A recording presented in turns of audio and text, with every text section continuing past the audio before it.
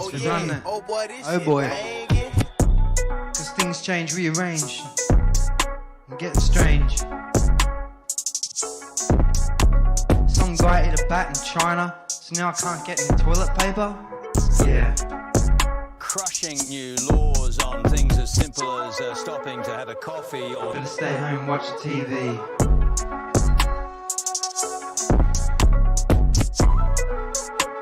Better stay home, don't visit the family. Some guy ate a bat in China, so now my girlfriend don't wanna give me vagina. Everything's changed, rearranged, a whole world gone strange. Yeah, some guy ate a bat in China. Yeah.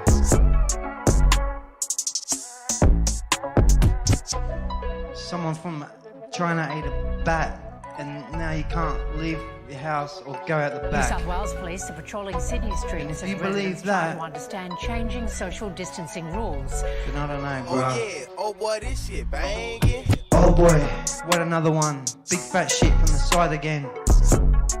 Freestyling with a microphone, a beer in my left hand. I'm in lockdown. What are the sounds? A little bit sad. Shit. Someone ate a bat in China? I'm on auto hoax and it feels so good. You just auto believe everything like I knew that you would. In my dream, you know I ain't got time. For another crisis actor with soulless eyes. My buddy, my buddy and me. Telecommunications Act of 1996. 96, y'all. Gonna filter your eyes and scrub your mind. The weatherman, he's just another bad joke. You can be a doomed little donkey like Eeyore. I'm gonna be an auto hoax. Hey, IPS, what's going on, man? Haven't spoken to you in a while. You just auto believe everything like I knew that you would. In my dream, you know I ain't got time, for another crisis actor with soulless eyes. No heart, ain't got no soul.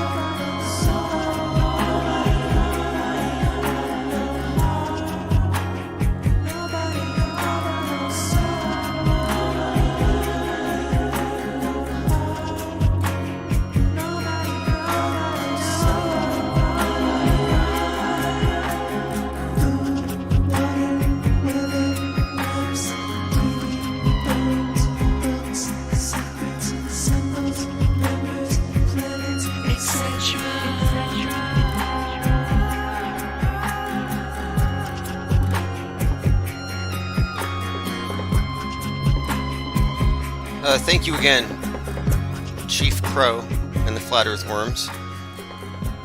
This track, Auto Hoax, really, I think, encapsulates what it really means to be an auto hoaxer. And what I mean by that is, it's about the chillest song you could possibly find. And when you find out how much of the horror show is actually a comedy, how much is actually fake, it takes a lot of the heat off, removes a lot of the burden. This is something I was speaking with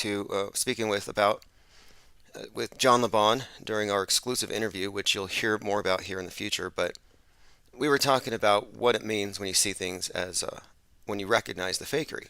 And one of the persons in the Q&A asked, how do you remain so calm and cool? And he kind of remarked on this, and I think that it's an important point to bring up. To bring up that there are things which he called white pills. New to me, but a white pill would be nukes are fake. Well, you can go ahead and scratch that off your list of things to worry about. You don't need a bunker.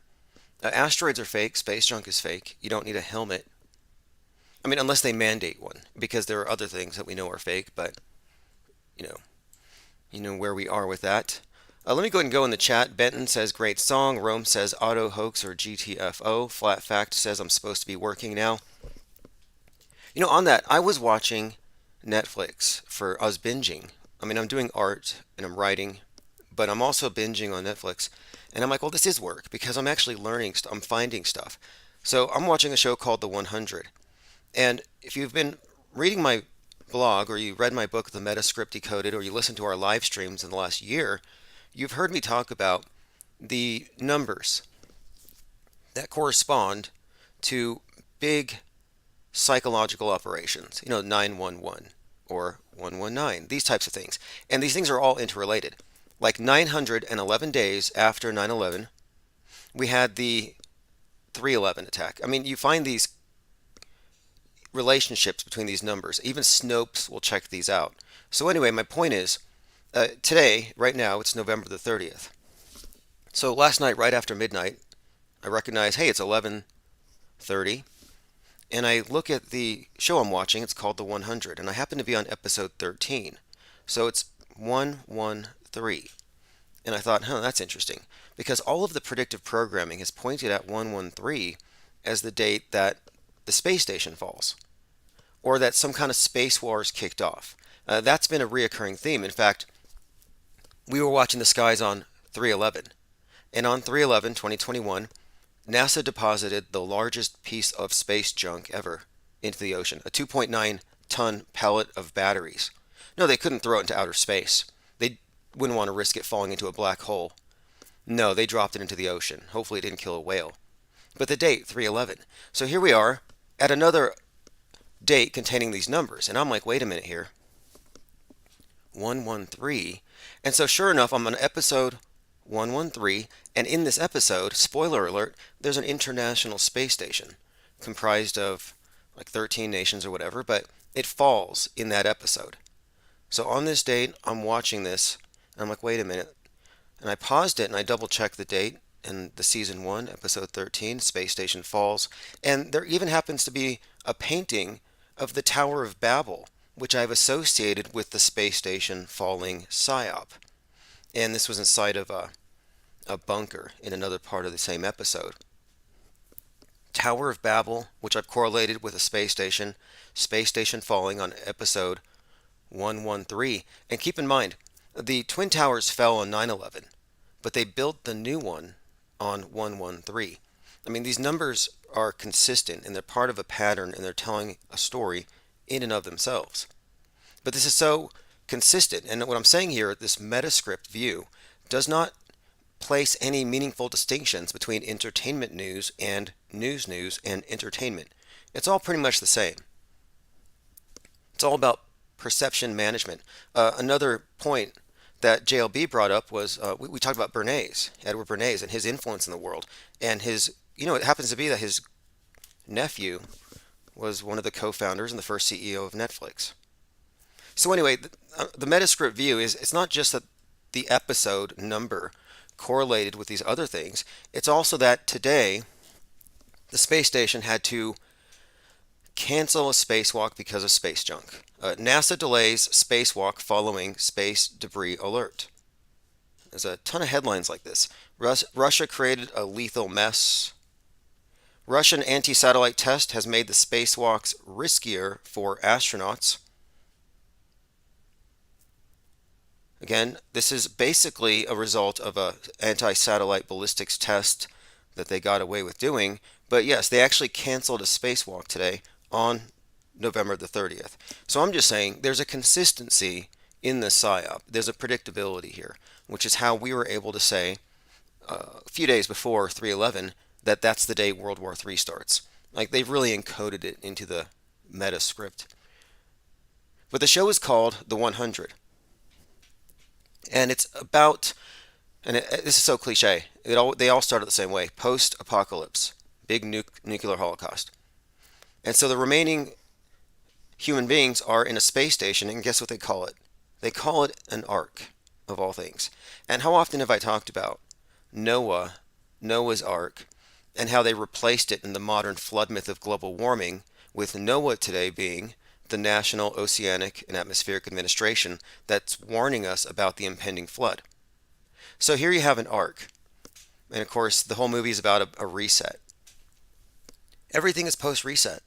The older generation ruined the world, so it's up to the young to start over. And that's a reoccurring theme in all these different shows. It has a heavy, I would say, Hunger Games vibe to it, intentionally. And there are connections between that and Sandy Hook worth exploring. And the Palo Alto shooter, Elliot Rodger, is his name Elliot Rodger? The one who's the incel, the black pill guy, the black pill martyr, whose dad actually, no, his dad worked on the Hunger Games, actually, which is interesting. And then, of course, his grandfather was a photographer in World War II for various concentration camps. Very interesting families when you investigate some of these, the backstories behind these PSYOP participants. Bullet01536 says, have you seen the new Ghostbusters yet? No, I remember it got really bad reviews. It got really bad reviews, and I kind of should have watched it, because the first one had some interesting concepts, like the idea of the Stay Puft Marshmallow Man being the result of the gates being opened and the Ghostbusters being told not to think of anything because whatever they think of would manifest. And it was just showing how an untrained mind can't be trusted with that kind of power, because look what happened when Dan Aykroyd's mind wandered. Interesting show, but I'd like to see it, because all these movies contain predictive programming. That's the reason why I watch any of these shows in the first place. The last one I watched, Cowboy Bebop, also contained, in the very first episode in fact, space junk. Space station having a hole blown into it. The usual numbers you'd expect, but again, this is a consistent theme. And the reason I'm bringing this up too is that these aren't random movies that I just grabbed out, I selected at random. These were actually marketed to me, and more importantly, they're new. So these are new Netflix releases. So right now, as we speak, the minds of the multitudes are being saturated with images of space junk destroying space stations. And now here we have it in the news 3 times in a row. First it's China, space junk causes them to do an evasive maneuver. And then Russia, space junk, and then SpaceX's junk in the path of NASA. And that's not all. I've been talking about the rift in the space station, how it has a crack in it, and how there's a rift internally.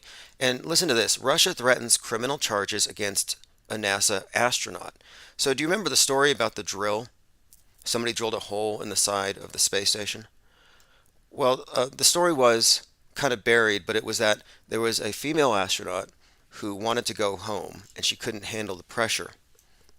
So she drilled a hole in it, and NASA tried to cover this up. Anyway, apparently it was because she was in love with somebody who didn't love her back. So anyway, Roscosmos told the Russian publication RIA that it has sent the results of its investigations about the hole in the Soyuz spacecraft to law enforcement officials. So they may be pressing charges. And what it says here is, what it could have done is it could have depressurized the station in about 2 weeks. That's really what it would have been. But here's what they said.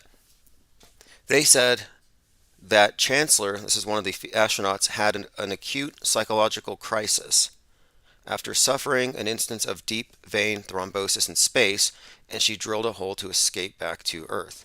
And NASA, they pushed back against that, and then they said she actually did it because she was stressed out after an unsuccessful romance attempt with another crew member.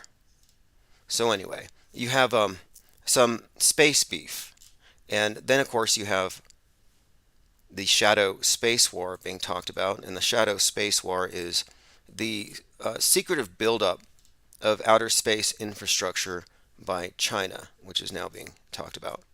And we'll get back into that, but I'm just pointing this stuff out because It's all in line with, I think, the incoming space wars, which is pretty much, it's been telegraphed to us. And right now, all the most popular shows have made space junk a regular feature.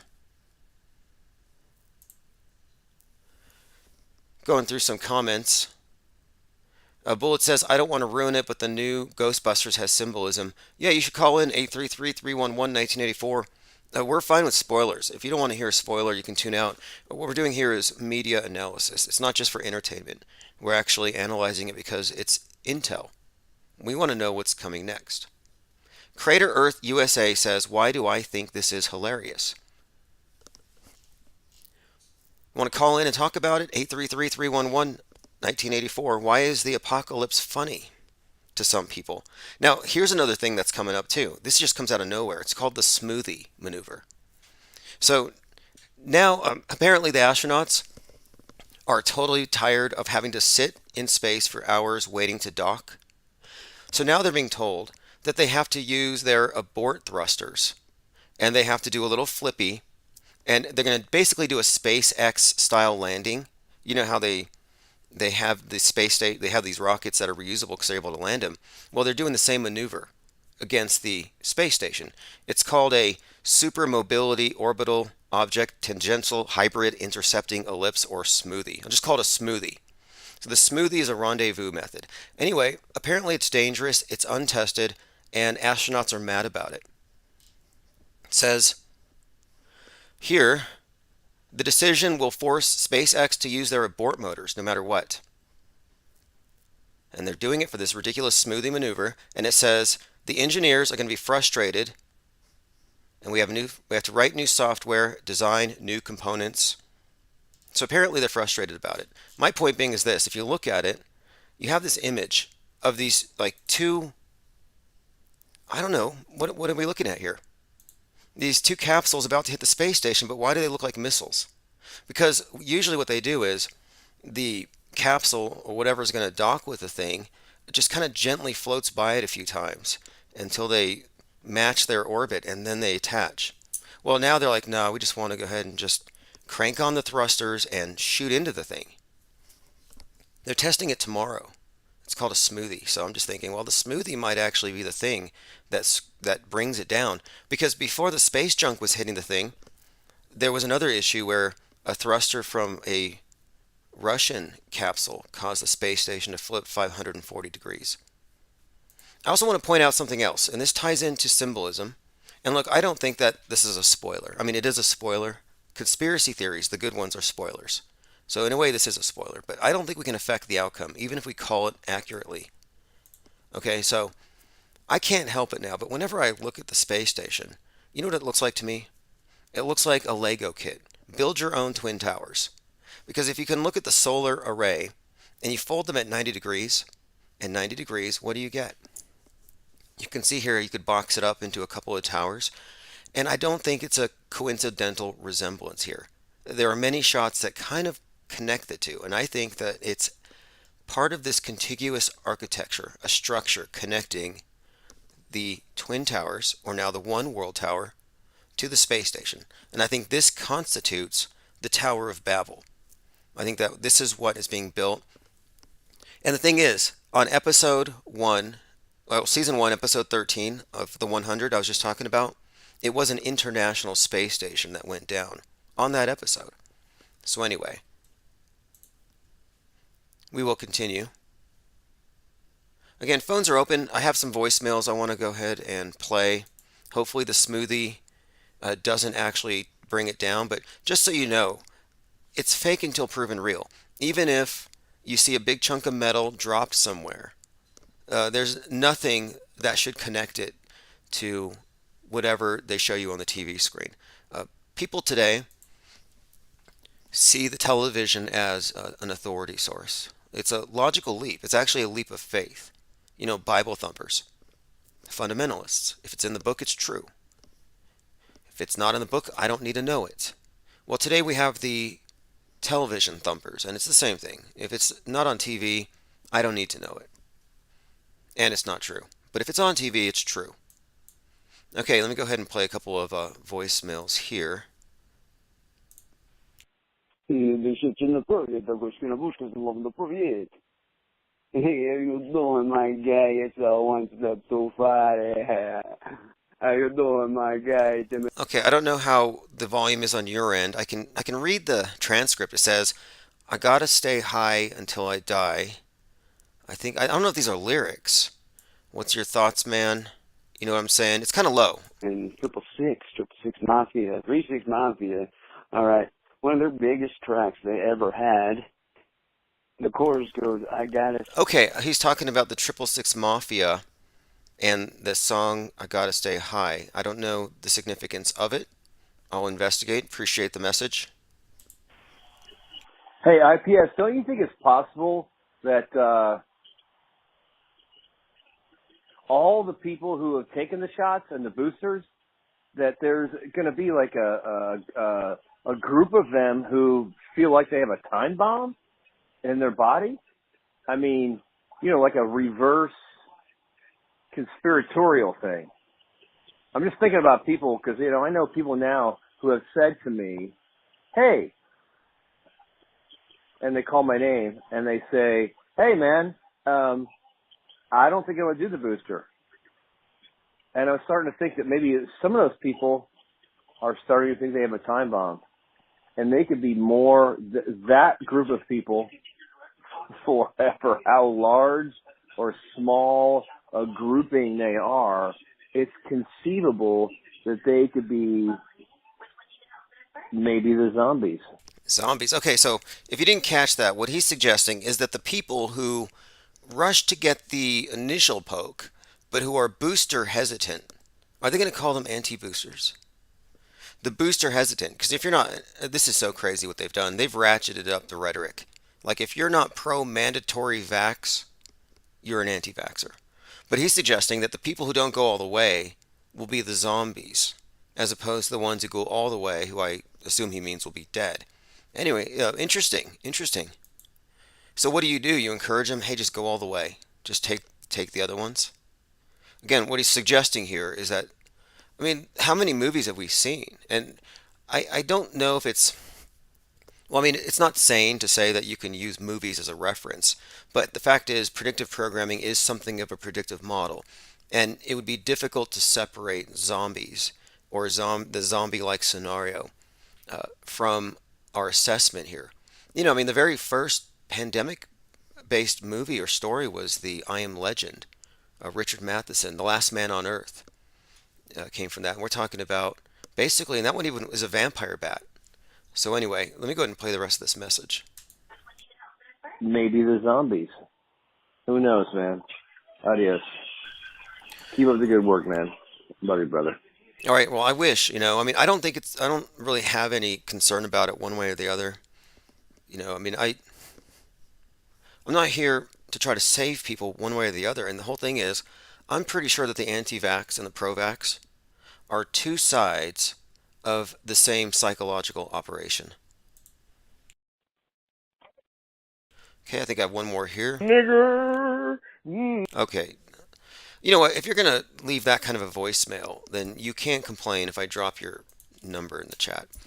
Okay, I think I sense. Okay, anyway, let's move on. Phones are open 833-311-1984. Pippi Langstruff says, always have your booster cables. The number on the screen, 833-311-1984, is also our voicemail. Ghislaine Maxwell's in court, but apparently they can't get cameras in there. We're just getting these crappy crayon drawings. Infinite Plane Radio. Hey, IPS. How's it going, man? Hey, what's up? Tim Truth. Long time no hear. How are things with you? Going good. I would be calling in and tuning in, but I just never get notified. But I finally got a tweet that you sent out. So I'm happy to be tuning in on Mixlr. But cool. Interesting topic. You mentioned SpaceX and changing their maneuvers. I don't buy any of that stuff. I think they're making such outlandish claims that like the burden of proof is on them as far as that goes. But like what they say about how they went to the moon and orbited around and then had this other module go land on the moon and this other one was orbiting and then they rendezvoused and came back and orbited other stuff. It's all so ridiculous to me. Don't you think? I actually think so. I think that outer space is a modern replacement for heaven that has the cover of science to make it valid, to make it the ultimate religion for all mankind. I think that scientism has been kind of shoehorned in as the new religion, and people don't know it. The atheists are the die-hard believers. None of my friends are worried about God flooding the world because of our wickedness, but the atheists are worried about a flood because we're not recycling enough. Yeah, that's super interesting. And what else were you talking about here? I'm trying to remember what Well, okay, so what the you were next just thing is talking this, about. because you're very familiar with 9/11 predictive programming and all this Hmm. 11/3 predictive programming. Well, it just so happens today's an 11/3. If you look at November the 30th, and today of all days, the space station has to cancel a spacewalk because of junk. And there's an episode in a new TV show on Netflix called The 100, episode 13, season 1, so 113, where an international space station falls. So I'm just pointing out here that the predictive programming is conditioning people for space wars, for space junk. What are your thoughts on this space junk thing that they've created? Yeah, no, I think you're exactly right. And yeah, I think they're going to do something on the world stage with the ISS. I think you called it. You've been pointing that out for a long time. I think you just got onto their pattern before they were ready to pull the trigger. But yeah, I think all the clues are there. I wish I could see what you were referencing earlier. You said there was some symbology or something that looked like they were sending missiles to the ISS.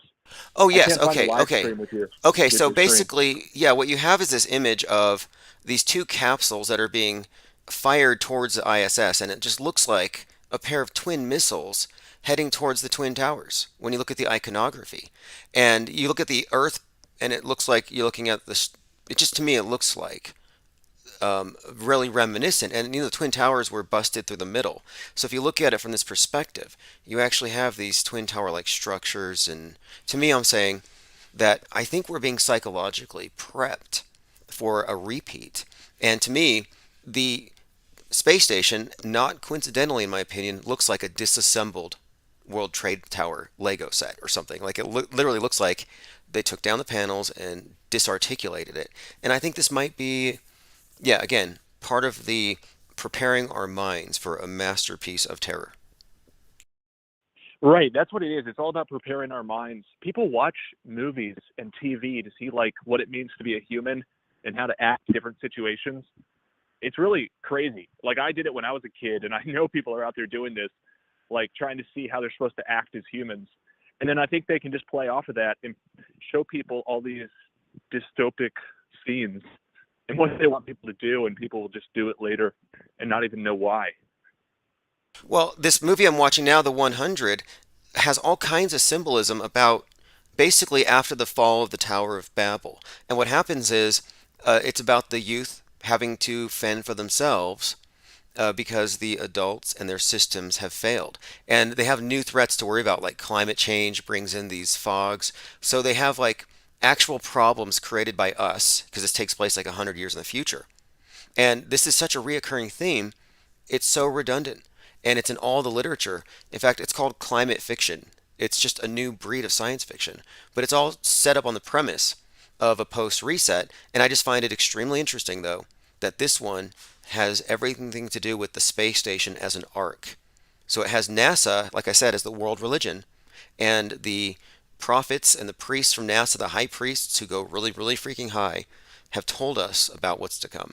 So if we get flooded, it's because we were wicked. Meanwhile, they're going to be safe in their space arcs. So we've been prepared, I think, for this post reset mentality, and it's being integrated into every single video game and movie I can name. It's really so damn prevalent. Yeah, that's fascinating. And I think they want to have this scientific dictatorship where they can just tell us just whatever they want and people will just believe it because they're the new high priests. Do you think that my theory is it's not going according to their plan, and I wanted to ask you what you thought about that. Do you think their scientific dictatorship is kind of falling apart at the seams? I'd like to think so. I'd like to think so, but I'm kind of thinking that many of the polarizing conspiracy theories, or what they call conspiracy theories, the way they framed it. Like, they never gave the opposition a fair shake or conversation. Fauci never sat down with anybody. It was always us versus them. So I kind of feel like they're intentionally creating a division to highlight who is in and who is not in. And then once they get that settled, then I'm not sure what happens next. But, I don't know if one side is winning. I think both sides are arming up, to be honest. That's interesting. Yeah, I think it's weird that both sides are afraid of being poisoned. Like, one side's afraid of getting poisoned by the virus. The other side's being afraid of being poisoned by the vaccine. And I was just thinking today, wouldn't it be interesting if they were poisoning us some other way? I know you don't really get into the chemtrails. You don't think that that's happening. Let's get into it. Let's get into it. I had a long talk last week with someone who said that if I just rule out commercial airlines and look at it as a military op, and he just had some explanations for it, but I'm open to this possibility because yeah, I'm not even like a huge proponent of it or anything. I just do think that they're possibly poisoning us, and I do see them, like, I'm looking up right now, I'm outside, these trails in the sky that are just so unnatural. And I've seen videos where they like turn it on and off and on and off. Like, I guess that could be like patches of air or something, but I just think that they're like, what if they were poisoning us in a different way, like through the food or the water or the air, and they have everybody like picking a side on the vaccine and attributing anything to COVID or the vaccine, but it's all just a misdirection. You know what, this is, and it's a perfect storm because you have one side can blame the other for what's happening to both sides. And I think what they've created here, it's saved versus the unsaved. And you can look at the movies that we lived through last year, like Demolition Man, where the people in the cities were socially distanced. They didn't actually have sex. They were completely crime free. They were sanitized. But the people outside were a bunch of unvaxxed barbarians. So I think that they're going to keep that divide, so that they have a two-tier system, and they're creating a new outside lower class out of the unvaxxed, the heathens, which gives you a great incentive to convert. That's right. Yeah, they definitely can tell who's believing in the priests and the Faucis and who's doubting them. And what did you hear the news out of the UK that they're going to maybe be shifting to requiring shots every 3 months? I mean, this is turning into one of those dystopian novels where everyone just gets the government. See, a year ago, I was jokingly saying, it's the communion. It's going to be weekly. It's not a baptism, as some have said, where you get it once and you're saved for life. No, this is a communion. This is a weekly thing, and the people who aren't in line weekly are a threat to you. And the thing is, I don't think that's far-fetched. I don't think it's far-fetched at all. And it's starting to look like we're in a big sanitarium where everybody lines up for their pills every night. It does, absolutely. But I just don't know how they could keep that up. Do you think a sizable percentage of the population will do that? Just like be able to be coerced and do it willingly? Here's why I think so. The reason why I think so is the public education is completely controlled by the high priests of global warming and the priests of scientism. They control the doctrines that they're going to learn. And they've introduced the virus as a new replacement for devil. Angry God is the globe. And there's really no out. You can't even go through the system and graduate unless you accept the premise. I don't know if you could fake it and get through. So I just kind of think that, no, if we're looking at a war between real and fake, and real is losing because more people are indoctrinated than not, and they accept the TV as a source of authority, then no, I think the world's been given over to a religion, and it's a fundamentalist cult. And I think their goal is to burn our books and try to eliminate us, which is why we're getting behind the tabloid in print, because you can digitally burn my channels all day long and not leave a trail, but there'll be plumes of smoke to get rid of our published content that's out in print. That's awesome. I can't wait for that. I just wanted to comment on the censorship and the algorithms on the social media. I think they can pretty much get these people in this like isolation situation, deprivation of sensation, like all the Bitterman chart of coercion, and the key one, monopolization of perception. So they can exclude any information, any sensory information, videos, for example, or memes to get into people's ears and their eyes. People will never even be confronted with these ideas unless they happen to come up with them themselves, and then they'll be censored and excluded and quarantined from the group as soon as they do. But it's pretty scary to me to think about these computers crunching numbers and using all the most advanced mathematics and data science to give people like whatever the next dopamine hit is for their indoctrination. You know, they can just crunch numbers and find exactly what to show each person that's most optimal for the brainwashing. And then I wanted to ask you what you thought about the thumbs down count being taken away off of the YouTube videos. Like, that's just more concealment. They just don't want people to have the information. It's crazy. I don't know how people are putting up with this. Yeah, what they're doing there too, I think what they're getting rid of they're getting rid of bad options. They're making our choices for us. This has been a problem with their system from the beginning, and it shows you that they were always about censorship, where if something offends you, you should be able to hit thumbs down and it gets taken out of your search results. Not it should be deleted for everybody else. And they have everybody indoctrinated into this idea that we're being censored for our own good. And now removing thumbs down, yeah, it's just taking away our ability to actually make any kind of decision that's from the bottom up. Everything's top down. And they are, I think, encouraging people more and more to immerse themselves in the metaverse as an alternative to the real world. And I think that is another thing. You talked about the management of perception. And I was thinking about this before. If you only watch sitcoms, you're going to see a very carefully curated, quota-based population. And if you look in the ads, it'll reflect that. So will the billboards. So will all the media. But it's nothing like the real world. And the more people are immersed in the metaverse, the more they lose the ability to distinguish. So I'm looking forward to it in a way, in kind of a morbid way. But it's like this is World Stage 2.0. And I think that they're going to be able to totally shadow ban people like us. Yeah, I mean, they can start financially attacking us too, and nobody will see what's happening to us until it happens to them later. Just absolutely crazy what's happening. But look, I have to say this, for people who don't know, this channel was on the way down, and then you directed us over to DLive. The reason we went to DLive was actually because of you. And for about a year straight, up until the 1.6 thing, DLive kept this channel going. It was actually a pretty good funding mechanism for a while. And then from there, you guided us on to Library. So we're live on Odyssey right now. Library turned Odyssey. So, I'm not worried about censorship. There's always the free market, and you've always been very quick to spot these trends. So, and I've noticed you have timtruth.com takes you to your Odyssey, correct?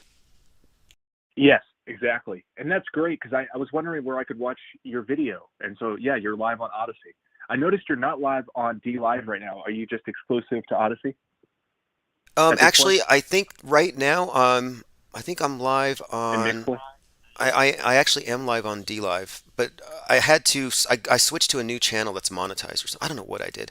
I can find it. But anyway, what I have done is this. On infiniteplane.media, it auto populates the new archives with RSS feeds. So everything I'm doing now is archived on Odyssey, and I don't have to worry about videos being pulled anymore. Yeah, Odyssey is great. And it's good that we have workarounds. I do think that very soon we're going to be faced with government regulations and thought police and internet regulators.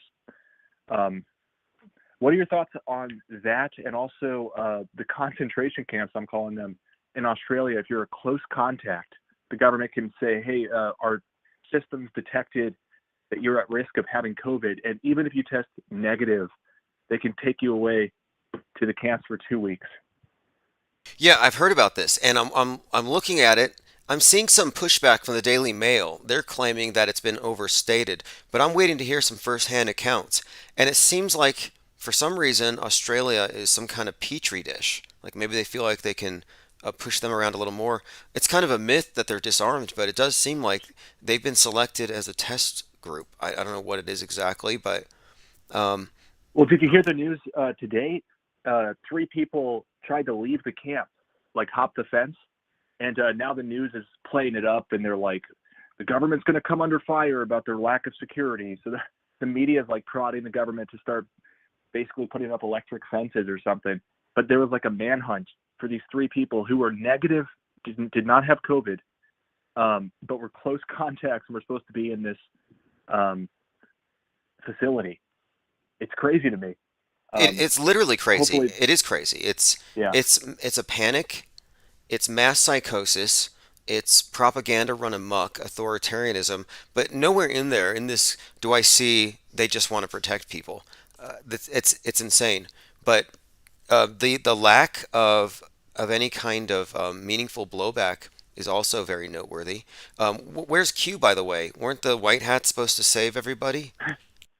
I don't follow that. I thought you said Q was Marcus something. Oh yeah, actually, if you haven't followed it, you might find this interesting. General Flynn, like the number one Q, because this is the thing, they reached the end of their road. I think a bunch of QAnoners went to Dallas, expecting JFK Senior to show up, like last week. It didn't happen, but yeah, they were. That's how Senior. far. That's how senior, 105-year-old. They thought he was going to come back with his son, and he was going to make Trump the president again, and it didn't happen. So, and now that that's kind of washed over, now General Flynn, like the leader of Q, he's always doing the Q salute. He swore an oath to Q. He came out in a private interview that got released, and he said that Q is insane and that it's a Democrat operation. It's CIA. So he's trying to distance himself from it now that they've gone full blown cult. I think they've gone full blown cult for a bit now. But yeah, that's pretty crazy. Was it a sizable portion of that community, or was it just some stragglers that went to Dallas expecting JFK? The media will say dozens. The footage says maybe 1,000 people there the first time. On the second, lingerers in the hundreds. I know there's hundreds of thousands of donations going in, but I know from live streams I've seen that when the leader of this group, they call him Negative 48, a lot of people thought he was JFK Jr. for months. He would get thousands of people on his live streams. So the numbers are there. And I would say that a large contingent of the QAnoners, at a minimum, think that JFK Jr. is believable. The JFK Sr. thing comes with a whole lot of weird baggage, weird stuff. I mean, like, they literally think this is the blood of Christ and that Jesus came back and they shot him, but he's going to come back again now in 2021. What are you leaning towards these days with the JFK assassination? That was like my gateway into conspiracy theorizing, but that was like always acceptable by the mainstream. At least they give you some controlled theories that we're allowed to think about, but they like put that all over the TV, if I remember correctly. But I think there's a lot more to that story than any of the TV versions they pitch us. Have you come to any thoughts on that? Yeah, my new take on the JFK assassination is this. I find it very interesting that Lee Harvey Oswald was working at Riley's Coffee at the time. And everyone at Riley's Coffee moved to go work for NASA or Boeing or some affiliated company there. They all went to go work for NASA. And at that time, Oswald sent a letter to his love interest, spouse or whatever, suggesting that he was going to possibly work at NASA. Next thing you know, he's on a grassy knoll. Well, who shot Apollo 11? Who shot Kennedy? You got Stanley Kubrick, Apollo 11, working at NASA. You have all these people who worked with Oswald going to NASA, so I think it's plausible that Oswald went to work for NASA. And his assignment was not Apollo 11, but the JFK operation. And so my theory is that the JFK assassination was a psyop directed by Stanley Kubrick. And it's probably not a coincidence that his movie Dr. Strangelove had its premiere, its initial screening on 11/22/63. I like it. That's an interesting theory. I think I heard from you an interesting idea about Oswald and Ruby maybe being some sort of a Wizard of Oz reference. Did I hear that right? Yeah, that was from King Kill 33. This was a guy decades ago doing METASCRIPT breakdowns. And he was describing there's all kinds of King Arthur symbolism, the King of Camelot with that assassination, but that you do have a lot of contemporary fiction like Wizard of Oz. And apparently Jack Ruby killing Oswald was sort of foreshadowed with the ruby slippers taking out the Wizard of Oz. Yeah, that's interesting. Do you buy into that possibility, You know, and how would that work with Kubrick directing it? yeah, this is all very interesting because it would actually suggest that there's a deeper layer of metascripting to it. So for example, the production would have had in its storyline all these different components and it's tied into the names. So for example, take a more recent Kubrick production, Eyes Wide Shut, and you'll find interesting subtext and layers that would connect it with other of his. Here's an example. In Eyes Wide Shut, starring Tom Cruise, that's released on 7/16. 7/16. It was released on the day that the anniversary of JFK Jr.'s plane crash and the takeoff date for Apollo 11. So you have these like kind of like inside clues and hints, but all of the actors' names generally have a double meaning. Tom Cruise. Well, the name Thomas actually means twin. Cruise is to cross. So you can work out of that a twin cross. And if you look into some of these movies, especially like Vanilla Sky, which followed Eyes Wide Shut, has heavy Gnostic overtones, and it implies like the twin cross actually is the resurrection. First cross is death, second is resurrection. So the movie Vanilla Sky, he dies at 33 and then he rises. So there you have this Christ overlay just built into his name. And so I'm suggesting that, yeah, that the planning behind these movies is so intricate it goes into the names. Just like with all these psyops, you have these inside jokes and these references, these callbacks. Like the idea that George Floyd was strangled for 8:46, 9/11 started at 8:46 a.m. That's how intricate these things are. So yeah, I would say that Kubrick encoded the movie with Killing of the King, Wizard of Oz, and a few other elements from Macbeth. That's super interesting. Yeah, I don't know. I'm still at a loss of what happened with that, because we can't trust any of the video. I mean, maybe it's real, but I don't know that for sure. I'd imagine it's faked. My guess is he wasn't actually killed, and it was fake footage, but I just don't have any concrete proof of that. It's just like 9/11. It's hard with fake video to know what really happened. Well, with the JFK one, what makes it somewhat problematic is the film wasn't even available. It wasn't streamed. It wasn't live. And I think it was like 12 years later on the Geraldo Rivera show where it was first on air, the Zapruder film. So we're relying on that. And there is some interesting witness accounts where these crisis actors, I would imagine they are, just make these bizarre accounts. Like there's one where this girl says something about seeing the president and the dog. And I was like, there's no dog. Like I think there's some holes in the story, but I'm open to a number of possibilities. But right now, my present theory here is that the JFK assassination has a strong Kubrick tie-in, and all of his movies have these interesting ties to Kennedy. I mentioned the JFK death tied in with Eyes Wide Shut. Well, interestingly enough, Apollo 11 launched from Kennedy Spaceport. You can find in the movie Full Metal Jacket, it could be said to be about JFK. That Joker is JFK.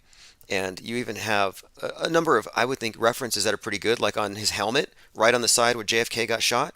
Joker has the crosshairs on his helmet in that movie. So just one example. That's interesting. That's interesting. Last question, then I'll clear off the line for anyone else to call in. I've been following a lot, obviously, with the COVID situation and the government totalitarianism and the vaccines.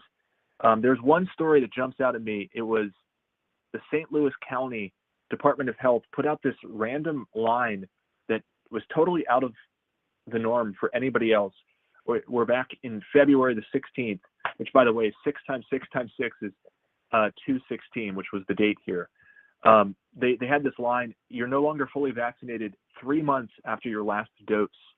And now we're seeing the UK announce that, 9 months later. And the question is, how did St. Louis publish that and then revoke it? But my question to you is, like, what do you foresee with the way we're going with the tyranny and the whole COVID narrative and the vaccines? Yeah, this is such an important question, and it's an interesting question. I just I would like to say that people are smarter to give in to a false pretext. But here we have Omnicron, and here and you could say it's an anagram for moronic, and it doesn't mean anything, but I don't know, because at this point, to just go with this thing, you are a faithful adherent to a religion, and so. To me, I'm looking at the world converting to a religion that makes them feel safe. And if the communion injection makes them feel safe from the demons invoked or that are released in the world, and it scares them about the carriers because this thing obviously came out of one of we variant factories. I think that this is how they're building their new system. I think it's based on the scientist as savior, guiding mankind into his multi-planetary future. Meanwhile, the polluters / anti-vaxxers are going to be doomed to a flood here at some point. I think that's what they're actually doing. I think they're trying to purify the human race, and the people who don't go with the tyranny aren't going to be looked upon as favorable. I think this is basically a fascist takeover, and the mask is not a medical device. If it was, we would have biohazard bags everywhere. The mask is a fascist / fashion statement. It's a government-mandated fashion statement, and it's there to signal your acquiescence with a takeover. It's a clown mask. It's a Joker mask, just like the Joker movie.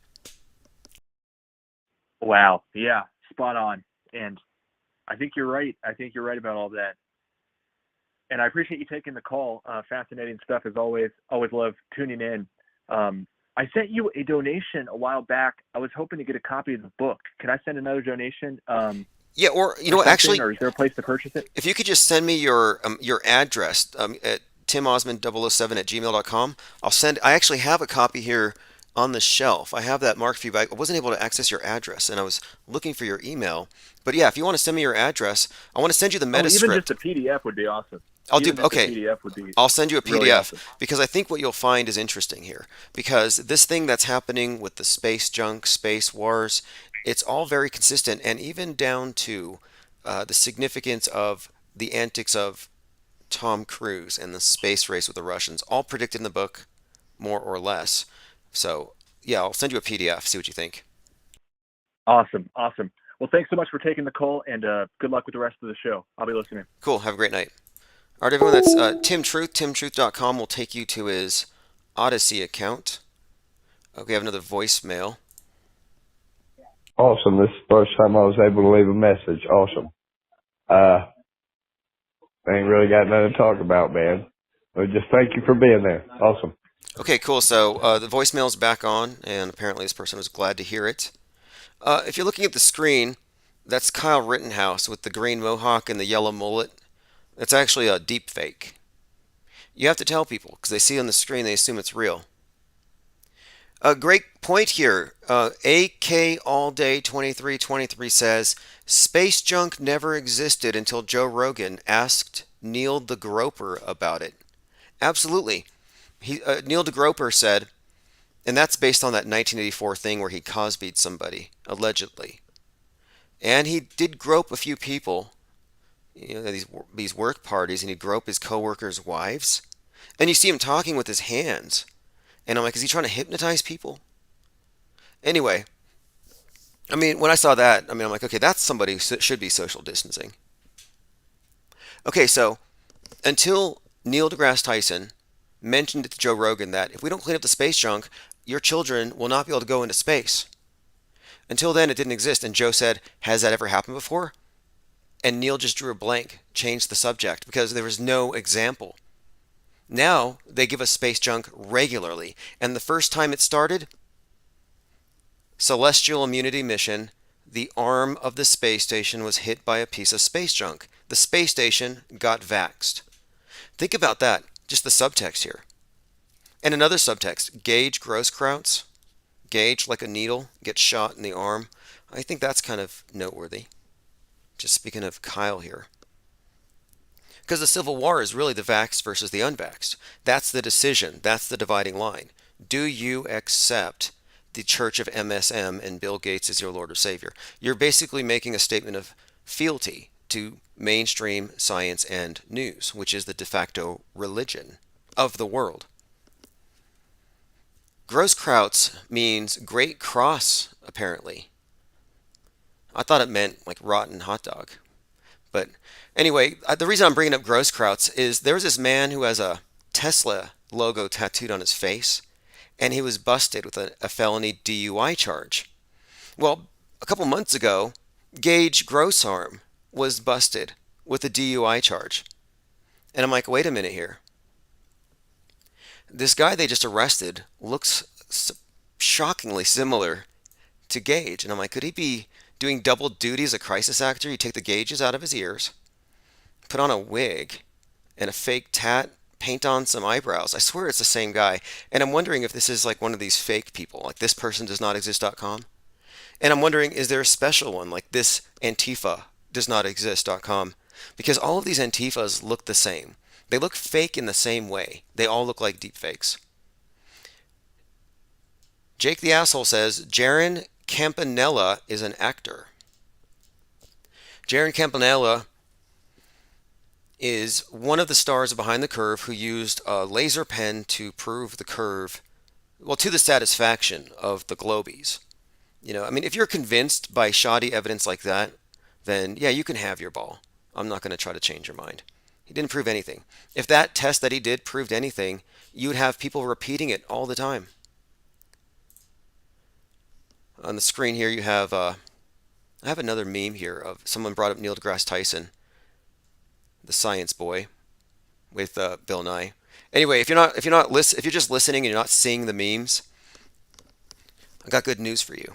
Fake World News is going to include our best hand-picked memes. We're going to curate the best in our own little section called Timbuktu, where anything that you miss that we discuss, I'll make it a point to have it printed in this high-definition, laser-printed tabloid. Coming soon. fakeworld.news if you want to pre-order now.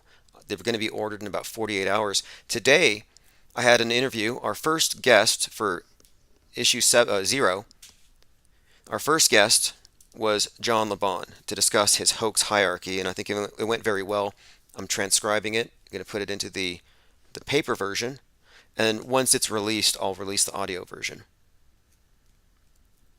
In fact, let me see if Jake is willing to call in. 833-311-1984. If Jake, the a-hole, wants to call in and discuss his findings. I mean, how many of you here want some stale flat Earth beef? He says the AE map is a symbol of the flat Earth cult. Hey, it's undeniable that there is a cult at work in the middle of this thing. Well, the flat Earth cult is a cult. There's different, I mean, the word cult isn't necessarily a bad thing. Kind of depends. Infinite Plane Radio. Hey, it's the orifice. Yeah, Jake the Orifice. I have to say, your investigative journalism lately has been top-notch and it's been funny. And most people can do both, but it's been very entertaining. And the numbers show it, the comments show it. So whatever anybody thinks about Deep Inside the Rabbit's Butthole or his buddy Jaron, your take on it has been rather entertaining. So we appreciate that. Well, you know, I'm not doing it for entertainment. I'm not doing it for views, and I'm not doing it for clicks. I'm doing it to save people from the Flat Earth cult so they don't have their life ruined and so they don't end up somehow getting involved in what looks like a giant pedo ring, as well as some women and children trafficking. And I just watched a video over on a guy's channel named Tony something or other, and he showed a video of you busting a lot of these people. I never saw this footage of you talking about authentic intent and making all these connections to them being actors and stuff. So I actually got to watch footage of you making all the connections I needed to tie in exactly what I thought was going on. So it's really interesting how the stuff you talked about a while ago ties exactly in to my investigation now. Yes, exactly. And I thought when I saw that you got my comment there, I thought if you look into this thing, it's going to be explosive. And they thought they were going to bury this. Robbie Davidson and Skiba, maybe he can hide from this. But Hey, real quick, where is that? I found it on Tony's channel, but I don't know where Behind the Perv or where did he find this information? Do you have this on YouTube or BitChute? Where is It's on BitChute. Behind the Perv. It's kind of a blast from the past.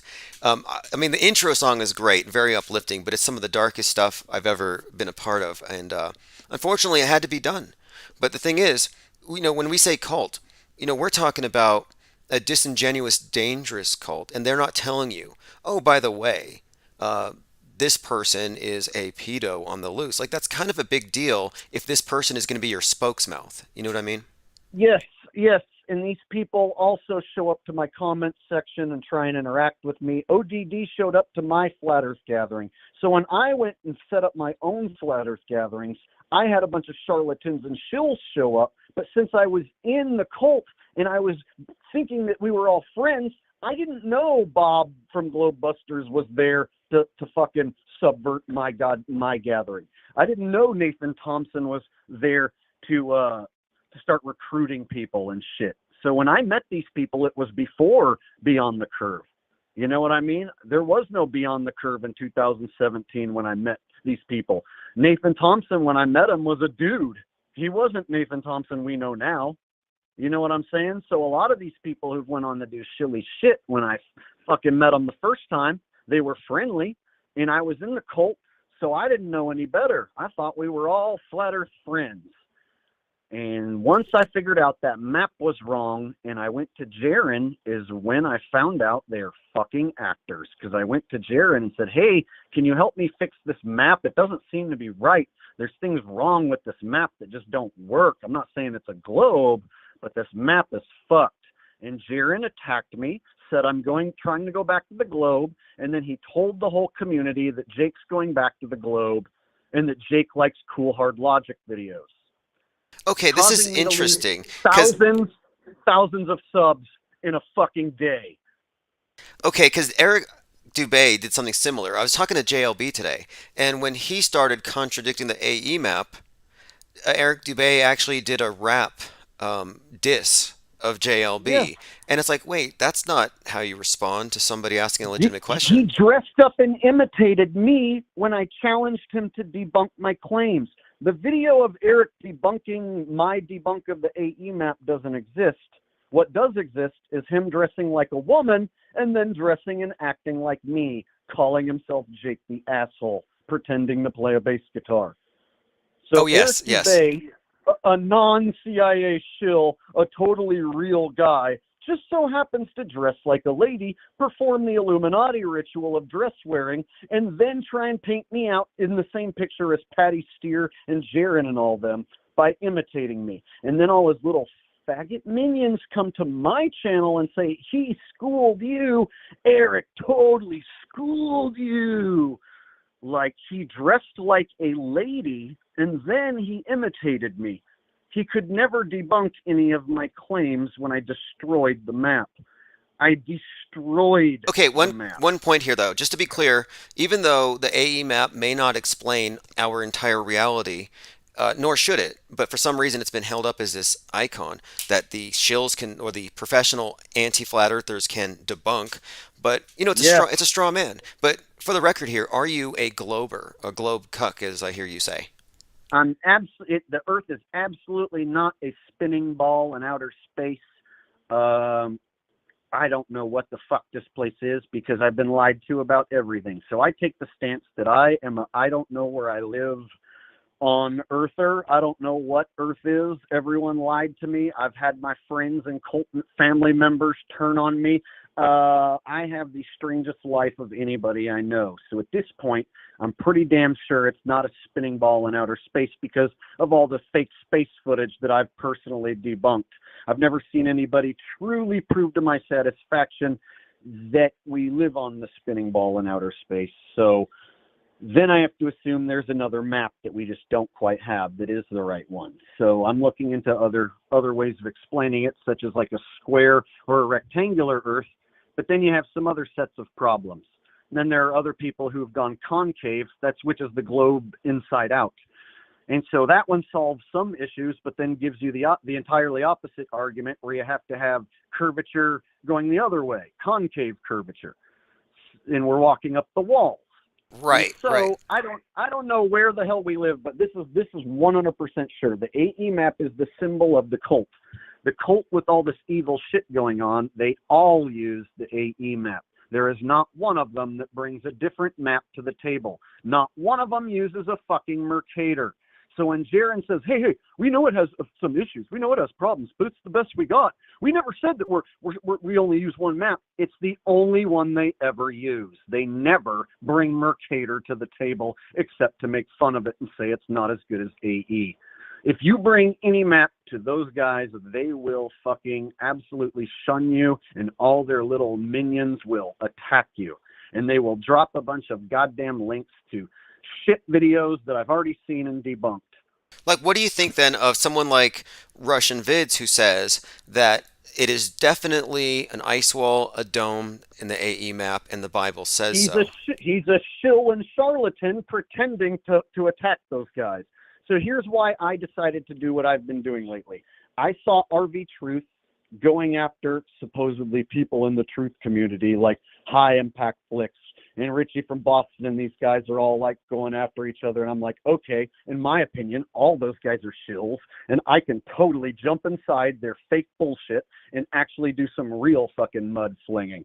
And so I decided to jump in the middle of it, say, hey, RV's a fucking lying shill, nameless, faceless, coward shill who uses the debunked AE map and preaches dome that he's never fucking proven. I've been in the flat earth since 2016. I know what he used to talk about. I saw him on Patrick Steers' show. He went on Patrick Steers and Marky's fucking show, potato show, and kissed their ass for 2 hours.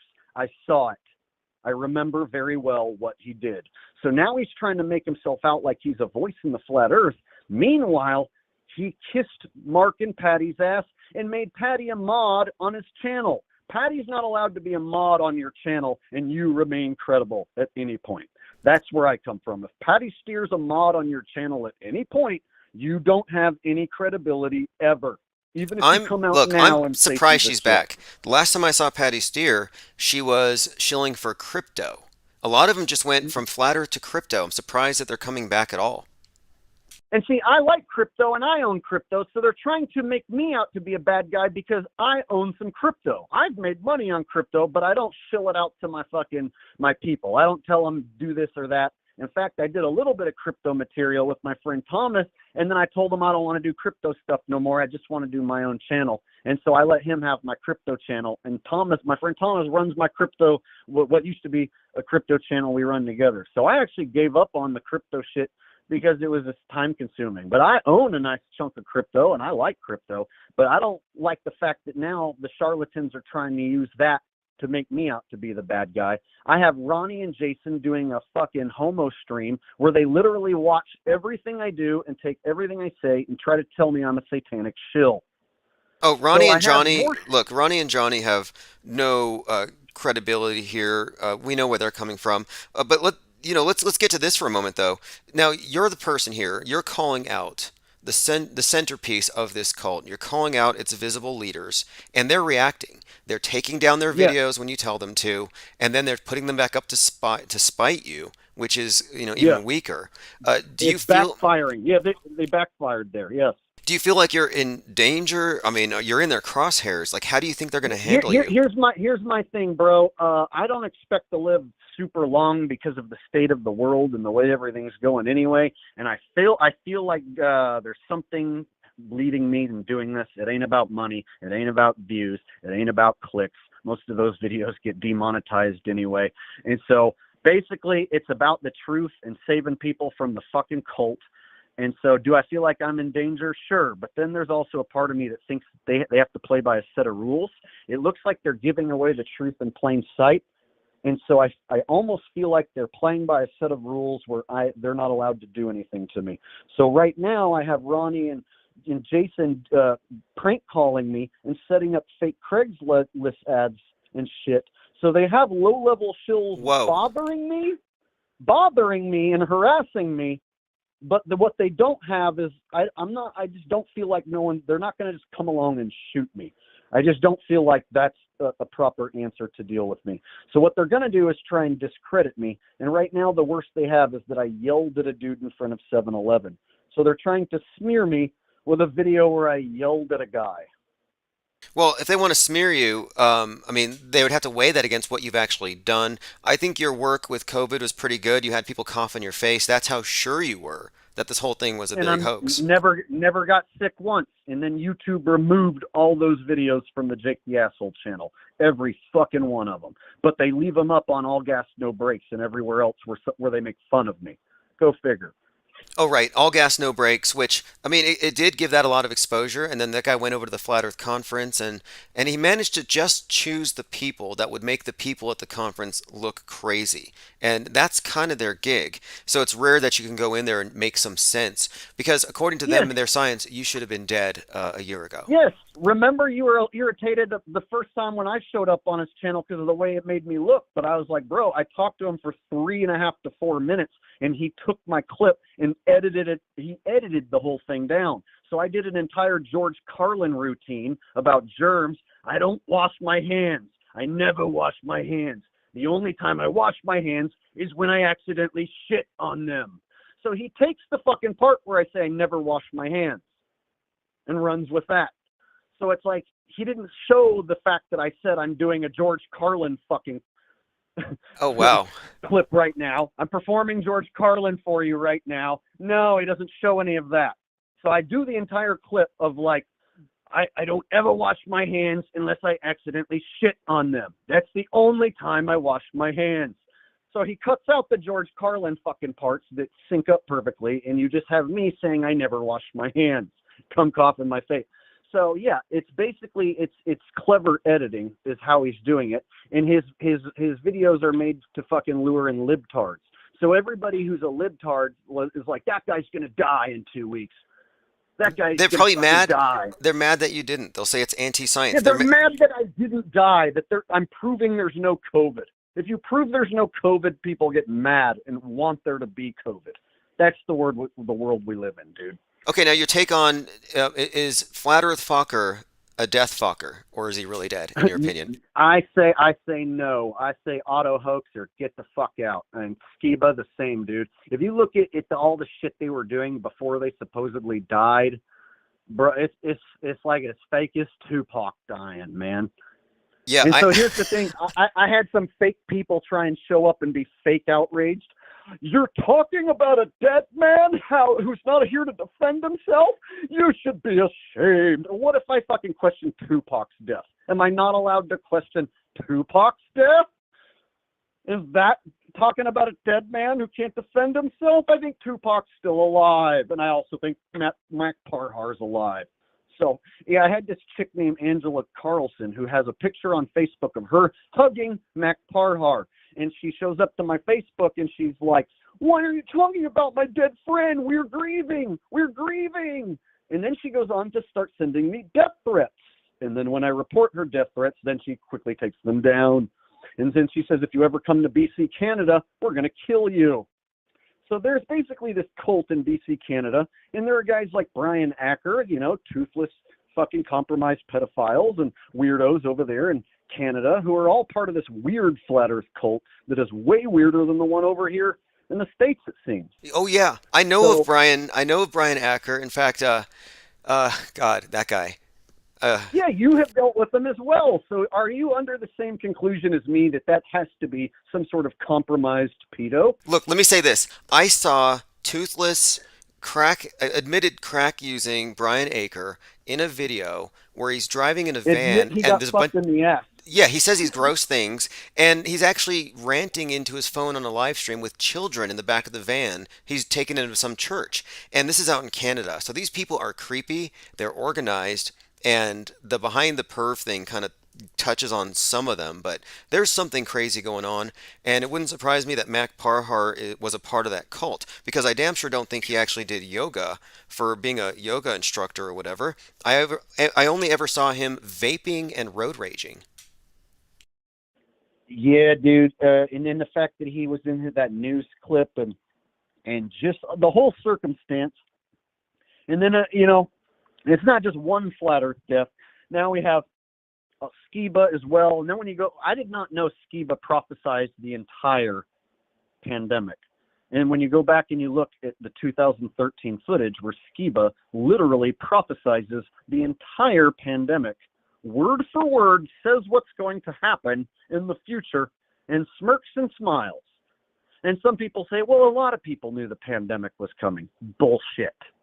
Bullshit, they did. Yeah, he was part of Prophecy Club. Prophecy Club. And he's up there smirking when he says it. He literally said in 2013, he smirked and looked into the camera and said, oh, yeah, you're going to have to take this vaccine, and there's going to be a pandemic, and you're not going to be able to go to work unless you do this, and you're not going to be able to buy food unless you do this, and they're going to have lockdowns and quarantines. And he literally fucking said what was going to happen back in 2013, word for word. He should have been screaming that at us every day, especially in 2019. He should have been like, you guys, please listen to me. This is about to happen. This is the most important thing in the fucking world. Please, please listen. But he never, ever said anything like that. He was selling masks. He was selling masks before his 40 days on the ventilator. And for a guy whose entire explanation is biblical, 40 days on a ventilator, come on. I think that's obviously part of that's an embellishment I think he put in there.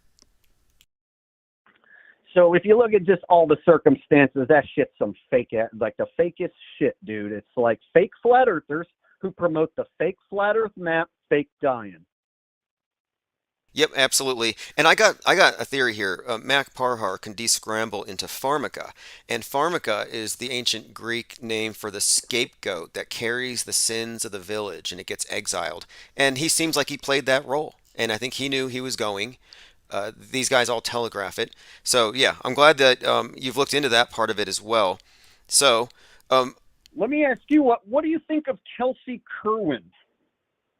Okay, now this is weird. I just watched some reality TV show with Alex Stein, and then I heard through your channel I found MTV Star, and I'm like, wait a minute, where are all these former actors, failed actors, or mass media plants coming from? And they all seem to be coming from the same spigot. They're coming out of the same rabbit hole. You know what I mean? Which is what? Well, Dearth. He seems to be an interesting person here in this whole equation, and they bring a lot of interesting people in, and so I think it's questionable when people are. I mean, not all actors are inherently guilty, but here we are. When you're not disclosing this Kelsey Kerwin person, though, is my main target because she's the weak link. She doesn't know her shill script properly. She doesn't know who I am. She doesn't understand what she's supposed to say or do. She doesn't know who Flat Earth asshole was or ever stood for. And so a lot of these fucking shills don't remember that I used to be just as popular as the main leaders in their cult community. So you have a bunch of losers like Witsit Gets It, who's like, I never heard of Jake the asshole. Well, I was around long before Witsit Gets It. Kelsey Kerwin, I never heard of Jake the asshole. Well, I was around a lot longer before this bitch came along. So Kelsey Kerwin, they now throw this girl out here. I do a tiny investigation and find ties back to MTV and her dressing like a man. And they keep making jokes about whether she's a man or not on the show. And if you really look at her and look at her body, there's something there that's not quite right. I don't know for sure if it's a man. Well, I don't know. Look, I can't speak on that, and I can't say it's a fair criticism. Look, I failed my transvestigation, so I won't even go there. But the point is, it comes down to, are we dealing with honest people who are authentic, or are we dealing with mass media Project Mockingbird plants sent here to keep any authentic truth from reaching critical mass? And that's what it looks like to me. It's that, or it's a giant punked episode where they're all going to come out and admit they're actors. I actually have this weird theory that this is like the biggest, giantest movie punked fucking thing to ever happen, and that all these people are going to come out one by one in a giant reveal of sorts and be like, hi, I'm Jaron. I was acting the whole time. Hi, I'm Eric Dubé. I was acting the whole time. Hello, my name is Patrick Steer. I was acting the whole time. And then the final finale, Rob Skiba and Mac Parhar come back from the death, and they basically laugh in our fucking faces, basically. But now that I said that, they might not be able to do it. Well, I would like to think we could change it, but I kind of think that they have such tight control that no matter what we say or how accurate we might be, it's still going to go down. I mean, I called Mac Parhar's fake death a week before based on his live stream where it's like he was reading lines. He's like, "Oh, I've been really sick." Like in that movie with Zoolander. He's like, he does this weak cough. I'm like, that was not a COVID I proved cough. they're reading lines today, bro. I mean, yeah, that Mac Parhar one, I watched that shit seemed weird as fuck. Like almost like he was given a signal when to start coughing, because he wasn't coughing through the whole thing. It was like, yeah, bad acting. So today, or yesterday when I'm doing the Kelsey Kerwin shit, going through it word by word, none of their stories make sense. Her story of being abducted, her and Rose got abducted and sent to Mexican prisons, doesn't make sense. Their fucking stories don't add up from any angle. And so they're trying to bring in this Kelsey Kerwin character and then prop her up as a truther. She keeps saying she's a truther and a flat earther. I go to her channel. She has zero truth content, not one single flat earth video. They didn't even have her fucking make one video. She at least could have had one video that says, "Hi, I'm Kelsey. I just figured out the earth is flat and I love Jesus," or something, right? But nothing. She has no truth content, but somehow she ends up on the Baby Truther show, and they're going to, they keep promoting her and talking about her and give her her own dating show. And so when you look at how much they're using her, why her? And there's something more than meets the eye. It's not just them trying to discredit the truth. And so when you look at what else is going on, then you find the pedo stuff. Okay, let's talk about that for a moment here. So the Baby Truther show, they have their different explanations, but whatever it is, their imagery is they're babies and they're dancing to these weird baby songs. And I would just say it's kind of ill-advised, especially now, because every single conspiracy theorist out there is on the lookout for anything Pizzagate-y. So it's kind of, I think, just poor decision making. But you're suggesting that there might be something else, a reason for their childish antics, that they're targeting a younger demographic. Is that your take? Yes, and somebody in your chat just asked if I put out a part 2 to that. So yes, I did a 2-part series. So I did a first part is me breaking down their fake story of them being abducted, because Kelsey and Rose tell a story of being abducted and sent to Mexican prison by their own parents. And when Jaron's like, "Well, what'd you do to get sent to Mexican prison?" "Oh, my parents were just like bad parents, and they just sent me there. They signed over custody to Mexico when I was 15. Human trafficking. That's the human trafficking that you're getting into. Yeah, so the story that they tell doesn't make sense, but it's a cover for some sort of human trafficking or some shit. And I already know that ODD's background in authentic intent's background, so I'm already skeptical of anybody in this cult community. And so when they start talking about Baby Truther show, and then they do a flat earth dating game show, and then they start fucking making all these really weird connections, telling this really weird story that doesn't make any sense about being abducted, I literally just played their words and just kept debunking everything they're saying over and over, saying, okay, that didn't make sense. What she just said didn't make sense. Let's replay it and listen again. So I do a 2-part debunk series of the flat earth dating game. And basically the end, the culmination, is where one of their random contestants on the dating show that claims that they had no idea they were going to be there explains the entire flat earth cult. Explains the whole fucking thing. She asked the scripted question, if you could start a secret society, what would it be? So Kelsey Kerwin asks her, contestant number 4, if you could start a secret society, what would it be? Now, would Kelsey Kerwin, some dumb blonde bimbo, just think of that off the top of her own head? No. She obviously was handed a question. If you wanted to start a secret society, what would it be? And the guy goes, well, I'd start one that is under the pinnings of God, and then throw some flat earth in there, maybe some political conspiracies. We could call the whole thing a cult. What are the chances that that is the answer? I would say scripted, as everything else seems to be. And that's the reason why they would hire actors. They want to control discourse. And I think in order to reach different demographics, they have all these different sock puppets. They're just human sock puppets. And that's what's so um, interesting about this thing is that anybody who looked into this flat earth topic when you started around that time, 2015, 2016, you were interacting with people who were on orders, it would seem. I mean, to me, it just looks like mainstream media influence agents. But oh, do you think that the people you're considering to be shills, do you think they know the truth, care about the truth, or do you think that they're just reading lines? I think there's a combo here. I think the ones who are compromised pedos are just trying to get their sentence reduced, and they'll do anything to get their sentence reduced. I think the ones who are actors who are bringing in lots of money and donations and shit, and their careers built on it, they're just straight up evil motherfuckers, right? And it's like there are people in the world who are just not regular people. They're evil, and everything that they live for is 100% the opposite of me. So I can't look at them as like, how could any person do this and deceive people and be that evil? It's like they worship evil. There are people who actually worship evil and get off on evil, and that is a fact. So this giant cult, even if I can't completely prove exactly what's going on between your information and my information, I've got it pretty well hammered out, and I'm pretty sure you do too. So some of them appear to be cops, military informants, and then some of them just look like straight up actors, like Kelsey Kerwin. That's not a military informant. You know what I mean? Maybe she's like being handled and wants to speak up but isn't allowed to. I don't know. But right now she's the weakest shill, and she's saying my name. She's saying the name Jake the Asshole. She even attempted to do a troll video of me on her channel, but then she took down her own troll video because it backfired. Yeah, I wouldn't advise that. I wouldn't advise trolling people who've been at this a while.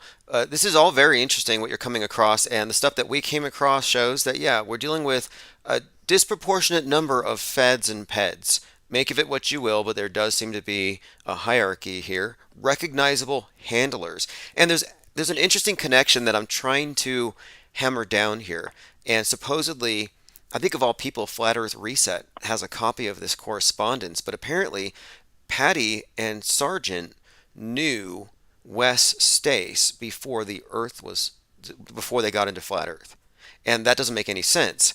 Wes Stace being one of these questionable characters in that documentary Behind the Perv, which I don't want to get into now, but yeah, there's a suggestion here that there was actors who were prepared for their roles a couple of years in advance, if you ask me. So there's just so much to unpack, and I still have a little more work left to do. Well, maybe a lot of work left to do, but basically the next thing I'm going to be doing is destroying every single one of Jaren's points about that map, and Bob Nodell. Both of them are trying to defend that map, and they use retard sorcery. So what they do is they pull up Google Earth to try and debunk one of my points. They'll use a cartoon globe to try and debunk my points to defend the AE map. They'll use computer programs that don't have anything to do with what I'm really talking about and try and confuse you with numbers and lines on a screen. Jaren actually said he can debunk what I said by showing a picture of a coffee cup caustic, which is a light inside of a coffee cup. So at that point, you have to assume you live in a coffee cup. And then they say stuff like the dome is reflecting the sun. You know, the dome they've never proven, of course.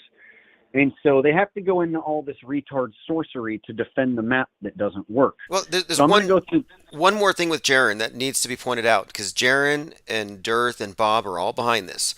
Jaren fakes ISS transits, which shows you he's working for the same people that handle Red's rhetoric. He fakes ISS transits because those aren't real. You see, I've never seen one, but I've never been given the opportunity to see one. Like, no one's ever set like a telescope up for me and been like, here's where it's going to come, bro. Here, look right now, or whatever. So I've never personally seen it. Here's my thing with whether there is something flying up there or not. It's not a space station in space, because they wouldn't have all that fake shit going on. I've 100% debunked the green screen fakery inside the supposed space station. If it was real, they wouldn't need to put Scott Kelly in a fucking harness in front of a green screen. Scott Kelly in a harness in front of a green screen, as well as all the glitches that I have found, obliterate the footage that they're showing us inside. So if all the footage inside is absolutely provably fake, then why should we even care if they're flying something up there? Maybe they have something that flies by up there, but it ain't in outer space. Because if it was, they could show us something real on the inside without having to put Scott Kelly in a harness. Great points. And my take on it is this, though. When he shows you the transit, you see him loading his telescope and lining it up. But then on the footage, it's an insert shot. So you don't actually have continuous footage, and you don't know if he didn't just drag a little PNG, a little transparency, an animated version across the screen. And that's what I think is being done. And I've called him out on it before. But anyway, side note, these people are all very, very much, I think, reacting to everything that you do. So I'm interested to see what you come up with next. And how do people find you? Is it still just, is YouTube the best way, or is there an actual website? Yeah, that's where I get most of the views. I mean, I have BitChute and stuff, but I don't get nearly as much traction. YouTube is still the way to go. Jake the Asshole is the main channel. Backup channel, Jake Gibson. So both those channels are active right now, and I'm putting up content basically every day. I'm laser focused right now. I don't have anything better to do than go after these guys.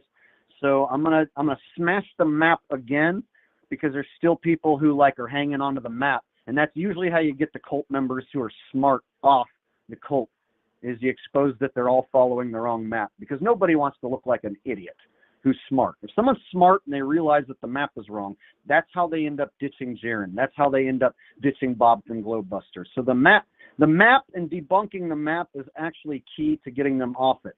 And then when they come ask me, well, where's the real map? I just straight tell them I don't have one. Good. I tell them the truth. I like that. I got lied to. I don't have one. Good. Because I've said from the beginning, too, that if you're putting a model first before you have more information, you're putting the cart before the horse, and you're not going to go anywhere. So I think this is the right way. We have to be honest with ourselves and what we don't know, and I'm comfortable not knowing right now, and it requires further investigation. Anyway, appreciate the call and giving us all a breakdown, and we'll definitely send people to your channel in the links, and anything you come across, I'll definitely be discussing on this channel. We've been following it closely. It's all very relevant. So I hope that a lot of people find your information useful. And from the comments here, a lot of people have been enjoying your work lately. Well, it's not so much meant for entertainment or whatever. Like I said, I'm actually doing it for because I really want to expose the cult and save people. But I also try to make it as entertaining as possible, because it makes people's stomach turn the minute they see Flat Earth Dating Game Show. They want to turn it off. So I have my own subs even saying, dude, I can't make it through 2 minutes of this. I'm sorry. And then I'm like, you fucking missed the whole thing that I'm trying to show you. Watch the whole thing till the end.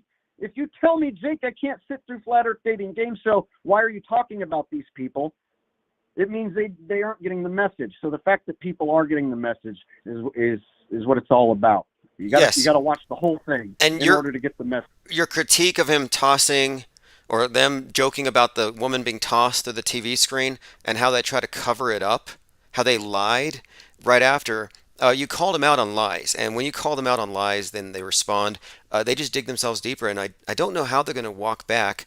And if they're attacking you over this, then you know you're probably over the target. I really ignore all the ad hominem. I don't care if you yelled at people at 7-Eleven. I do that. Yeah, dude, that's the one video they have. And you know what? Here's the thing. When people ask me, Jake, why'd you yell at that poor guy? I say, I was drunk that night. I made a mistake. I made a video that when I went home and watched it, I actually felt bad. And within 10 minutes, I took down my own video. That's why that video doesn't exist anywhere on my channels. I took it down after 10 minutes. So somebody out there copied it and waited for this precise moment to try and smear me with it. And so I can easily say, hey, I've quit drinking. I don't do that all the time. That's the only example out there of anything like that. So if that's the only thing you have on me, hey, so be it. And I'm a man who can admit my mistake and take accountability. Whereas Jaren and Durf, deep inside the rabbit's butthole, they aren't taking accountability. They aren't admitting they made a mistake. They're saying that they made some funny jokes, and maybe if you don't think it's funny, it's your problem. That's basically what they're telling you. They made some off-color humor, and some people just can't handle that sort of humor. Quote unquote, Not yes. the same as owning your mistake. Right. Well, hey, great call. Thanks for calling, and we'll continue to follow along with this drama. Have a great night. And yeah, it's important information, You too, rescuing man. people from destructive cults. Have a good night. You too. Yeah, so it's not purely for the conspiratainment. However, the entertainment factor is part of what gets the meme out there.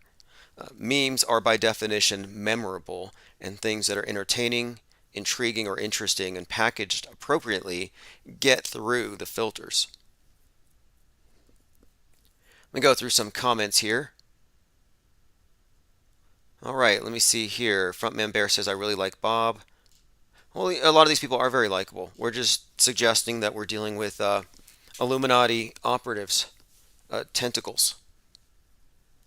We're talking about proxies for the deep state, mind war operatives, cult leaders. And yeah, the idea that there's a cult around this is not new. You know that, well, there's a really good documentary I highly recommend called Mirage Men. And it's actually about someone here in New Mexico, outside of, right by the Kirtland Air Force Base in Albuquerque. This guy was seeing experimental craft, and he was publishing about it on the internet. Well, he was soon, intercepted by special agents who pretended to be conspiracy theorists, and they worked for the Air Force, and they started feeding him stuff about a coming invasion from Venus. So he was led to believe that he was seeing alien spacecraft. Anyway, they started the whole UFO cult. You know, the alien abductions, UFO sightings, Venetians coming over here. They started that UFO cult, including underground bases in Dulce, New Mexico, with a few key operatives influencing conspiracy theorists to control the narrative. They use mythology for mind control to control that cult, that culture that was gathering around people seeing things. All right, phones are open, 833-311-1984. Let me continue to go through. I had some things earmarked here. We've been talking about Russia threatening criminal charges against the astronaut who drilled a hole in the space station to depressurize it because she wanted to go home because some cosmonaut didn't love her. We're talking about the space junk that the space station dodged on November the 30th. That caused, well, actually, they had to quit a spacewalk because of space junk. And coincidentally, a new Netflix show called The 100 has, in episode 13 of season 1, again, 113, an international space station falling. Let's see what we have here. Yeah, we have a number of links. If you just go to my minds.com account, anything that we discuss is generally linked over there. And the videos of interest, especially this latest flat earth drama, is all talked about there.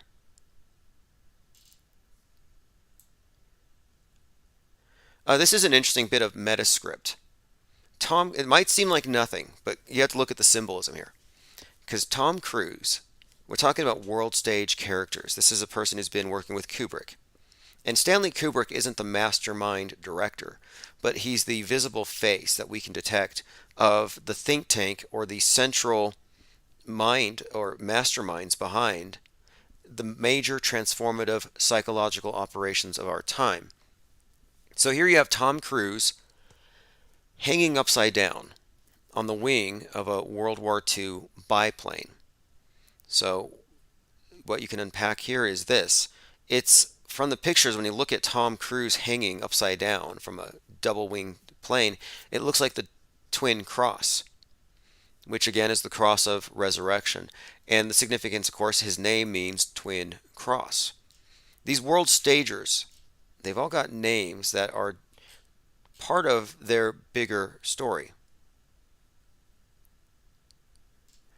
All right, again, asteroid, a large asteroid that's, I guess they said it's going to be larger than the Eiffel Tower. Probably shaped like a big vax needle. Anyway, a big old asteroid's going to hit us in December, and they say it's going to be stronger than a nuke. So heads up.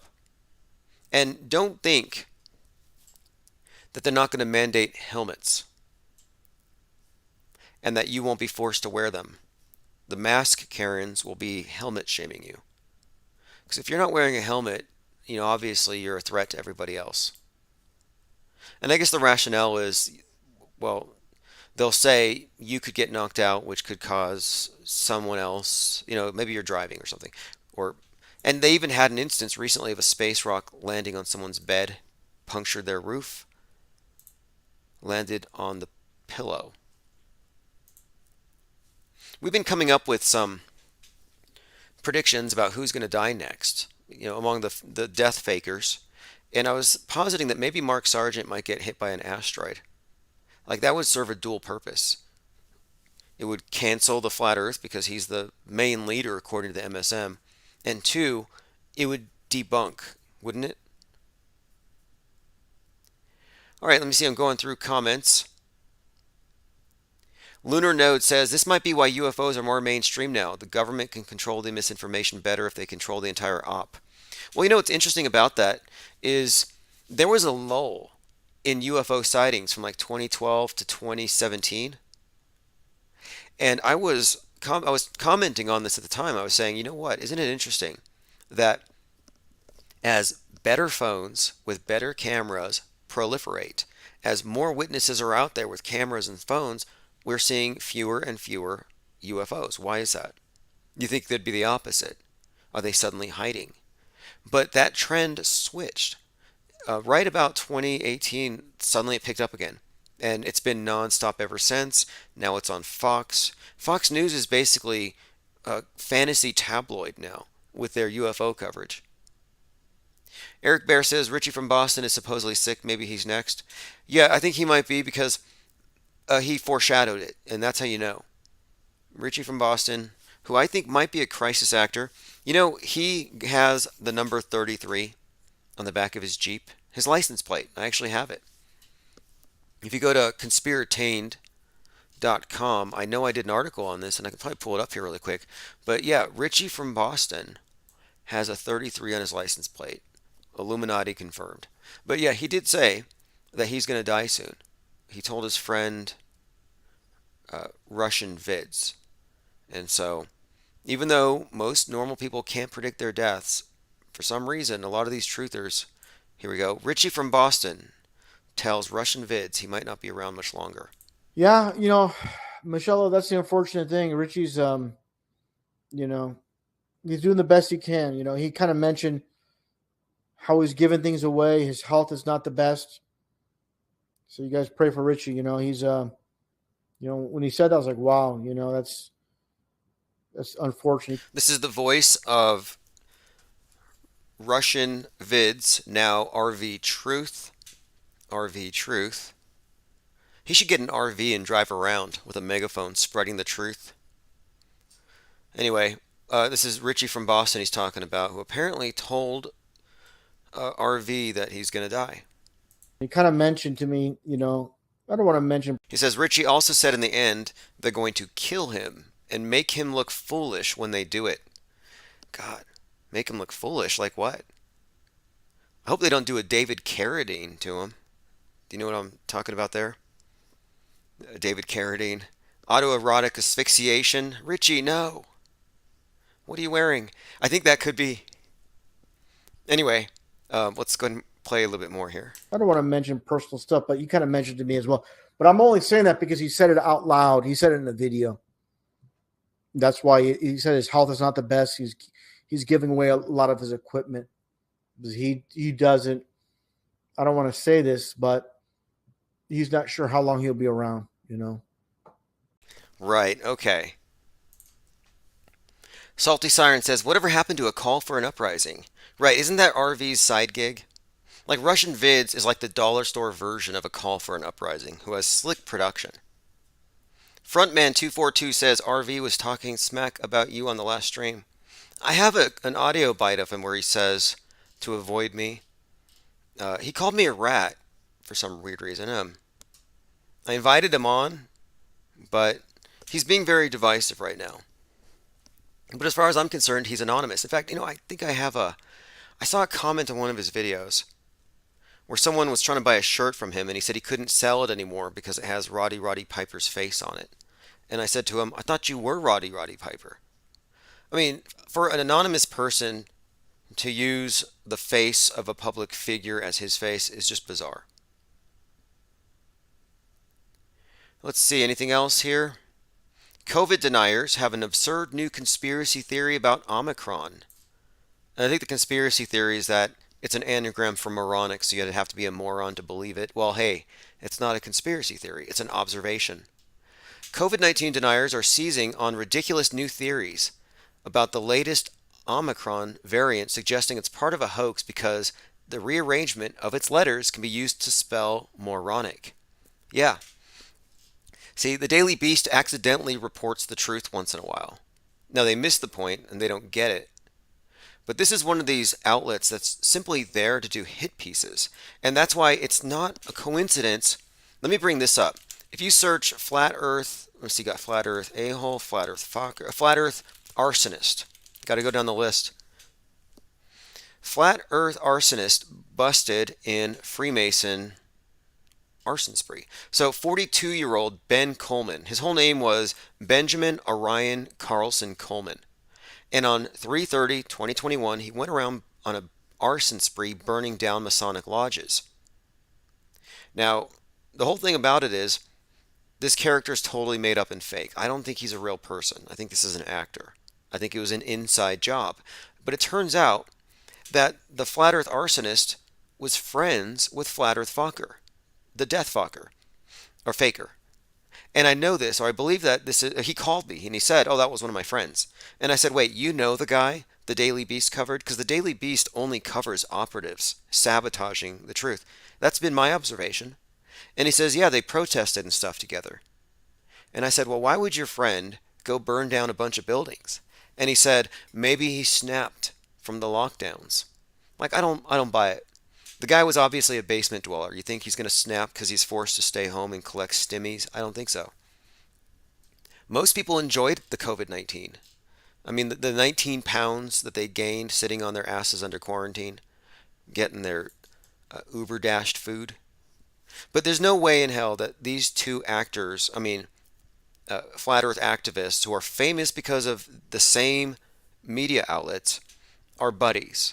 And they're both misrepresenting the idea. Oh, the people who think the earth is flat are a danger to society and they burn down Masonic temples. Like, no, this is fake. And I think maybe it's not a coincidence, but the same weekend, I believe, that this guy was burning Masonic lodges, there was an actual flat earth conference at a Shriner temple where Chief Crow performed live. Erica Bear says Omicron equals 42 in Pythagorean gematria. I'm more curious about what the Chaldean sorcerers would have to say about the numerical value of Omicron. Isn't it the Chaldean sorcerers who gave us the Necronomicon, or is that the mythology? When I saw Omicron, I was like, it sounds like that book of demonology. All right, I want to bring this up again. There's a maneuver called the smoothie maneuver. The smoothie maneuver is a way of accelerating or speeding up the docking process. So if you're looking at the screen here, you're not looking at two missiles headed towards the space station, like a couple of planes heading towards the Twin Towers. No, you're actually looking at a couple of capsules docking with the space station, but instead of just lazily synchronizing with it and getting into a synchronous orbit and locking, they're going to use their abort thrusters to speed it up starting tomorrow. And apparently, no one's happy about it. It says here, SpaceX Super Draco engineer Jared Isaacman said he's been frustrated by the change. He says, we developed this escape system to pull the crews out of an emergency. Now we have to write new software. I'm sure the Boeing engineers are going to be frustrated too. So they took their escape pod has these thrusters. They're going to use that to dock faster. So what could go wrong? You're only going 17,000 miles per hour. What could go wrong? They had some misfiring just a little while ago and it flipped the thing. Thirst for Truth says, when is a Mandela effectee going to start chopping off heads with an X, like in that show Criminal Minds.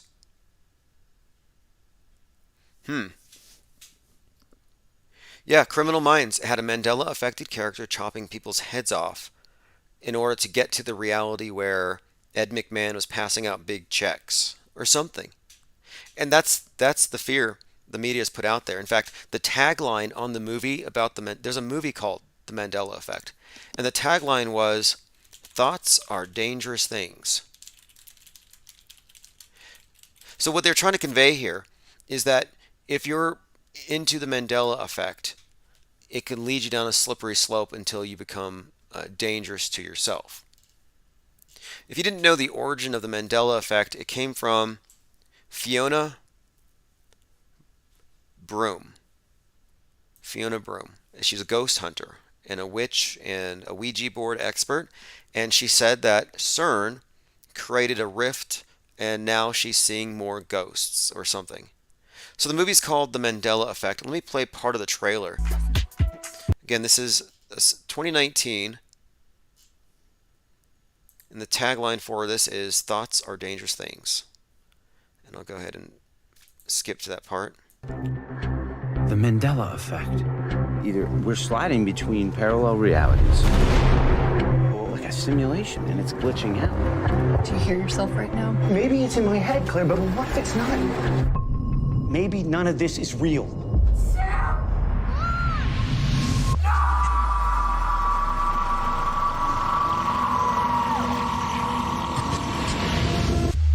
It's a horror movie about this guy who's going crazy, or maybe he's not going crazy. Then you have the scary D-Wave computer with the upside down cross.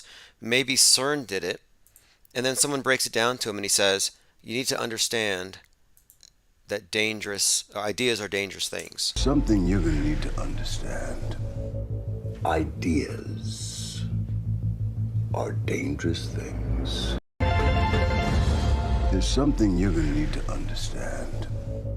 Ideas are dangerous things. So there you have it, an expert in a white coat. Michael Connor says the deep mysteries of the world come down to Jiffy peanut butter and an interview with the vampire. You know, I'm Mandela affected. I don't know why they don't accept me into their community. Now, there's a cult. You know, if a Flat Earth a-hole's still out there, there's a cult to bust up, the Mandela Effect cult. And they wouldn't chop your heads off. They would actually do the forbidden Mandela Effect. I don't know if you know about this one. It was created by, I believe, Minnie. Is her name Minnie Mandela? No, Winnie Mandela. Winnie Mandela invented the effect of, it's called necklacing. And what it involves is you take the non-Mandela affected and you put a tire around their neck. And I believe they filled it with kerosene. But basically it's a combination of you could say a combination of a guillotine and being burned at the stake. Apparently it burns your head off. They call it necklacing. A quote, "With our boxes of matches and our necklaces, we shall liberate this country." Winnie Mandela, Johannesburg. That's in 1985. So yes, the Mandela affected will come after you. No, but for real, they said that I'm Mandela affected because I spelled meatloaf as one word, referring to the singer Meatloaf, Robert Paulson in Fight Club, and Eddie in the Rocky Horror Picture Show. You know, Meatloaf. I thought it was two words, like it sounds, but no, it is two words now. But apparently, it was one word, but then it split into two, as reality split. And since I spelled it as one word, I'm from the other dimension. You guys here, everyone listening, yeah, it has two words. It's meatloaf. So I'm a trans-dimensional traveler. I'm a timeline jumper. I'm a matrix breaker. I made it. I transcended the matrix, and I'm in a whole new reality where these bad records have a logo that changed. Like that's what it comes down to. And I'm thinking, wait, you're accusing me of being Mandela affected, and moreover, I'm accused of being a Mandela effect denier. So you have COVID deniers. Well, now you have Mandela effect deniers. And when people start calling you a denier, it's part of a cult. It really is. Calling the non-believers, infidels, deniers is a way of outgrouping them and creating the us versus them dynamic. So the Mandela effect cult has pretty much put out an order. I'm to be necklaced on sight. Yeah, it used to be infinite plane radio, and it changed, so that's the Mandela effect. It's ANE now. Infinite plane radio, are you Mandela affected? Yeah, Tim, it's 5. How you doing, brother? Oh, very good. Hey, I got a couple for you. Surprise was always spelled with a Z for my whole life, and now it's with an S. Realize was always spelled with a Z, and now they have an S. And I'm kind of running blank on a couple other things, but I just throw that out there. There has been a lot of misspellings of words. I can't think of them all now. But it's like, Realize. I guess about 2 years ago, you're like, wait, they never spelled that like that. Hey, you're back. You know? You're back. Actually, this is interesting. So realize is with a Z. It is with a Z. So you're back. No, actually, it's with an S. But okay, wait. Well, this is apparently it's a problem here. There's alternate spellings in the U.S. and Canada. So does this mean that only Canada flipped to another dimension? I don't know. They definitely invaded Hollywood. I'll tell you that much. There's so many Canadian actors that came out of nowhere. Oh, there's all kinds of Canadian actors on Flat Earth, weirdly enough. But anyway, yeah. So the Mandela effect thing. Would you attribute this to CERN, or is this a natural byproduct of humanity being co-creators, and are we somehow manifesting these things? I'm too dumb to really. I'm too dumb to really know what it is, and I'm too smart to know my opinion doesn't matter. So that's basically my take on it. But I did see the movie Mandela Effect, and I almost felt like it was such a rush job just to say, oh, you just saw the movie Mandela Effect. You don't know what you're talking about. You know what I mean? Like, oh, you saw that in a movie. They do that so much. They make movies about real things that are a little off, and then you look like a crazy nut who, just watches movies and makes them up as your own idea. You know what I mean? Yeah, I see that.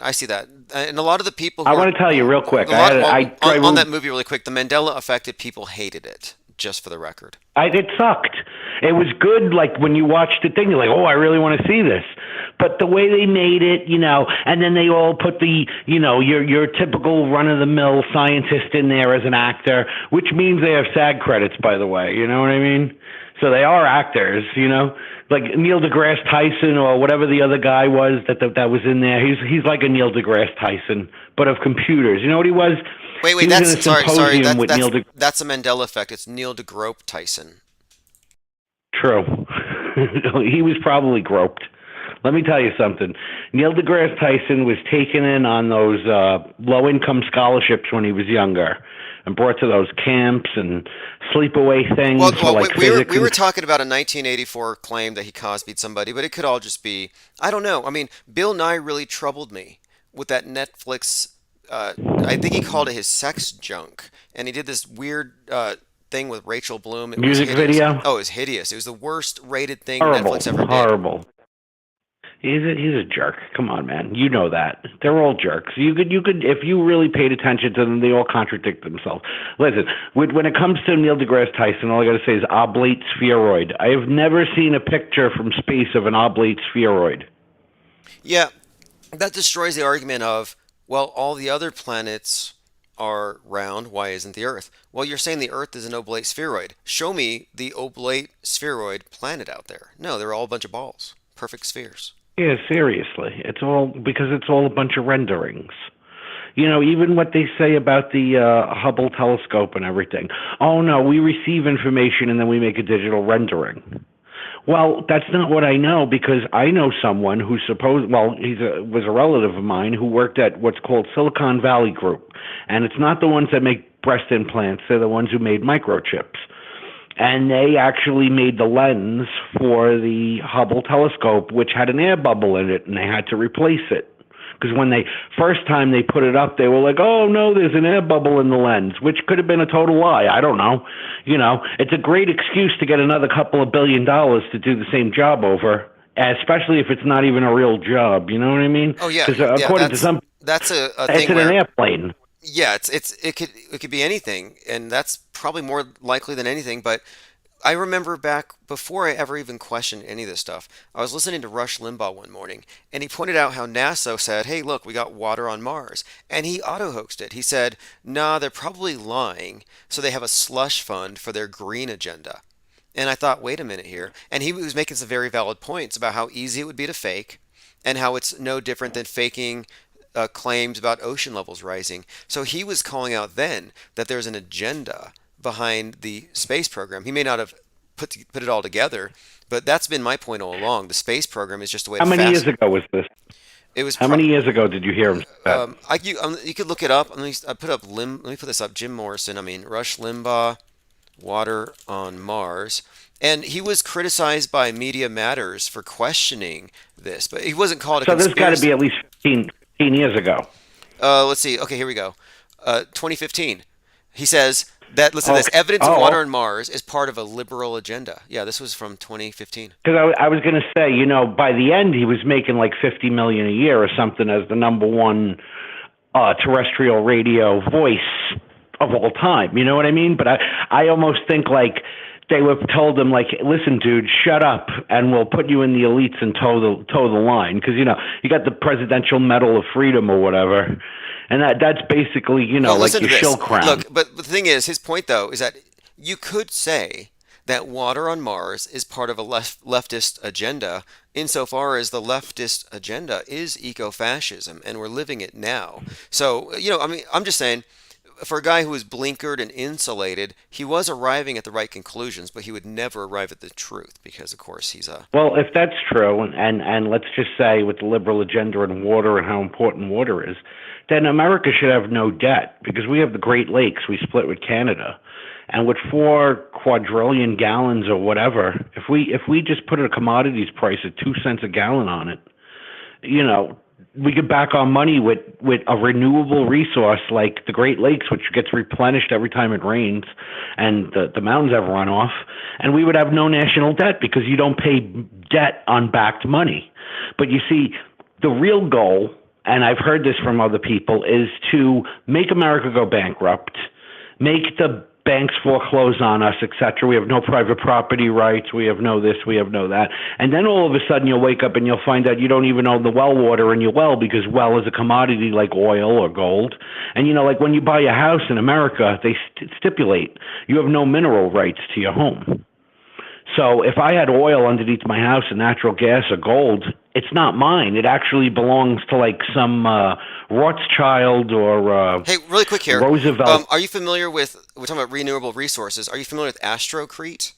How they're talking about grinding up dead astronauts and putting astronaut in blood. Yep, and turning it into a concrete and building Mars bases. That's not It's pretty expensive, man. Some gave, all gave some, but some gave all. You know that saying? You know what I mean? Yeah. It's like, welcome to the house that Jim built. Literally, he's in the walls. But see, I think all of this is about inculcating us with collectivism and self-sacrifice as the supreme good. Hey, I have to pause really quick here for just a short break here because I'm doing a segment here, 2 hours, so I don't have to. So what I really want to say is, you are listening this to is all Infinite Plane to Radio. disenfranchise Stick us around from for Earth. live call-in shows. Stay for the music and recent replays. Join us at infiniteplane.live for 24/7 live chat with other listeners. And our children's place and our children's place. And that's it. You want to go to space and you want to claim shit, go ahead. But you're not taking our shit from us in the meantime. And have a great day to all the Infinite Plane family. Awesome. Good night, brother. Appreciate the call. Have a great night. Yeah, if people want to go to Mars, let them go to Mars. If they want to go to the moon, and if they want to grind themselves up into Astrocrete, they want to recycle themselves, I'm not going to stop them. I think in California, they're legalizing composting for your loved ones, which was the example set forth by the unicorn killer, the founder of Earth Day. So in California, they're saying, this just came out today, human composting. Will California allow bodies turn to soil? So this is an option, human composting. Well, look up the unicorn killer, especially if you're an environmentalist, because this is the guy who started it. Ira Einhorn, the unicorn killer, convicted murderer, American environmentalist. So what he did was he composted his ex-girlfriend. That's about as green and sustainable as you could possibly get. So here you have it, the unicorn killer. That's your Earth Day founder. All right, let me see. Going through some comments. Michael Connor says Jim Morrison. Yeah, if you didn't know, Jim Morrison, 27 Clubber, faked his death. And moreover, Jim Morrison is more than likely Rush Limbaugh. Now, the pictures, the teeth, the timeline, the subtext, the golden microphone, it's all there. The evidence is there if you want to look on the screen here. Just look at the teeth. They put a bridge in his nose. They do little things, throw everything that you would imagine they would do. Everything consistent with what Jonah Mendez, the director over there at of disguise, chief of disguise at the CIA for 27 years, she talked about the way that you deepfake somebody. Long before digital deepfakes, they figured this out. But again, here you have it. Jimbo, Rushbo, Golden Mike, EIB, Golden Mike, Jim Morrison, 27 Clubber. Morrison's dad was military intel, part of that Gulf of Tonkin thing. All right, we had Jake the A-hole come on and explain some things, and in his own unique way.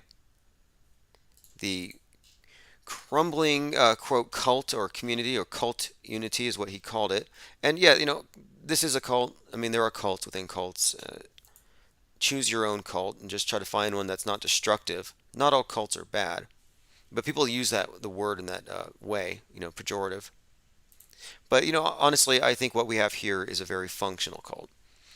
And look, the penguin thing is something of our mascot, and you could say that's culty, but it's part of the culture or the meme pool that we've created here. And lately I've done some hybrids, bear gwins, because we have people from similar cults who also have mascots. So I'm just showing how inclusive we can be.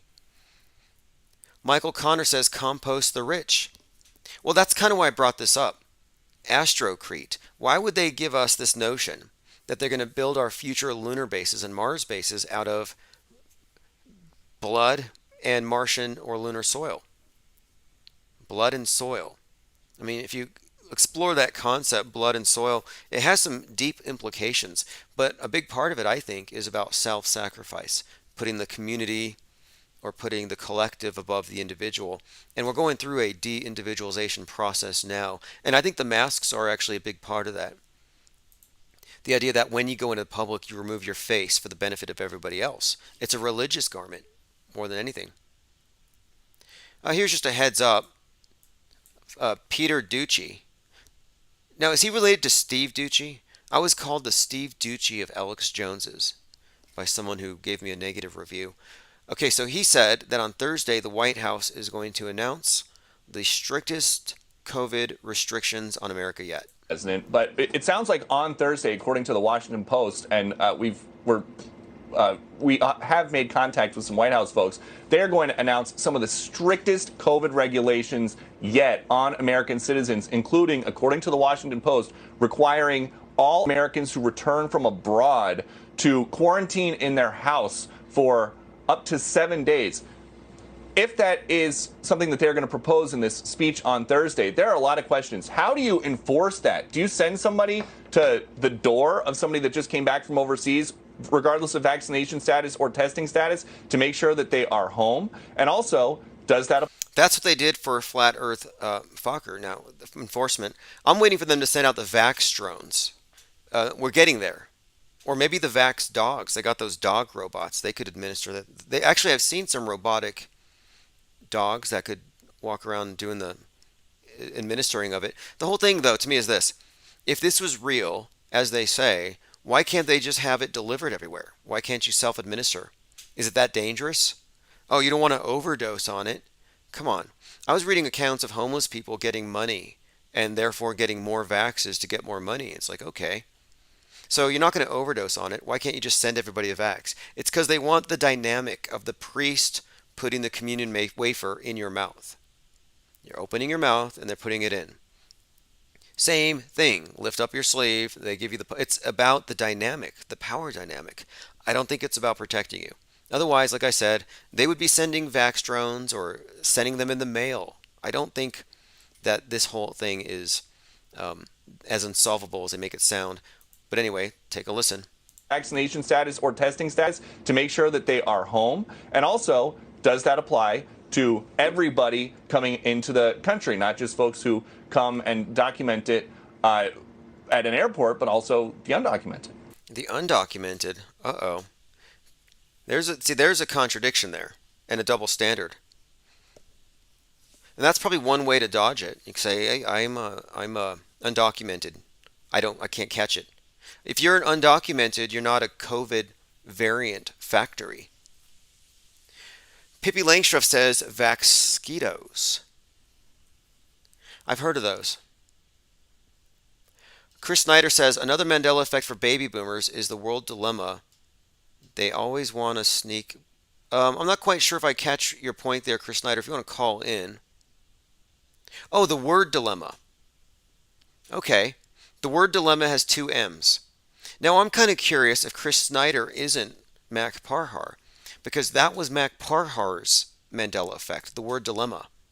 And I remember commenting on this, thinking about how, well, it wasn't just that. Yeah, dilemma just looks funny, one, but he had also said that in this present reality, the woman that he's married to or was married to isn't the same woman. So another thing, another side effect of Mandela effect, or benefit perhaps, is you can claim, well, I'm in a different universe now, so we don't know each other. It's the ultimate excuse to ghost people. I don't know if it gets you out of child support payments or any obligations. Like, oh, I don't have to pay this fee here, the speeding ticket. That was when I was in the Jif universe, but clearly the peanut butter says Jiffy. Like, how does that work?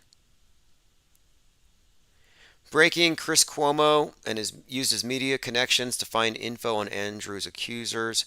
If you listen to this channel or you follow the South Pole cartoon series, we exposed these two clowns a year ago as being a couple of sickos in a pizza dungeon beneath CNN headquarters, selling themselves to the ministers of unhealth for higher death tolls to gain more power.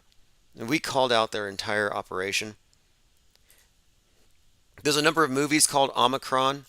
I think one of them is even about an alien invader coming in the form of a virus. The holidays. I got another one here. This is Omicron, the strangest story you've ever heard.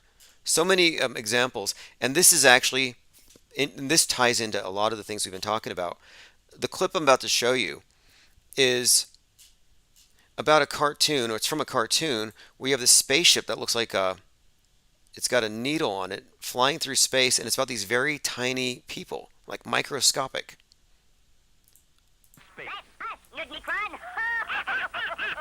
Now, that's Omicron. He's from the planet Venus. And his name is Nudnicron. He's from Jupiter. And no one can understand the way they talk over there. And the Sputnik. We call them... And the Sputnik. And I bring this up because this is all very interesting how it ties together. A couple of things. One, the first UFO crash was in Corona Field. Last year, Corona was the big thing. Now, the first object put into orbit was Sputnik. This was in 1957, dawn of the space age, October 4th.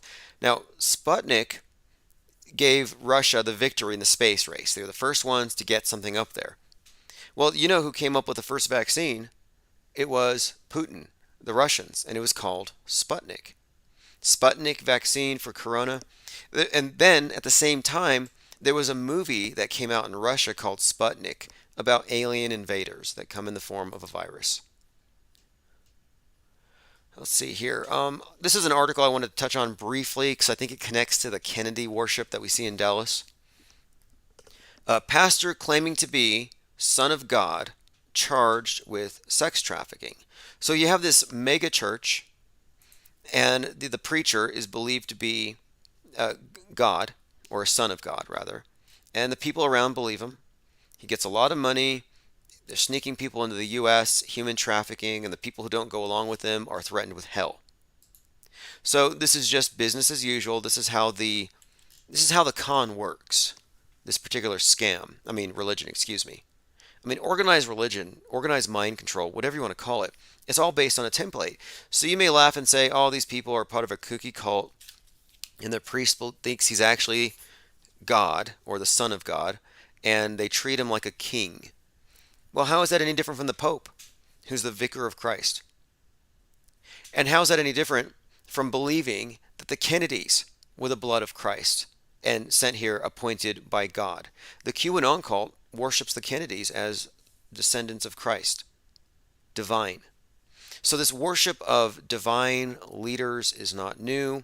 They've implemented the mind control system in even North Korea. Kim Il-sung, like the sun. On Easter, they have a 3-day solar festival worshiping their leader. All kinds of solar mythology and obelisks, which is a symbol of sun worship, all over that place too. So again, I'm just pointing this out because this is how it's supposed to work. This is what it's designed to do. One of the topics tonight has just kind of become cult mind control. And before you mock the QAnoners for being part of a kooky cult, the kookiest and largest cult of all is the cult of MSM, the one that we were all indoctrinated into. All right, I'm going to go ahead and turn this over to the 24/7 stream. If you want to catch the replay, definitely tune in tomorrow. And as I said earlier today, we had a discussion with John LeBon, which will go into the first issue of Fake World News. So if you want to know what Fake World News is, go to fakeworld.news. It's a print tabloid because what the world needs right now more than anything is a reliable print newspaper to accurately cover the fake news. And that's what we do here. We accurately cover the fake news. We're calling it Fake World News, more or less as a cover. Infinite Plane Radio, are you Mandela affected? Okay, this Hello, guy's... Tim. This is Tommy calling. How we doing? Did I catch you before you guys got offline? I did. Thanks for calling, Tommy. And what topic piqued your interest tonight? We had a lot of interesting conversations here. Any thoughts on the state of the flat Earth? The state of flat Earth. Gosh, what are we going to get into there? By the state of flat Earth, we're talking about kind of the infighting, the goofy. I'm assuming the goofiness. Has it escalated any farther this week, or? It's getting more intense. But if you follow in the mornings, I'm starting this live podcast in the morning, the Flat Earth Report. I'm only going to focus on that topic because the topic's evolving really fast right now. Okay, it is evolving. Because the last thing I saw was, well, a couple of people aren't showing up, and then Jaron did that crazy, not crazy, but kind of where he just did grab the bull by the horns. This is how I want to run the ship. This is what we're doing around here. I heard that he's hiding in the Rofkin foxhole behind a paywall, which is a great way to deflect criticism. Yeah, criticism. Can't get it passed unless you're willing to pay some money. Nicely said. By a man that I know. One, I've bought in plenty of books and, supported Infinite Plane for a few years now. So I know you don't definitely hide behind shit. But it is funny to hear you have to say that he's hiding behind that Rockfin paywall.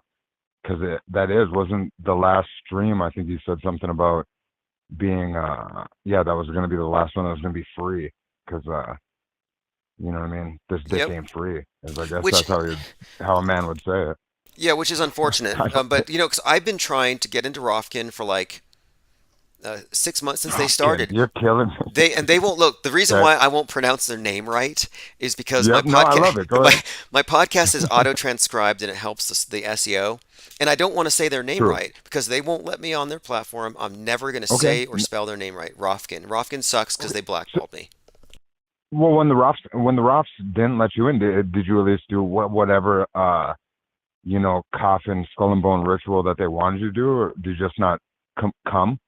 Some would say, did you just not? Yeah, I think is that what the problem was, or I don't know what the litmus test is to get in. I don't know if it's a bunch of operatives. I don't know if maybe somebody who's friends with the CEO said, "Don't let this guy in because they'll ruin everything." Which we have I forgot. So I'm kind of thinking that's what it is. I'm thinking that maybe somebody said something to somebody because I've applied more than a dozen times. I've applied as Infinite Okay. Plane Radio, I've applied as myself, I've applied as Infinite Plane Media, and as Dark Matter.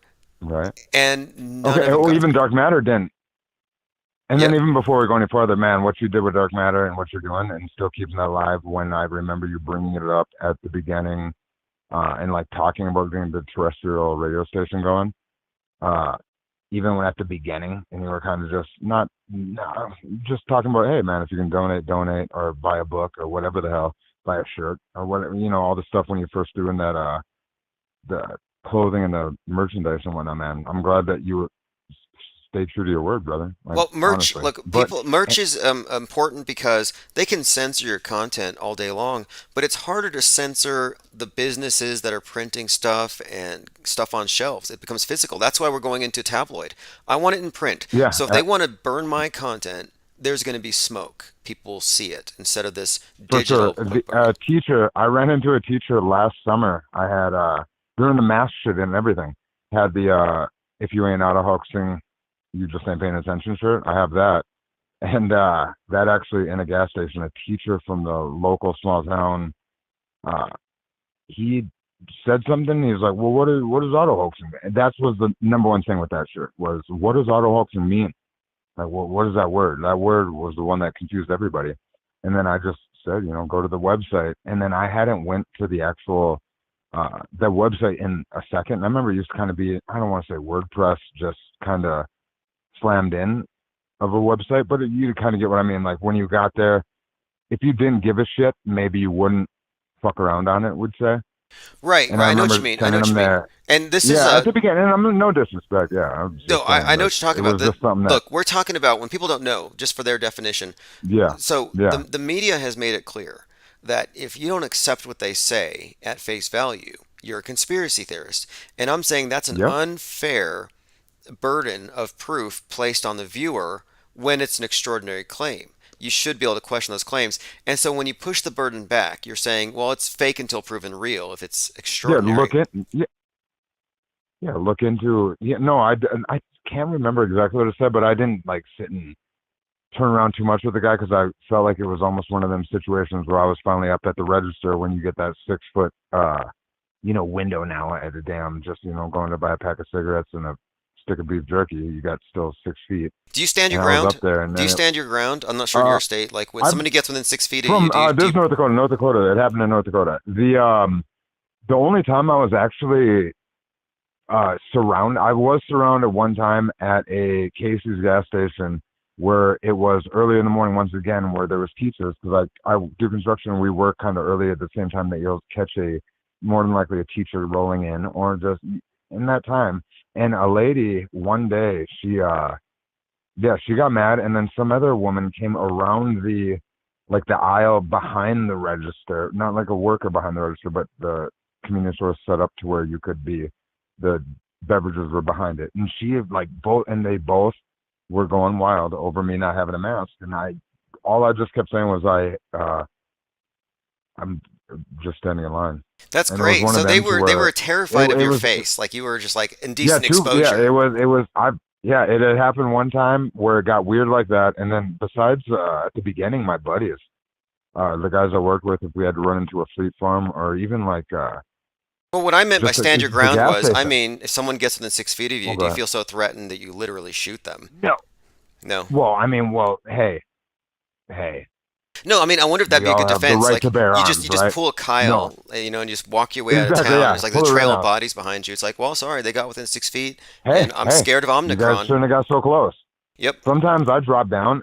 Whenever this were to happen, if it were to happen, I'm gonna hope that I have the fortitude to drop down and hit them shots like the dude did, because the laying on his back meme or whatever on the flag and shit, that is a good lord. Oh, the Don't Tread on Me, Kyle Rittenhouse edition Yeah, is fine yeah. art. Look, they really did manufacture Yeah, the flag with a him hero. down, with him standing, it'd be one thing, but down on his back like that and point with the barrel up, oh boy. I mean, nothing says. What'd you think? Okay, what'd you think of Gage Grossarm's fancy footwork after his bicep got blasted?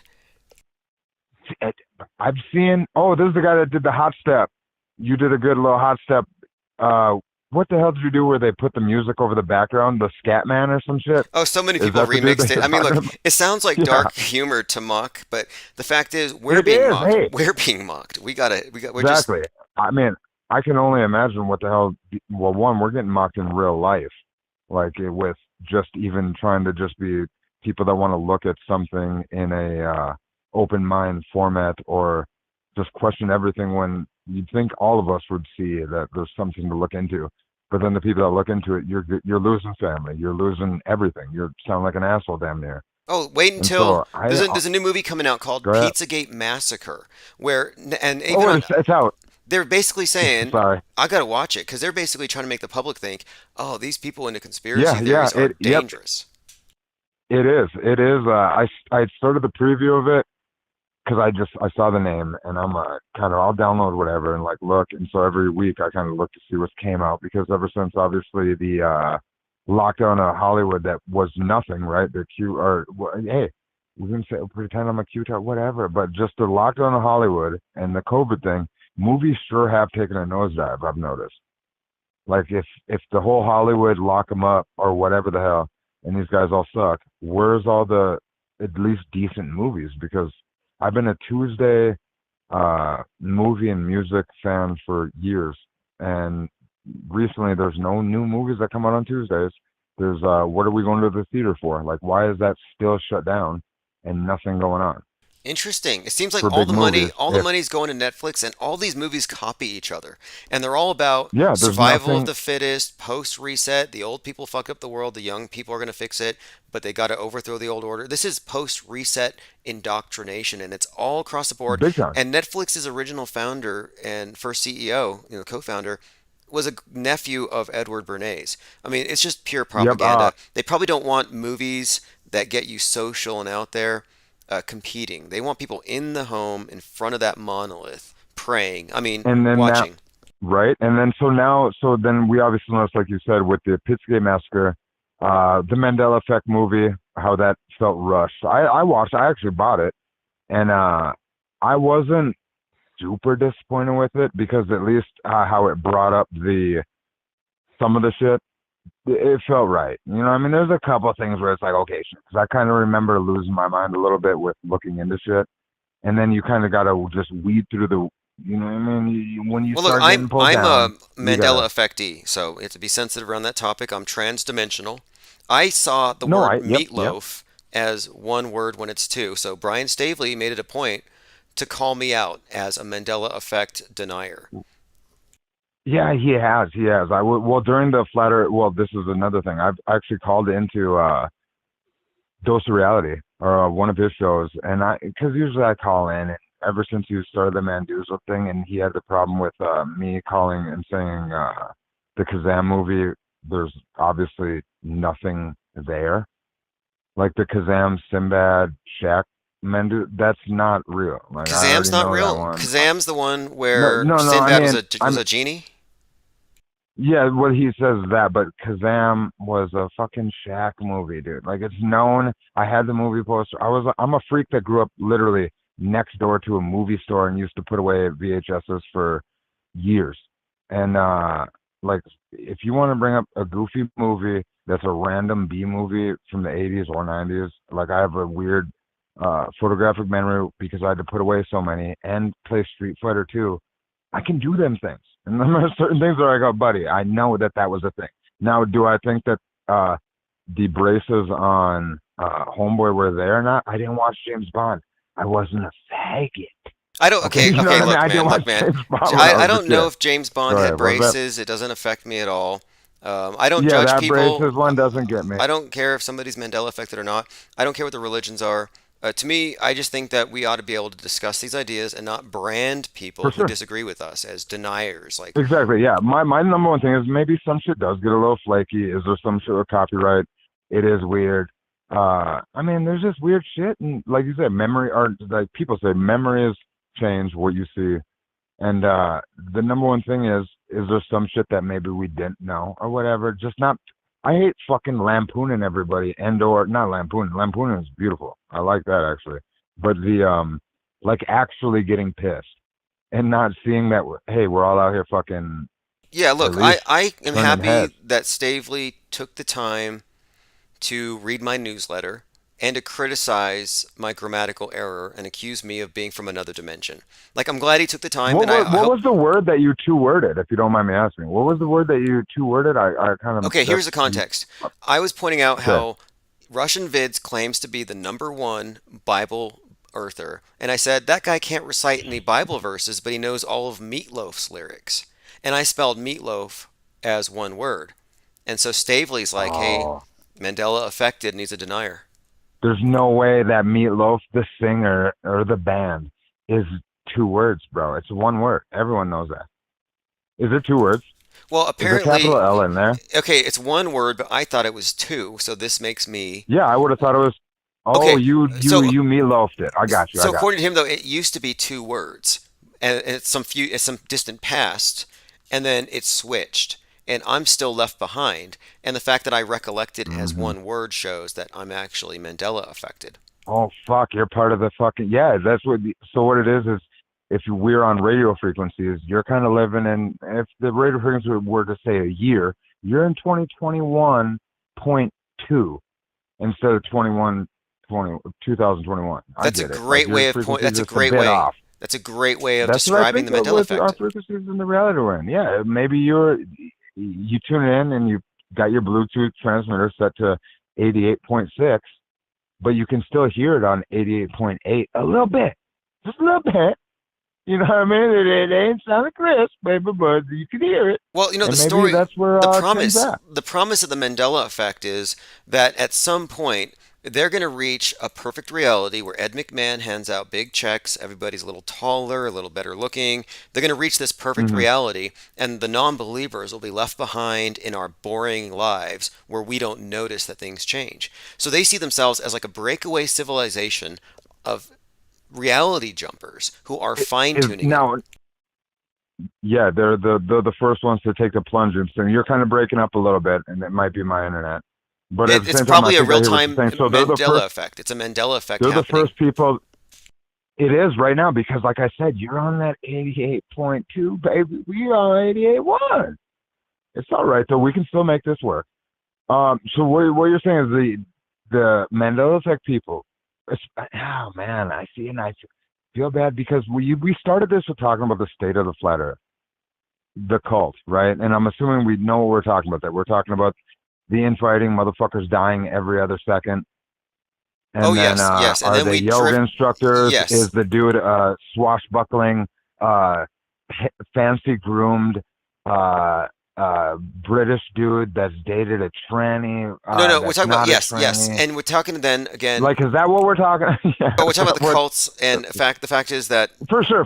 Mac Now we're just trying to Parhar, reach. Now all of a sudden my Mac brain goes, oh, Parhar this is dilemma, maybe like, yep, the Mac Mac Parhar Par. dilemma. So have we seen him go into a upward rising dog? Is there a picture of the downward dog or anything? There's no pictures of him doing any yoga pose unless road raging with a vape pipe in your mouth Yep, is and his yoga. feet breaks. I mean, I caught a couple of them. I thought he was. I thought you know what I mean. At the first glimpse, I gave everyone, you know what I mean, the smell to. No, that sounded Well, no, fucking listen, weird, bro. though. The Why'd you thing even is, let me say my that? my whole point with this character is Okay, yeah, the because I'm timing. with you. If there's no pictures of him But doing yoga, it's unsettling. yeah, it is. It is. But I also brought him up because he was Mandela affected. And I did find this, just kind of a side note here. I found it kind of curious Okay. that somebody who's about to face significant jail time didn't have a fundraiser of any kind for a legal defense.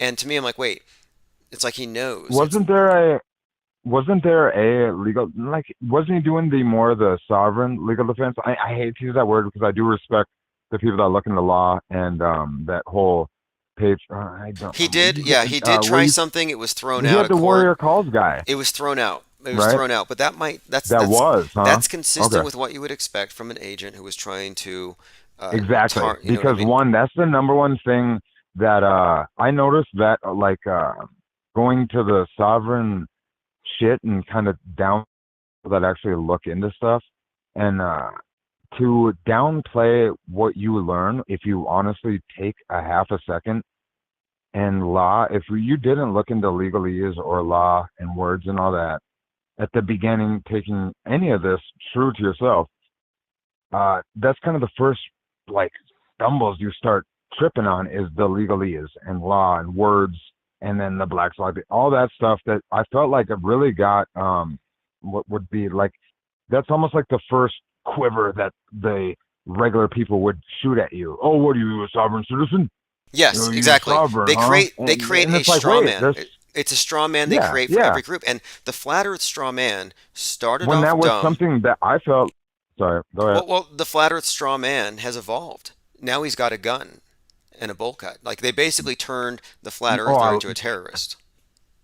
you are, hey, how did that possibly happen to where you brought it up? You had a caller, he left a voicemail, and I don't know if that show was from forever ago or not that long ago, but you had a caller that left a voicemail that was good, and he talked about gosh damn it, I'm in my ass off, but something with reality, and he was from the East Coast, and then he ended up calling, and you guys went and talked about exactly what you were just bringing up, and it was actually a damn good call. But now that I lost track of what the hell we were just Well, talking I about, think I know so you what got to reel caller me you in. were talking about. And, just for future reference, I'm making an effort here to take all the calls and process them Okay. separately in the 24/7 stream so that a lot of calls from a few years ago, I'm going through because we do get a lot of interesting people calling in, and it's where we get our best Well, information. yep, it's that is some of the times you'll hear names from maybe like with me, ran into my girlfriend's roommate. Has never heard of Mae Brussel, and I remember the first time I learned about the robotoid goofy shit, and sometimes like when I bring up half the stuff I get like pointed and laughed at, and then I'll just bring up a person that's brought up the Manson psyop, or Mae Brussel has done a lot of, she's just an old truther from the 70s or something, and then just to be like, why would somebody be talking about any of this, or Peter Beater, I mean, he has a shitty name, but that's another guy that did the robotoid stuff. But bringing names up like that, those are what I get gems out of when I've listened to just a random call where you can be like, oh, well, I've never heard of Mae Brussel. And then, boom, you Google that name. Or it sounds like such a shitty name, but Dr. Peter Beater, Beter, that dude is, he did some, I can't even know if he's alive. Have you ever heard of the Peter I Beater? haven't, And but I'm not I'm even interested. Could you fucking trolling, describe? brother. I'm Could saying, could you describe? Look, I've heard the weirdest names. I know, and but look, I felt like it was a double psyop. it could be. Like, I find it really like the strange. name was bullshit. It could have been but like good Rick Hummer. intel. Is that a real name? But now, Yes, what's a robotoid? exactly. What is a robotoid?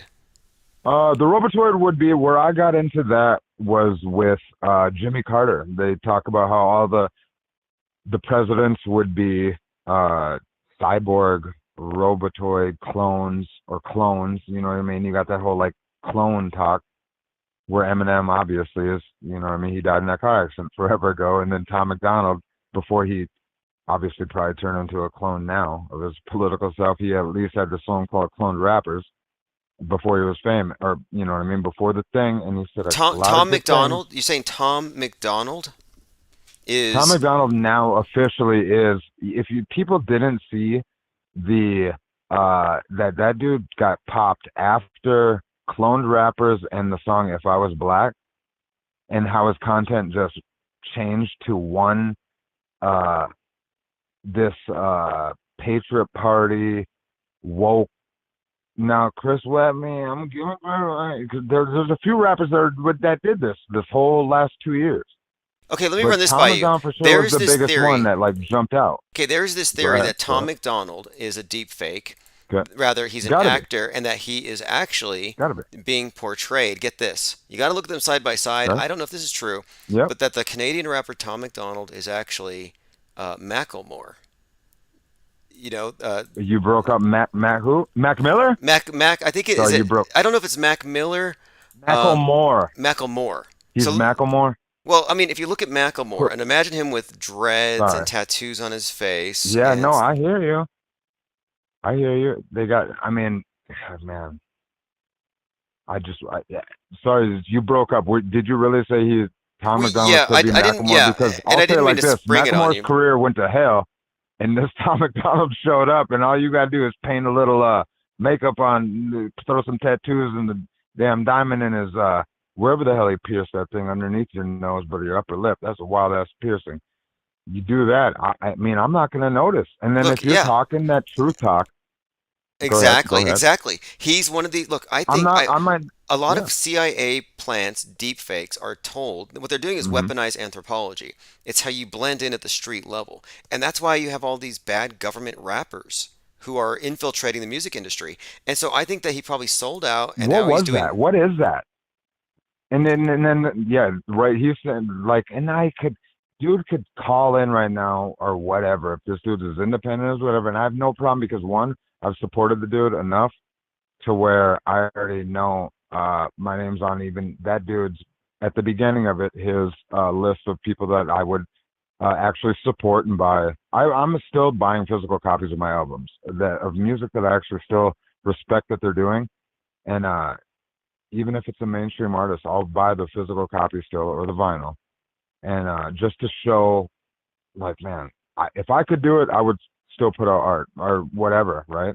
And so I'll still buy physical copies. And Tom McDonald, I bought a lot of his shit, but then it got kind of weird within the last 6 months, was that? And He's then he got a just, political bias. He's using political and yeah, it buzzwords got that too appeal. much. Look, And then it's to find out he's Canadian, what the fuck? You're the one that even, is this Canadian thing real? I hadn't even looked because it was so shocking. Oh, I just said that there's a lot of Dude's Canadian Canadian. agents that are, overly represented among flat earthers. But yeah, with this individual, it does seem like many of his lyrics are buzzwords chosen by the GOP to influence the right. It seems like it's just too political, especially this last Yeah, year, which it's easy to make money that way, but it seems inauthentic. And so it kind of made me wonder, maybe this exactly. is Macklemore with a deep fake, and they're probably It fake was that, tattoos. hey, and I love it. I love it. I love it because your Justin Bieber weekend thing, I can send my whole fucking family off the fucking rails if I try to say the weekend. I can't down talk the weekend around here like nothing. The weekend is that is that's a household singer in my neck of the woods.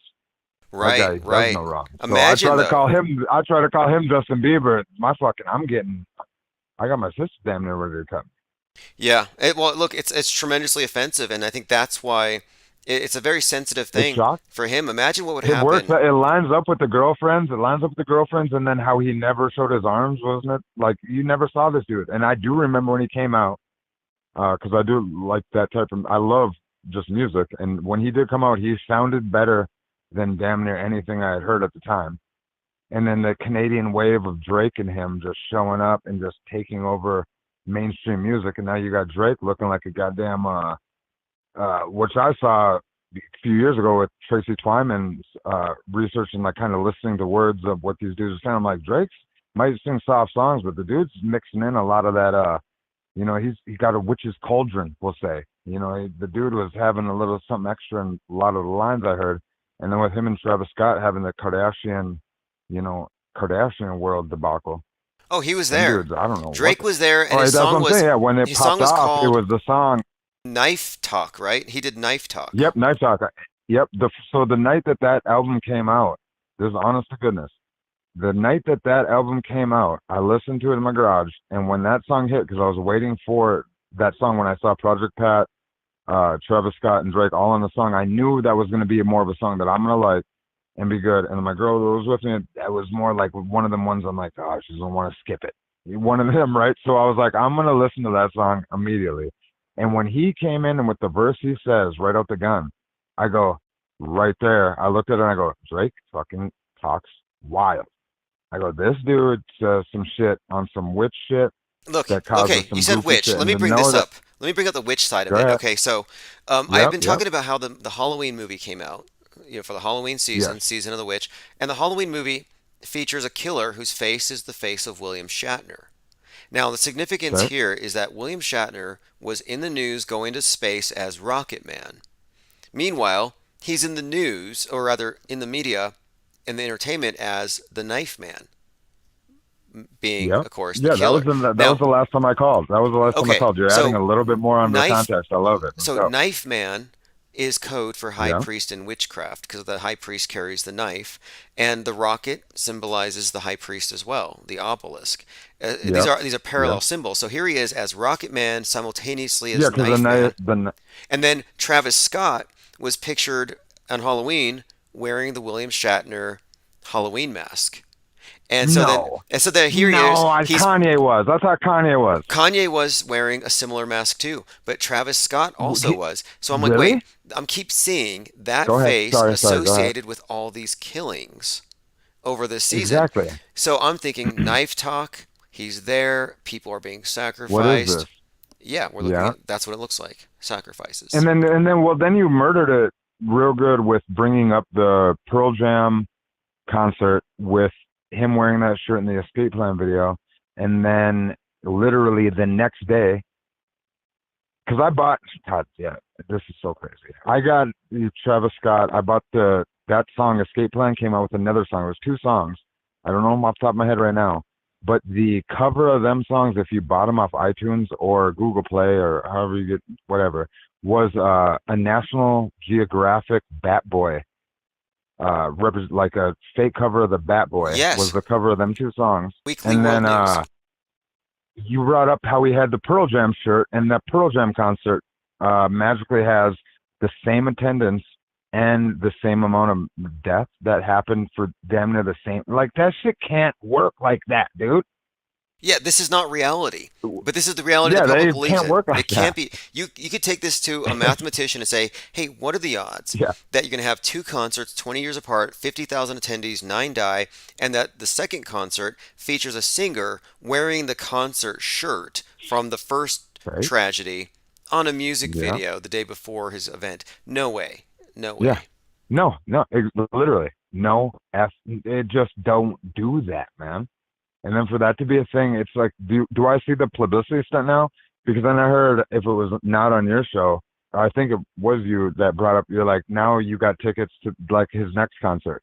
That's the tickets that you're going to be at. And you're like, damn, dog, you want to come to this show? And people are going to be like, no, he fucking says, you might get killed at that concert, right? Like now you got the damn suicide ticket if you want to go to that show. And so now was it a hype beast move? Or I just don't know where this dude came from, because I know I've watched that guy's career start because I've been a Kanye fan, and you kind of hear about up-and-coming people or the people that he'll use to make his music, the producers that are low-key producers that you don't know yet. And this certain song that was maybe good on 5 albums ago by Kanye was like, oh, that was Dude? That was maybe the backup little verse, little snippet of it, and you're like, that was him. And now that kid has now became a Kardashian, performed at the Super Bowl, sacrifice ritual, Pearl Jam 20-year reunion. Drake comes on and he blatantly has this a lot of talk that nobody can hear because people think his music's soft, but yet he's mixing in a lot of this occult weird wordplay that if you know the words, you're like, well, damn, that motherfucker didn't say nothing nice at all, but it might sound nice if you just say it. He was also And I don't born know. on April 30th, which is Halloween isn't the major witchcraft holiday of the year. It's April 30th. That's the day the Church of Satan founded. It was opened in 1966. So, and then April 30th would be if we're tracking the sun, isn't that pretty much where it would be coming back into the start of spring? Yes, April 30th. So it's the spring. It's the jump off. It's the jump off. Yeah, that's where you have the maypole, May Day, and we always have a lot of activity at that time. That Midsummer, buddy. Sorry to jump in. Did you watch the movie Midsummer? No, I haven't. Would you recommend it? What is it? Oh my. Yeah, I'm gonna recommend Midsummer all day. Midsummer's that crazy. Well, did you watch Hereditary? No, I missed that one The too. Witch. Oh my God. Well, go ahead. I don't know the director's name off the top of my head. If you want to do a little occult research, The Witch. He did The Witch, Midsummer, and Hereditary, and The Lighthouse. And it's a lot of weird stuff with the kid that was in The Witch, because then she became the girl from Split. And then Split kind of has a lot of, I don't know. You know what I'm talking about, though, where you watch movies and you kind of see these weird lines that shouldn't be lines, and they end up being there, we'll say. I'll look into them. Damn I'll it, look you into were them. ending the show. I'll look into them because Yeah, and you were ending the damn show, and I jumped in. No, just this is wanted to, great. that Actually, man. I'm glad that we're able to catch up and get your take on a few of these things. And I'm always open to movie recommendations because Well, movies them are are the ones. reference points that we can all share and say, hey, look, we're actually making some. Yeah, I know. I can't believe you tortured yourself with the Netflix. And when you were talking to that fellow like a couple of days ago, or the replay was, you brought up how you'd watched from the 2018 to 19 all the Netflix shit when it was blatantly obvious what they were doing. Yep. And And I look, I wouldn't man, even be that shit was. watching Netflix right now if they didn't have my credit card number. And the thing is, if you get a free Yeah, sample, free trial, then they bill you. Good luck taking your credit yeah. card off. And I've complained and complained, Oh and my no, it credit was a card's been pain in the ass. replaced, and they still are able to bill me through the old number. So I'm like, well, I'm being paid, I'm being charged for it, so I'm watching it. What are we thinking? My bad with this. Now, what are you thinking with the damn with that Squid Game shit that came out? That was blatantly obvious to. I'm assuming like people like us. I saw the fucking preview. I didn't need to watch anymore, right?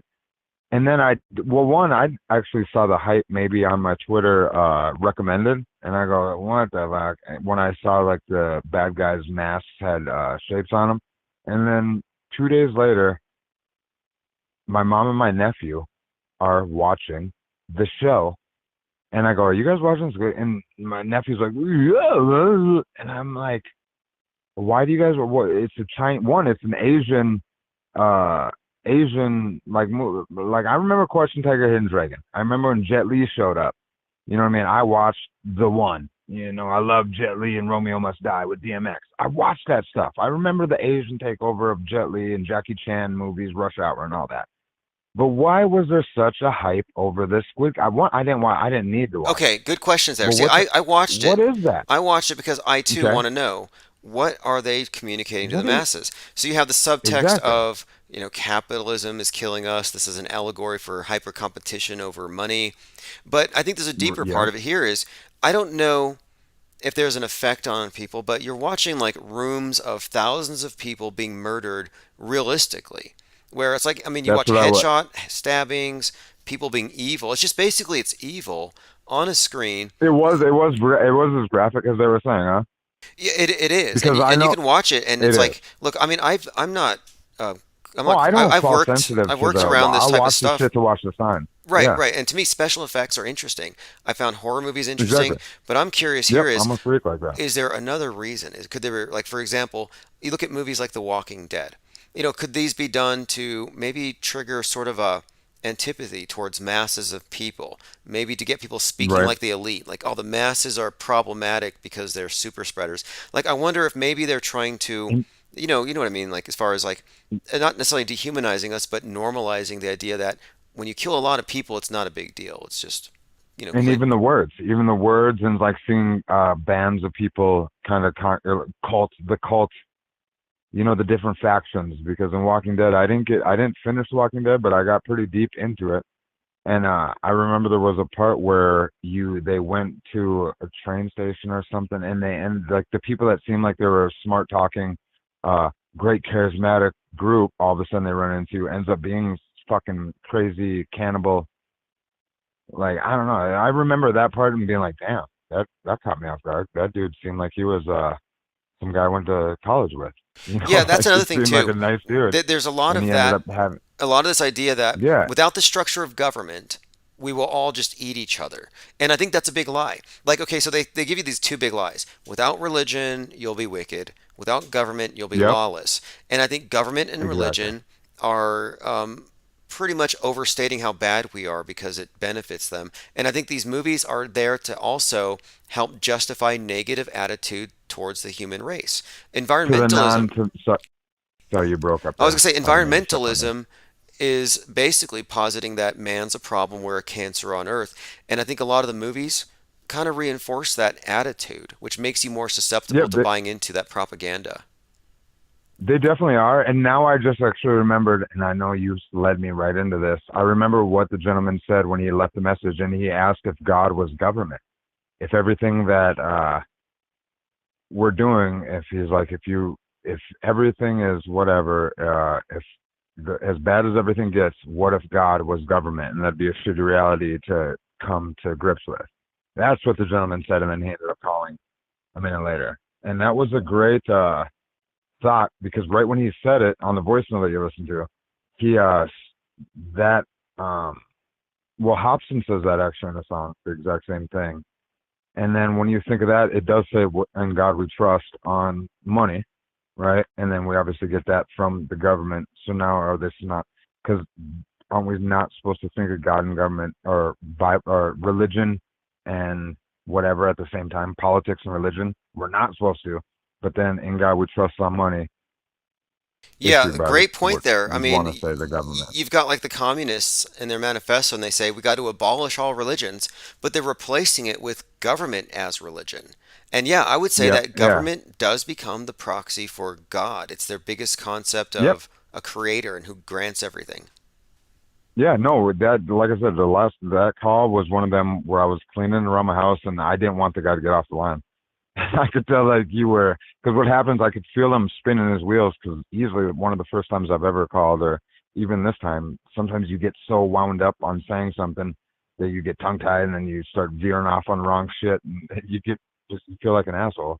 But Oh it well, was an no, awesome call. it's always somewhat discursive, but I tend to, especially if we're on a specific topic, I'll try to steer people back. Yeah. But if people have other things to go into, I'm always happy to veer into that. Oh no, But yeah, it was good shit. this has been very very interesting, and yeah, definitely call back anytime. Like I said, I'm going to be doing For sure, Tim. live. Man, if this is, Yep. Go go ahead. ahead. No, no, I was just saying we'll be live in the mornings too. So check us evening and Oh yeah, mornings. yeah. Now it's I'm on unemployment now, bud. The snow's coming to North Dakota, so now it's my time to kick back and see what the fuck you guys been doing all summer. Very So cool. man, I Well, it'll be appreciate what fun you keep catching doing up. and keep doing it. And Uh-huh. maybe next time we'll see if we got a new recruit. She kind of decently wanting to look into shit, but I can obviously spin her head off in a heartbeat. And then we got to go back into just kicking back and not talking about my crazy shit. But we'll see if maybe next time she's willing to, you know what I mean, speak her mind, just get a new angle of somebody that's new into looking at Cool. how wild she can be. We won't So rush man, into much respect. we won't rush into the weekend is the beaver thing. Appreciate the call. Yeah, exactly. Yeah, definitely. Yeah, I can't do that. I know. I've already learned that one. All right, have a great night. All right, everyone. That is all right. Great caller, Tommy. Calls quite often, periodically to check up. I have a number of other people who have been leaving messages that you'll be interested to hear from. It's always great to catch up when it's been a few months because we've been calling this flat Earth time. It just seems like everything happens so damn fast. A month is like a year of occurrences. I think I have another voicemail here. Yeah, hey IPR. I used to call. I've called in a few times and spoke to you. I just wanted to say that Tim Truth and Jake, the a-hole, called in, and you guys just keep doing what you're doing. If they're getting at you or getting under your skin, that means you're doing something right. I wanted to say the Fake World News magazine idea is beautiful. My wife used to work at the post office, and a lot of these people actually read stuff like this, as they're like waiting for mail, and so it's going to see more eyes than you even know. So Okay, that's a great point there because I was thinking about saving on shipping because I'm trying to keep the production costs down. And when you're selling individual prints and you don't have a high volume at first, costs go up. So I thought, why don't I just not use envelopes and do it the old school way and just print out the label and put it on the thing? Because I used to get the Weekly World News in the mail, and I thought it was funny how many people, just thinking about how many people in the chain of custody are looking at those memes. I didn't use the word memes back then, but the art, the cover art, the ideas. And it's right there on the front page. And so it's causing reactions all along the chain. So yeah, he's making a great point here. Fake world news in print will reach a lot of people, and it does become the subject of water cooler talk. as they're like waiting for mail, and so it's going to see more eyes than you even know. So good idea. Keep up the good work. All right, and on that, fakeworld.news, if you want to pre-order, it's being printed in less than 44 hours here. I'm putting some final touches, adding an exclusive interview, and I was actually thinking about reaching out to Jake the A-hole to do, a little bit of coverage on what he's covering, but since he's called in, I probably can even do a story on that. But it's going to be every 2 weeks. The first issue is officially going to be, the date's the 13th. And then on the 1st, we'll be releasing an issue for New Year's, which I'll have some predictions for 2022. So if you have any tips anything you want to contribute, just go to infiniteplane.media and you'll see we have a number at the top. It leads to the same voicemail that you hear here. It's 213-537-9983. That's our office number. You can find us on LinkedIn. A lot of our contributors are meeting me through LinkedIn. And also we have there, do you have something you'd like to share with us? You can leave a tip or send me a message here, and I get all the messages. And also at infiniteplane.media at the very top, you'll see a link. This is an RSS feed to the latest archives. So you can get the latest archives, infiniteplane.media. I highly recommend that you get on the newsletter. We've been predicting a lot of things. Tonight we talked about the METASCRIPT and how there's these interestingly pre-programmed, scheduled, released bits of entertainment that are connecting with real-time news events, showing you how predicted and how structured everything is. I'm telling on season 1, episode 13, 113, the International Space Station falls from the sky on a new TV show on Netflix. It's a different space station than one we see in real life, but the synchronicity there. And then here we are on a date, 113, November 30th, and the space station has to cancel their spacewalks because of space junk. No coincidences. I mean, if you think it is, I'm definitely open to hearing whatever kind of coincidence theory you've come up with to explain all of this. I mean, it's got to be a magnificent theory. But until I hear a great enough conspiracy theory that can account for all these coincidences, I'm going to have to say it's not really a conspiracy theory, it's an observation. Our news is totally structured, and there are no meaningful distinctions to be made between news and entertainment. It's all Hollywood. It's all fake. This is Fepe Akbar by Allergic to Bullshit featuring Lean Dion. After this, we'll turn it over to the 24/7. Thank you to the callers, chatters. Have a great night. Same time tomorrow.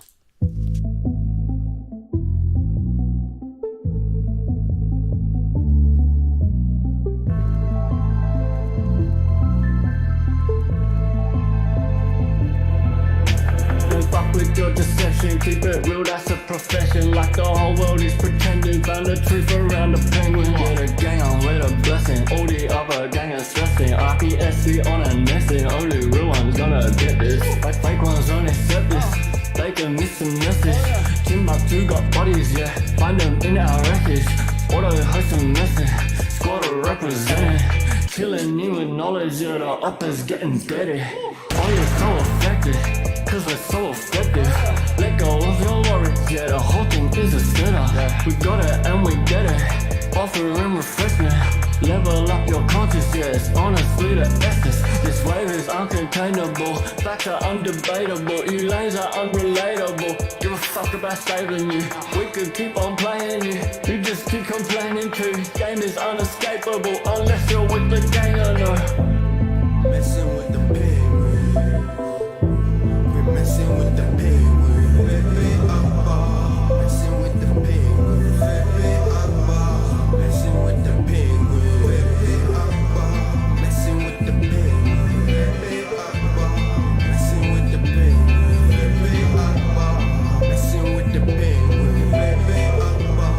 fucking with the penguins, yeah, with the penguins.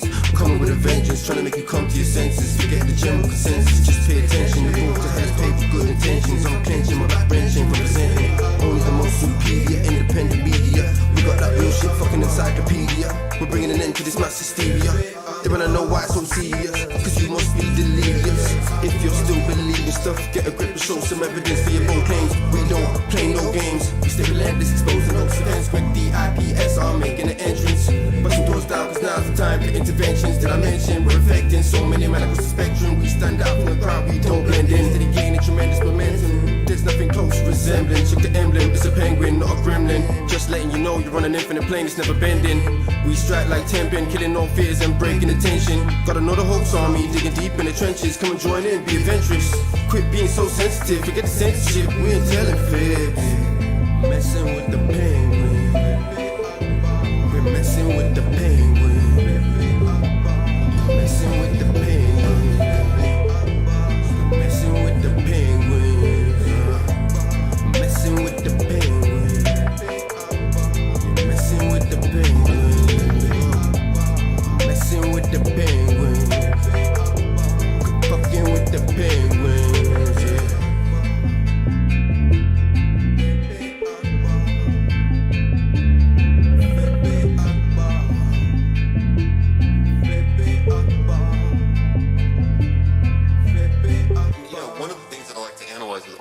offense. He's analyzed.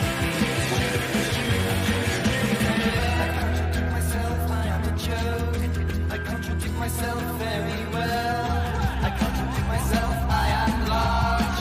I am a multitude, I am a multitude. I contradict myself, I am a joke. I contradict myself very well. I contradict myself, I am large. I am a multitude. Okay, everyone, 11/25/2021. It's 5 p.m. Mountain Time. If you're an American, happy Thanksgiving. Hope everyone's having a nice day. I just got back from a lot of holiday stuff, and so we're open. Nothing really explicit on the agenda here. Basically, we have open phones, open topics. I'll see what's going on in chat. Truth VJ MC Dirty Work says best live call-in show of all time. Maxwell Cooper, happy Thanksgiving. Fepe Feeps here. Osher, Thirst of Truth, Flat Fact. Portal Complex, Salty Siren. Thirst for Truth with the popcorn. There's a lot of drama going on within the world of Flat Earth, by the way. It's getting rather, it's been bad for a long time. No one documented it better than we here at Infinite Plane Society, but it does seem right now that it's going through a very low point. First of all, we have the multiple deaths, but among the ones that are still with us, things are getting worse.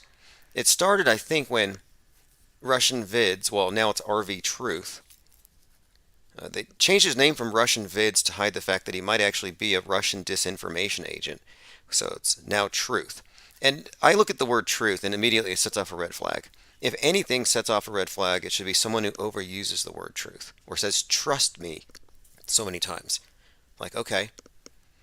Anyway, the hits go back and forth, a lot of flat earth beef. It's stale beef for the most part, but they found a way to make it interesting again. So Eric Dubé comes out with a video where he explains that he is not a shill, basically. He's not Illuminati. He's not a member of the Thailand transgender community, and he's not married to the daughter of some military dictator. So he had to come out and correct the record, and I'm like, why? These accusations have been out there for a long time. Why is Eric Dubé climbing down off the mountain where he does his yoga or whatever in order to address us little people? Well, because Jake Gibson, who has a fairly large YouTube channel, reinvigorated all these old stories. He brought back all the rumors about the various people involved in the flat earth topic. So he made shill spotting a thing again. And shill spotting is what we call it when people who are known as, quote, truthers, spend their time on these witch hunts to figure out, well, who within the truther community is actually a bad guy, an Illuminati agent pretending to be someone trying to show you the truth when it's just a limited hangout, or they're going to somehow spike it with something you'd consider to be toxic misinformation. So anyway, a Russian Vids had called Dearth, Deep Inside the Rabbit Hole, and Jaren Baby Truthers. So they renamed their show the Baby Truther Show. So the Baby Truther Show expanded. So you have Deep Inside the Rabbit Hole, you have Jarenism, you have Alex Stein, and you have Rose 7777. Well, this show became somewhat popular, I think, but then the other day on episode number 29, Dearth had accidentally, the way he explains it, it was an accident. I'll let you decide. He made a joke in poor taste when he mocked Zach Stacy throwing his ex-girlfriend through the TV screen in front of the baby. So here's what Dearth said, and this is what kind of kicked off the most recent drama. And it boils down to this. They had an episode, they all said a lot of bad things, and they deleted the episode. Jake Gibson pounces, and he highlights the worst of what they said, and he believes that he's the reason why the Baby Truther Show is about to be canceled. Here's a clip. Dave, look at Up the there. fucking screen. Oh, jeez. He's up. That poor television. Oh, jeez. He's up. That poor television. Oh, jeez. He's up. That poor television. So the question here is, was this a legitimate example of a gaffe? Or was he intentionally trying to be funny, and it just perhaps didn't go off as well as he had imagined it would have. I happen to think it's probably a scripted joke. So Jake Gibson credits himself with canceling popular Flat Earth Baby Truther show. And this was just today. Jake, the Orifice Gibson, is taking credit for the cancellation of Baby Truthers, the most popular Flat Earth show, next to Globebusters. And he's going after them too. He did so by excoriating them about their mockery of Zach Stacy abusing his ex-girlfriend. So here is David Weiss, aka Dearth, and Jeranism, star of Behind the Curve, explaining why they had to delete episode number 29. And I believe I have this queued. Shit show. Okay. Which was the Baby Truther show. And the reason that Jaron took it down, one, he was feeling sick. Two, I asked him to take it down because the show had no redeeming value. I looked like a total heel. I was trying to make a joke at something. First, I didn't see what was going on. Then about the third time Alex played. So he didn't see what was going on when Zach Stacy was throwing his ex-girlfriend across the room into the TV and the TV falls and the baby cries. He didn't see what was going on until the third time. So apparently he hadn't seen the viral clip before the show started, and it wasn't going to be a part of their conversation, if you want to believe what he's saying here. And so he's claiming he didn't actually know what was going on. He just thought, oh, that poor TV fell by itself. And then I believe Jaron's excuse for his participation in the conversation was I believe he had a fever. I started to see it, didn't even click. Like, there's a... Do not attempt to lie, David Weiss. And this is the voice of Jake the Orifice. Second the black man threw the tiny woman into the TV, you remarked, poor television. It was the second the black man threw the woman into... Again, I want to reiterate, this is Jake Gibson speaking here. I have no idea where he's coming from with this, why he's having to categorize this thing. Very bizarre all around, but this is what you get when you look down this particular rabbit trail. ...to the TV. You made the joke the second it happened. So, now you're going to claim you didn't see it, you didn't realize what was going on, and then you made a joke about something that you weren't seeing that just so happened to be timed perfectly just after the black man tossed the tiny white woman into the television? Okay, so there you have it. Jay Gibson not pleased with Dearth, clearly gaslighting, saying that he didn't know what he saw, and Gibson is not buying it, as he shouldn't. So here is Dearth's attempt at explaining how he was even offended by what he said. Down. That's the first thing I saw. I was like, I didn't know if it was a joke video or not. When I started to process what happened, I was pretty offended also. And we kind of just moved on from there. I had a big smile on my face during it. It's because I had like 15 windows open. People are texting me. People are messaging. Excuses. Okay, so he was smiling not because of the video or his comment about that poor television, but because he has 15 windows up and people were, I guess, bombarding him with funny memes, cats and stuff. So anyway, we'll move on. Commenter says, throwing a baby through the TV, suppose better than eating it. No, he threw the girlfriend. The baby was fine. Erica Bear says, I'm excited for IPS shill investigations. X32 says, I thought that was Gargamel. Kooks asks if it's live. If you want to test if it's live, you can call 833-311-1984. Let me go ahead and see if we have any voicemails, because I left it on last night. Okay, I did have someone message me. Let me go ahead and play this one. Actually, I'll read it. We had a few people messaging me about the podcasts that were locked on Spotify. They're unlocked now. I was testing out the feature that I will be using in the future. When I start doing exclusive interviews, one-on-ones, when I do those, we're going to have some of them for members. And so you may see occasionally locked podcasts, which you can just go to infiniteplane.radio and join and subscribe, or you can just wait a couple of days. All right, let's see. The Missing says the AE app seems like a scam.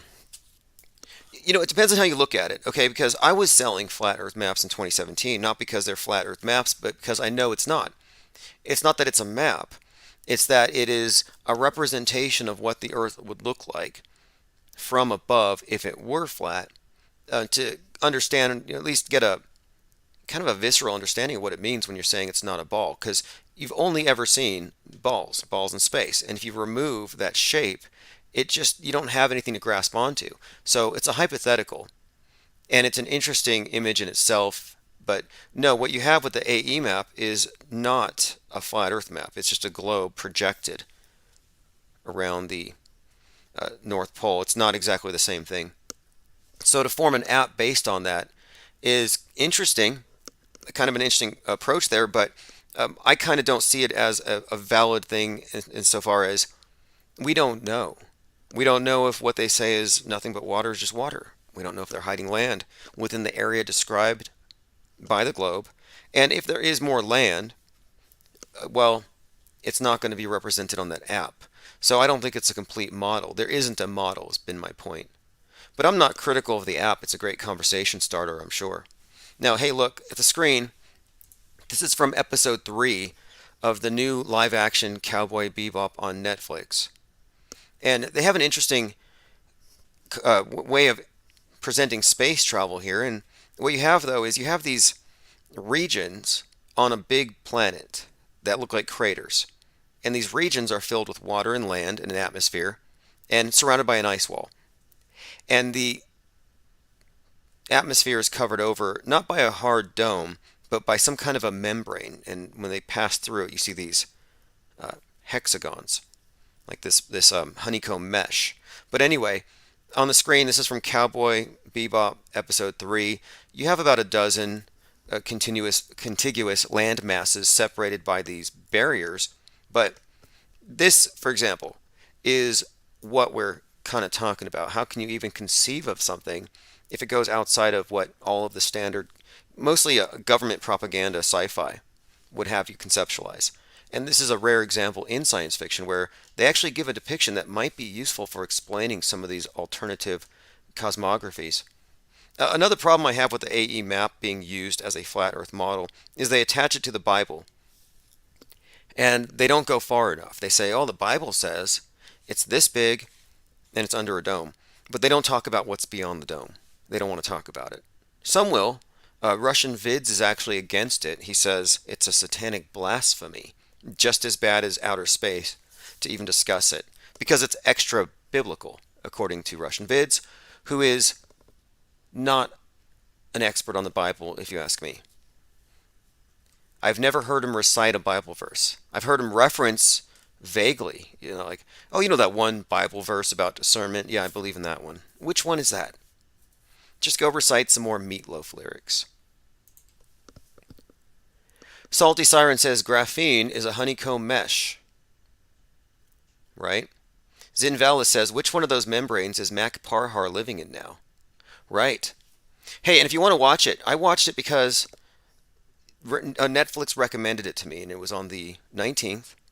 And I just watched it for like 5 minutes. And at first I was a little put off by it, but there's this opening sequence in a casino, and you don't know the casino is actually on a space station. And one of the bad guys has a weapon, the Disruptor, and it has some kind of a force field that blows a hole through the space station.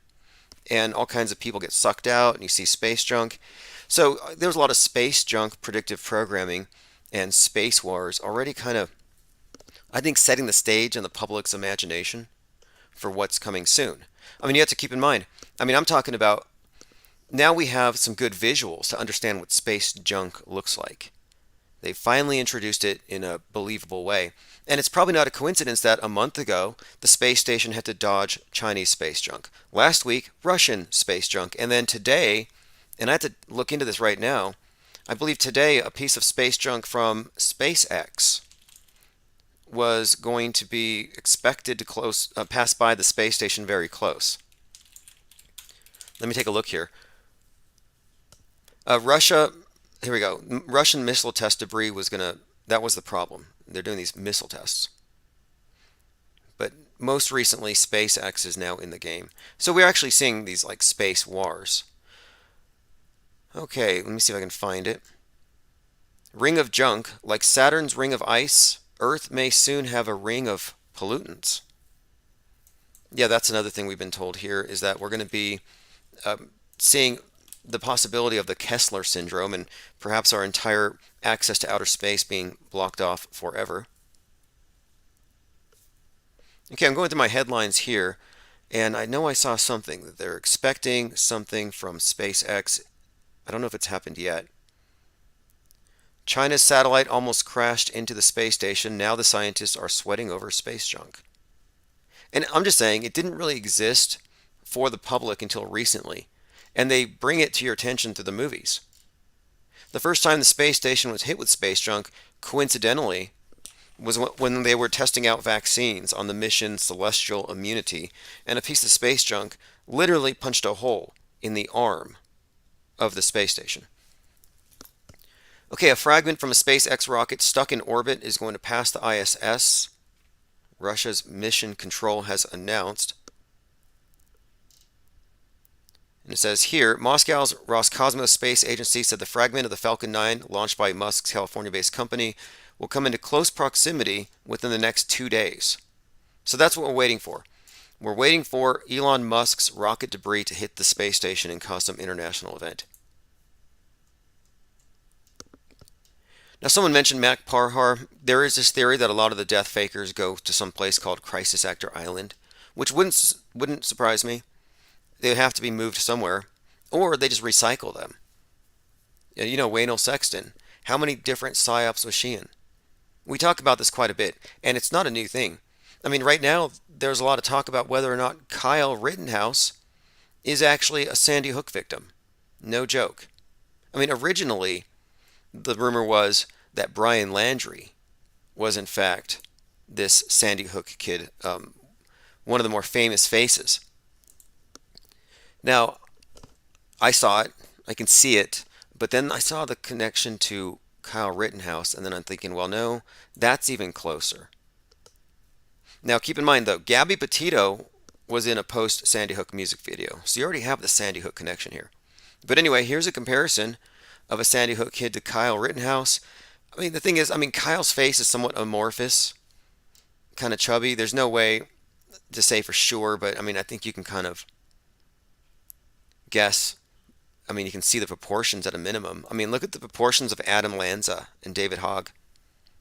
And this isn't a joke. This isn't some kind of a wink or a nod from the CIA or whoever's behind the PSYOPs that operates covertly in the shadows of the MSM. No, this is actually intentional. If you ask me, it's all about mind control and inducing Stockholm Syndrome, where people fall in love with their captors. They basically become traitors. They side with their own captors. They surrender.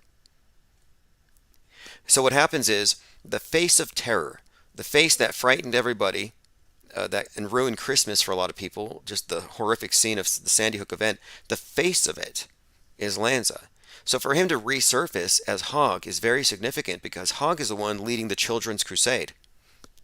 He's the savior. He's saving them from the shooter.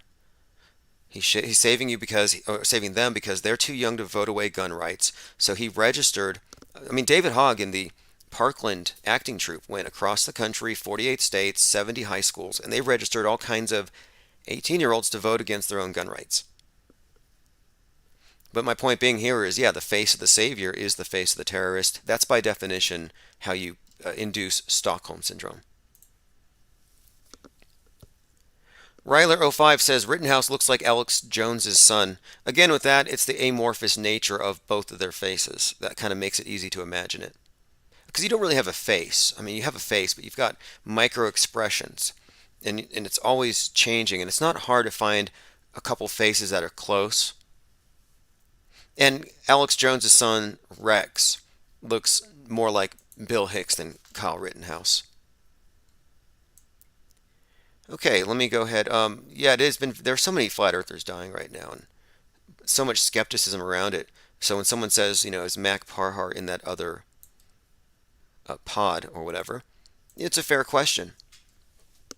And I think it's interesting, and I kind of brought this up before, how often the names of significant world stage actors have meanings, multiple meanings. And I would consider his role to be significant within the flat earth, because he served as the most famous / infamous one out there. It wasn't Mark Sargent running around breaking the rules, violating quarantine, walking into hospitals, being called an idiot by public officials. publicly live streaming his rebellion. No, it was Mac. So here's the definition of pharmakos, an anagram for Mac Parhar. A person already condemned to death, sacrificed in ancient Greece as a means of purification or atonement for the community. A pharmakos in ancient Greek religion was the ritualistic sacrifice or exile of a human scapegoat or victim. So what I think they've done here, and I think they do this a lot, is they created a scapegoat to point at. And then, of course, all of the people who are influenced and follow this person will then second guess all of their decisions and the steps that they took. So that's my take on it, especially because he was actually friends with Benjamin Coleman, the flat earth arsonist. He actually had a flat earther burning Masonic lodges. Flat earther busted in Freemason arson spree. 42-year-old Ben Coleman has been charged over one blaze and tied to two more. Now, I think the guy is an actor. His name is actually Benjamin Orion, and Coleman's the name of a lantern. Less than an hour after 3 Masonic lodges burned in Vancouver, the suspect appeared to take credit for it. He said, quote, "I just cleaned 3 satanic clubhouses." So he posted this on Facebook. Now, I've never heard of this individual, but the few quotes that I've seen and screen captures from his deleted social media seem like almost like out of place, like comments that he stole from reading our chats. Doesn't seem like an organic, real person at all. And even his mugshot looks fake, like the yardstick they're using for his height is crooked. But my point being, he was friends with this Mac. Like, they're friends. So how does that happen? I'm sorry, but you're friends with a guy in an obvious psyop. I mean, this wasn't just some gas can. These were actually very well controlled blazes going around burning Masonic lodges. All right, let me go through some comments. Zaret says, Jesus was an enemy of the state. Save your terrorist depends on whether you work for the state or are oppressed by it. If you believe certain stories, I mean, there are certain interpretations where Jesus is a rebel. Jesus is, if you ask me, it's just a blank slate. You can project anything onto him. Some see him as a war god, coming back to conquer and punish. Others see him as, meek and mild, kind of an androgynous mushroom eater. But whatever you think, is he a hippie? Is he a warrior? It's whatever you want to believe.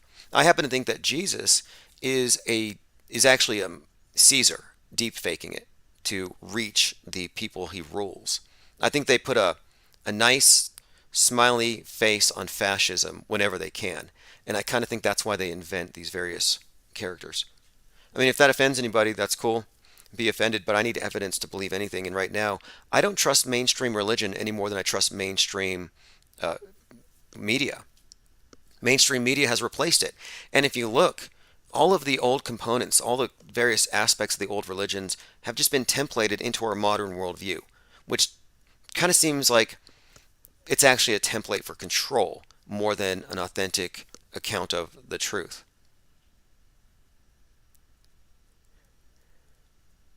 Going through comments. But what I won't do is I won't blaspheme. I'm not going to criticize people for their beliefs. People believe what they believe for whatever reason. But I don't think you can mix investigative journalism with religious beliefs. I think we have to separate what we believe from what we know. Like I've been saying for some time, there's no reason to bring a Bible to a conversation about the shape of the world. Why is this whole topic, questioning NASA, inundated with Bible verses? It has nothing to do with it. If you're going to talk about climate change, real or a hoax, you're going to bring a Bible and say, well, look, God does send storms. God does send floods when we do wicked things, so global warming's real. No, you can't. But that's kind of what they're doing, and to me it's just cherry picking. But again, it's a separation of what we know from what we believe. And a lot of people are just so certain that they know the truth that they will lie on behalf of it. They'll claim to know things they don't know. They'll make claims to authority they do not have. Case in point, McToon. McToon was lambasting me because I'd never seen the space station, even though I've tried. He said, all you got to do is get your app and look outside and see it. Making it sound like it's very easy, which it's not. And from my own research, I learned that a lot of people who make claims about seeing it are liars. because you can't see it unless it's near sunset or sunrise. And that's because the ball Earth, if it's a ball Earth, it has a shadow. And it would be going into that shadow because it's in low Earth orbit. And if it wasn't in low Earth orbit, if it was far enough to catch the rays of the sun and reflect back to you, it wouldn't be moving fast enough for you to see it as anything other than a star. So my point is, I've never seen it. McToon is saying you're a fool because you've never seen it and you don't believe in it. And I'm like, well, Mick, have you ever seen the space station? And he kind of freezes at the camera. And I commend him for not lying. I commend him for being honest, because he said, no, I've never seen it. And I'm like, wow, okay. Well, that makes two of us. The difference is he believes it's real because of secondhand information and hearsay. And he's happy with that information and willing to cudgel people over the head with it. Like, how dare you not believe in this thing? You've never seen it either. It's just, to me, it's, again, false explanations tend to kill curiosity, and then thinking you have the answers when you don't is a great way, I think, just to develop very big blind spots. Zaret says atheism is also a cult, left versus right. Well, atheism is a cult because the atheists were given a puritanical revision and they went with it. They actually were the first ones to adopt the new religion. Who believes in global warming and the modern flood myth more than the atheists? Who believes in sin, which has been redefined as a virus? They just repurposed sin. That's what the virus actually is. It's a tool for control. And who believes in it more than anybody? Of course, it's the atheists. I mean, they set this up as a purposeful dialectic. The vaccine is their communion. The atheists do have a concept for original sin that you have to atone for, which they call the carbon footprint. Their idea of transhumanism is a replacement for transcendence in so many different ways. Space is the new universal heaven. And the thing is, the atheists are worse than all the other religionists because it is a religion. I think they're worse, though, because they believe they have the authority of science. They can show you the devil in a microscope. Oh yeah, COVID's their devil. The globe is their God, or God construct, their angry God that you have to appease so he doesn't flood us. COVID's the devil, and if you notice, who do they talk about more? They're more about, I think, devil. They're devil, I don't want to call them devil worshippers, but they kind of are. I'm sorry, but atheists are kind of devil worshippers to the extent that they're applauding the work of COVID. Oh, you're taking out the non-believers, the anti-vaxxers, the spreaders of heretical misinformation. It's totally a new religion, and they are fundamentalists about it. If you need any more proof of this, look at sorryantivaxxer.com, where you have all these hardcore atheistic scientism cultists celebrating the death of their ideological opponents or the non-believers. Lily Bell Bell says we might be on the verge of a new asteroid hoax. Oh yeah, that's coming. They're probably going to have one break apart in the sky or something. Or it could be too that the asteroid preparation, all these different, it's like almost like air defense, like the DART system, to shoot incoming comets. It could all just be a setup for space wars when China starts launching stuff at us. Commenter says Ewar Anon's YouTube channel is gone. Yeah, I actually caught some information about Ewar Anon, a few things about him. I don't want to go too deep, but very early on, I was contacted by someone who claims that most of his content and his ideas were stolen. I don't know if I would call it stolen. I would say that he did a good job of synthesizing a lot of things, and I still enjoyed his presentation. But if his channel's gone, you can probably find him on BitChute or Odyssey. I don't even look for quality content on YouTube unless it's, just stuff that's going to be pulled anyway. Like, you have to find it on BitChute. If it's good, it's not going to last long. This is not a new thing. Even before they started censoring the internet because of the pandemic, you had the efforts at scrubbing everything off of YouTube retrospectively, going back to people's videos, and 9/11 videos from 9/11 right after were being deleted from people's channels. This is the function of the mainstream media. I call it the Bible. It really is the Bible for the atheists. And what they do is they're purifying their doctrines. They're eliminating and burning all of the texts, all of the texts that aren't canonical. They're saying it's borderline content, it's misinformation, and it's not about truth. It's about adherence to what the centralized author of the world stage script wants everyone to believe. All right, let us continue. Yeah, the atheists have all accepted a proxy god. Look, they even have their own holy water. It's cute. I think they call it hand sanitizer. Oh, that's going to protect you. Okay, so I want to do a follow-up on this one. Elon Musk's rocket debris flying towards the International Space Station. Are we going to have an incident here? Space Wars. If anything comes up, you'll be the first to know. Definitely subscribe. And if you're not on my Patreon, I send my newsletters there. Let's go ahead and go through the most recent newsletter before we get too much further. By the way, JFK Jr. and JFK, Michael Jackson, Princess Di, and John Denver failed to appear in Denver. And that group of QAnoners in Denver is being looked at as possibly a destructive, dangerous cult. Okay, hopium springs eternal. Because this is what it comes down to, bad hopium. So hopium is it's like what you call it when somebody gives you a false promise to keep you on the hook. And what we found with the QAnoners is it's founded on hopium. The Q drops in 2017 were all about the deep state being routed, Clinton being executed, and Trump being vindicated. It didn't happen. So they all held out hope that it would happen the next year. Then the next year. And they said, no, this is the truth.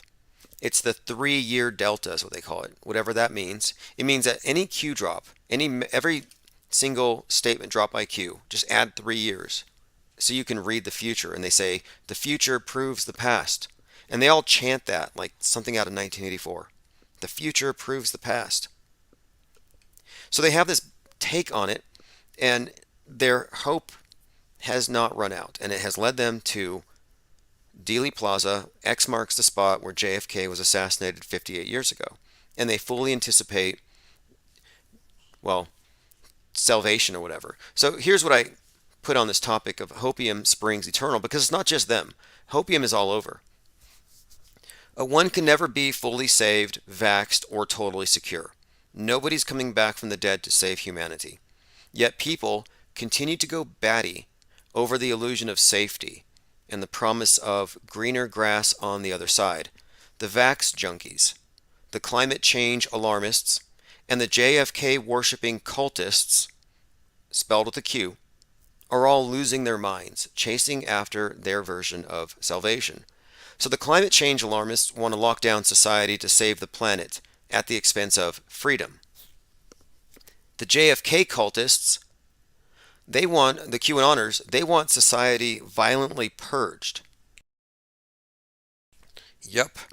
They want military tribunals. They want to see society purged of all that oppose a one world religion that seemingly worships presidents as divine. The vax junkies, they want to lock down their political opponents and strip them of free speech. You see, think about this. The people who are in favor of mandatory lockdowns won't do it unless they're mandated to do so. It's like, why not lead by example if you really believe in it? You believe in it so strongly that people should lose their rights over it, you first. But no, they won't do it until their political opponents are forced into it first, because it's a power move. The vax junkies want to lock down their political opponents and, like I said, strip them of free speech, which they're doing pretty well at this. I think this is the goal. The climate change wackos have the same goal as the vax junkie wackos, because it's the same agenda. And, this is another point too. If you buy the science and you support anything mandatory, then you are actually trusting and listening to the same scientists that are in favor of climate lockdowns. So you can't say, I trust Dr. Fauci, but I don't trust Al Gore. No, they're part of the same agenda, and it's the same overall storyline. So yes, if you trust Dr. Fauci, you ought to be locking down and possibly selling your car. Zaret the Alchemist says, like Bill Gates said about his friend Jeffrey Epstein. Well, he's dead now, so... Right. Bill Gates was a friend of Jeffrey Epstein, and that's the reason why Melinda Gates dumped him. So this thing about salvation, though, this is the hopium. It's like the carrot on the stick. You can replace your entire blood supply with the black goo, and you will still fall short of perfection because you are still a lowly super spreader. It's the same with religions. You can be baptized, you can have communion, you can be saved, but you can always sin. You're always a sinner. Everybody falls short of the grace of God, or everybody falls short of the grace of Bill Gates. And what they've done here is they've presented him as this new savior, which we'll get into because there's an interesting storyline there. Now, going green, recycling everything, is that going to save the planet? Obviously, no. Global warming has been around for 33 years and nothing has changed. If there has been any increase in the ocean levels, any rise at all, it can only be attributed to, well, masks and PPE. By the billions and billions of pairs being tossed into the ocean. But other than that, no, there's no appreciable difference. The ocean levels have not gone up at all. So all your recycling, these are all just ritualistic gestures. You're genuflecting before Big Brother, before the God of the earth, rather, whenever you throw your trash in the recycling bucket. Because what you've done, the internal process of what you've done here, is tantamount to confession. You took all of your decisions from the previous week, your consumer decisions. These ones were bad, these ones were good. The bad ones could trigger a flood. The bad ones make globe mad. It's just like sin. So you recycle those ones to expiate your guilt. So your decisions of, just as a consumer, are now basically rating you as a person. And will you be judged? Are you atoning for your carbon footprint? Probably not, no matter what you do. And that's kind of the thing. No matter what you do, you will never totally be sinless. It's an unattainable goal. Now, the MSM is making fun of the JFK cult. They're comparing them to Jim Jones and the People's Temple. They even compared them to Heaven's Gate. So the Heaven's Gate cult is the one where you had the mass suicide, where they had the applesauce, and that was Marshall Applewhite. People's Temple was Jim Jones and the Kool-Aid. Ryler says, is there a connection with the name Joe and Jupiter? Well, Jove, sure. I would have to look, though. You know, when you look at these different planetary deities, you have like Jupiter. Jupiter is also known as Thor. It's the same deity. They have different names. And when you get down to it, there's actually it's pretty systematic and it's pretty consistent. And you'll find that all these different archetypes are worshipped through, all these different planetary deities are worshipped through archetypes. You know, like it's not a coincidence that Elon Musk is associated with Tony Stark, Iron Man, and that iron is associated with the planet Mars in classical astrology and in the Kabbalistic magical system. So he's the one sending us to Mars. He's associated with Iron Man, which is again Tony Stark. And there are many other things we could point to, like Falcon 9, for example. The falcon is the symbol of the god of Mars in the Egyptian pantheon, Horus. And of course, there's quite a lot more we can go into when it comes to the symbolism, but the entire space program, if you ask me, is the heaven program. And they've just repackaged the old gods in a very new way.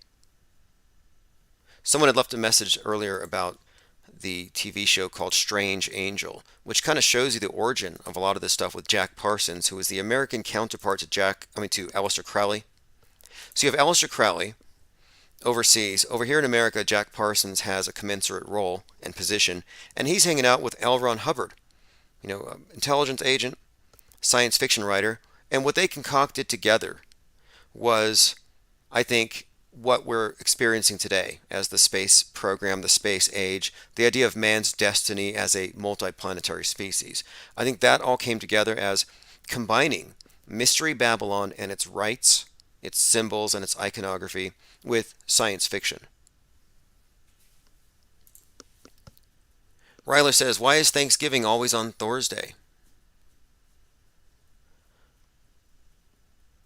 Zaret says they invented the letter J 300 years ago.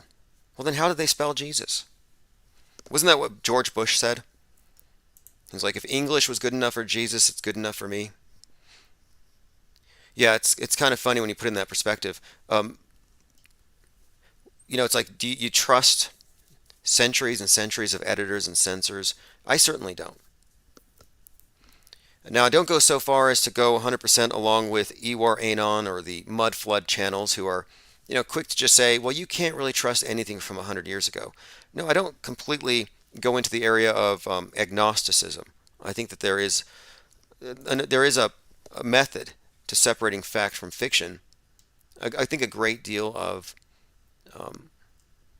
reservation when it comes to claiming to know something is important. We have to have a lot of questions.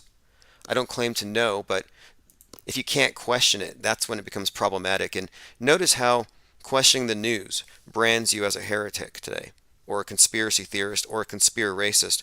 Well, what happens to that news after a week, 2 weeks, a month, a year? It becomes history.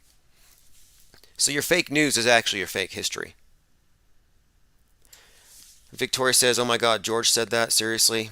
George W. Bush? Yeah. Of course he did. I mean, he was probably joking, but there are some things, Bush-isms that he has said, and I'll see if I can find that quote here in a minute. I want to bring this up too. Marshall Applewhite, the guy from the Heaven's Gate cult.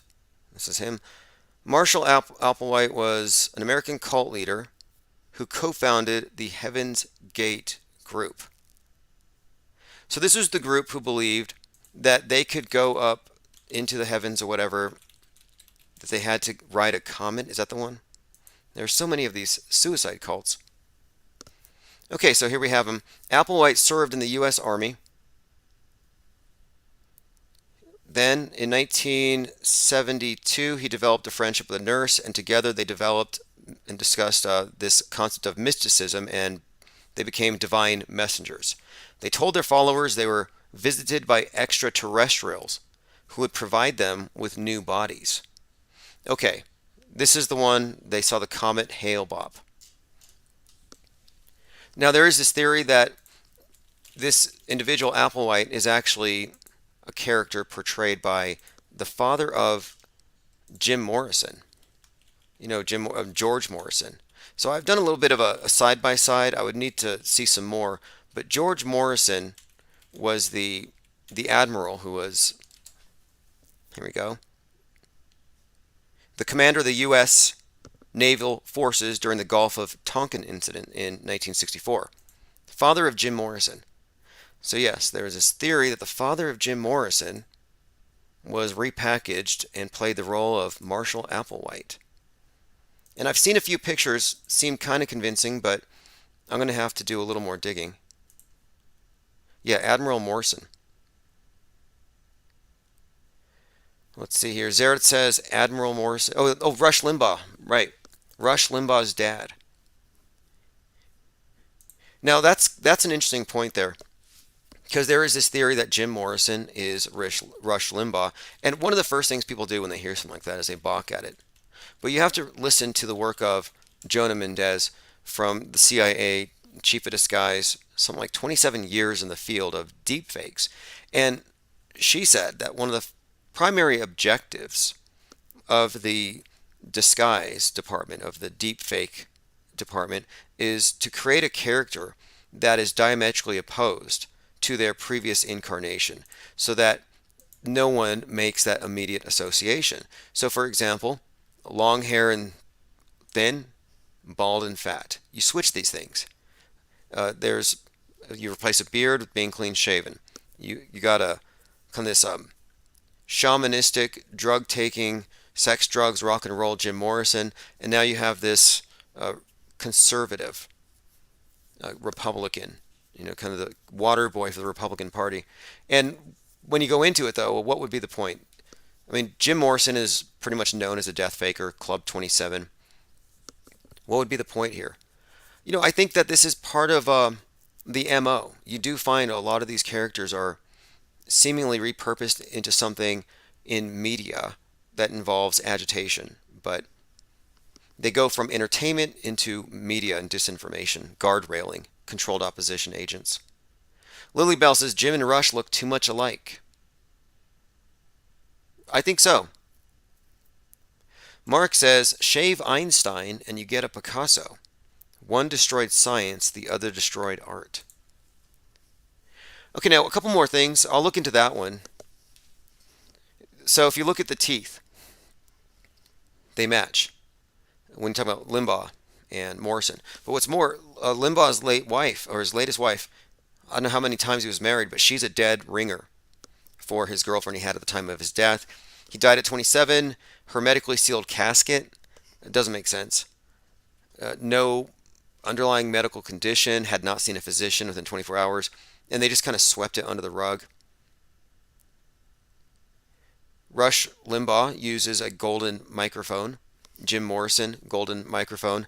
And I did find a clip from the Rush for Excellence tour where Rush Limbaugh sings, and he sounds like Morrison. You can actually find another clip where Limbaugh maybe doesn't know he's being recorded, but he's singing along with the Jim Morrison song. Let me go through some comments. A few other ones we could probably look into if you want to look into death fakers in plain sight. An easy one to decode and deconstruct and to see is Steve Jobs.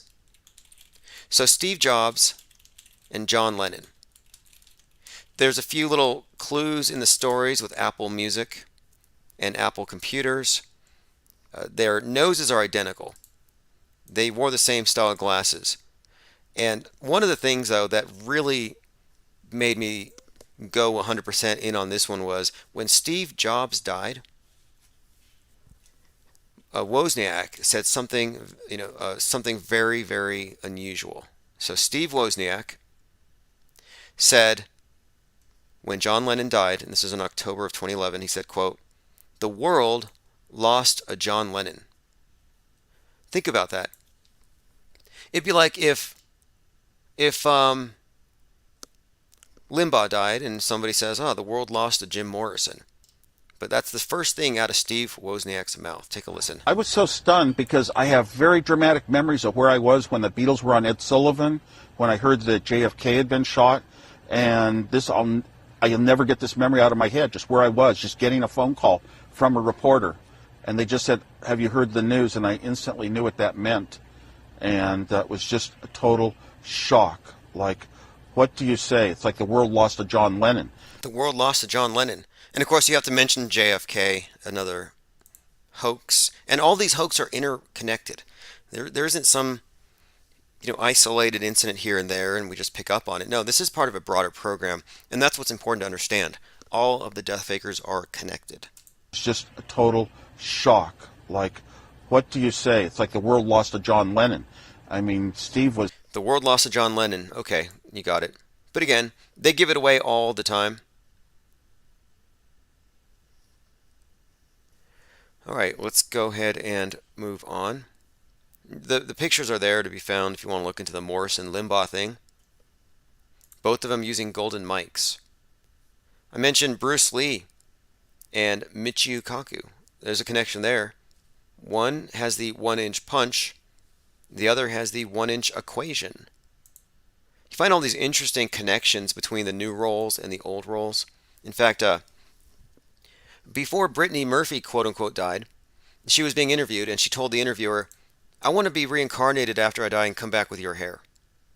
The person who was interviewing her had straight blonde hair.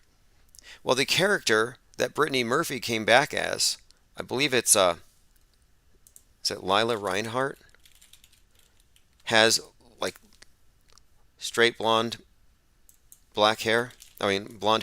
So it's like, did she actually hint that she was going to come back as another character in that interview? And I kind of thought so.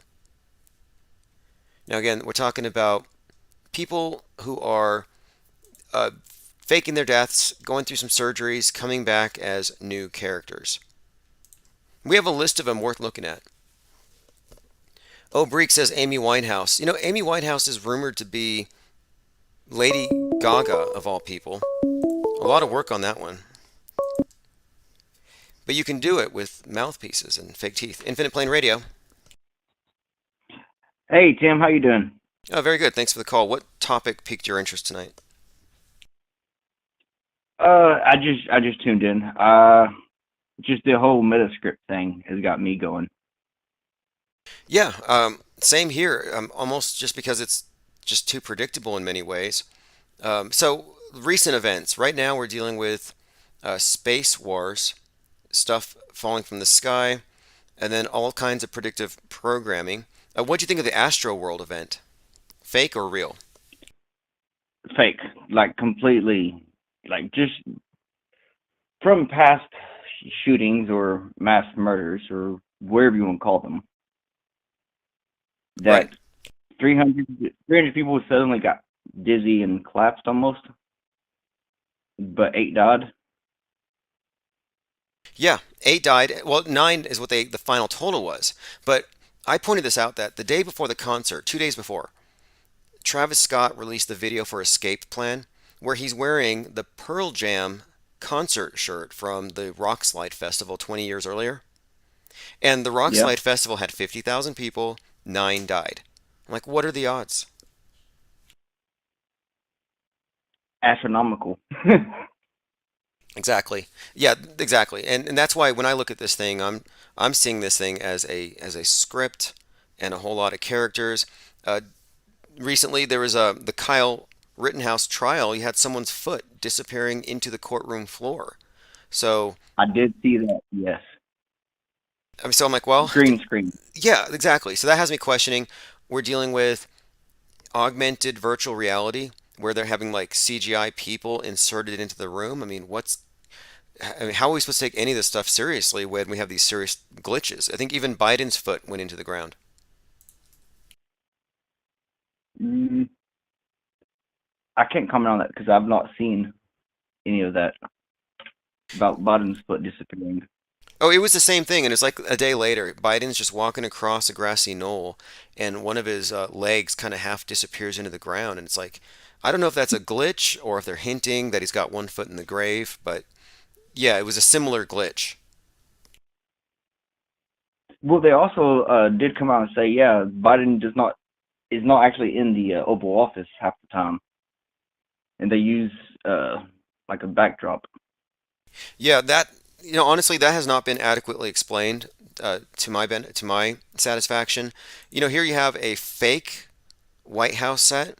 Like, why aren't they in the real one?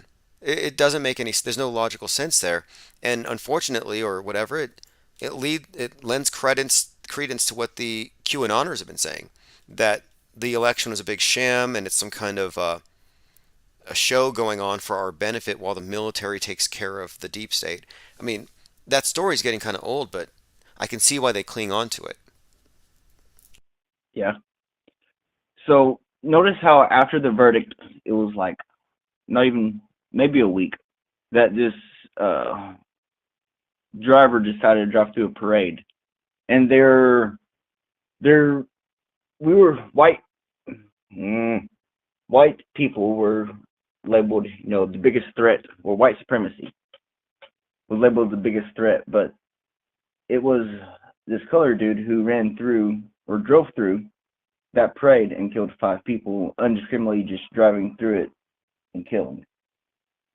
But the media is not taking off with that one Right. too much. Yeah, the media has such a strong bias, and it's blatantly obvious. I was really made aware of it after the Zimmerman event, where they invented the category of white Hispanic because they wanted it to be black on or white on black. They didn't want it to be mixed race Hispanic guy with a mall cop kind of attitude here, chasing after somebody, causing the situation.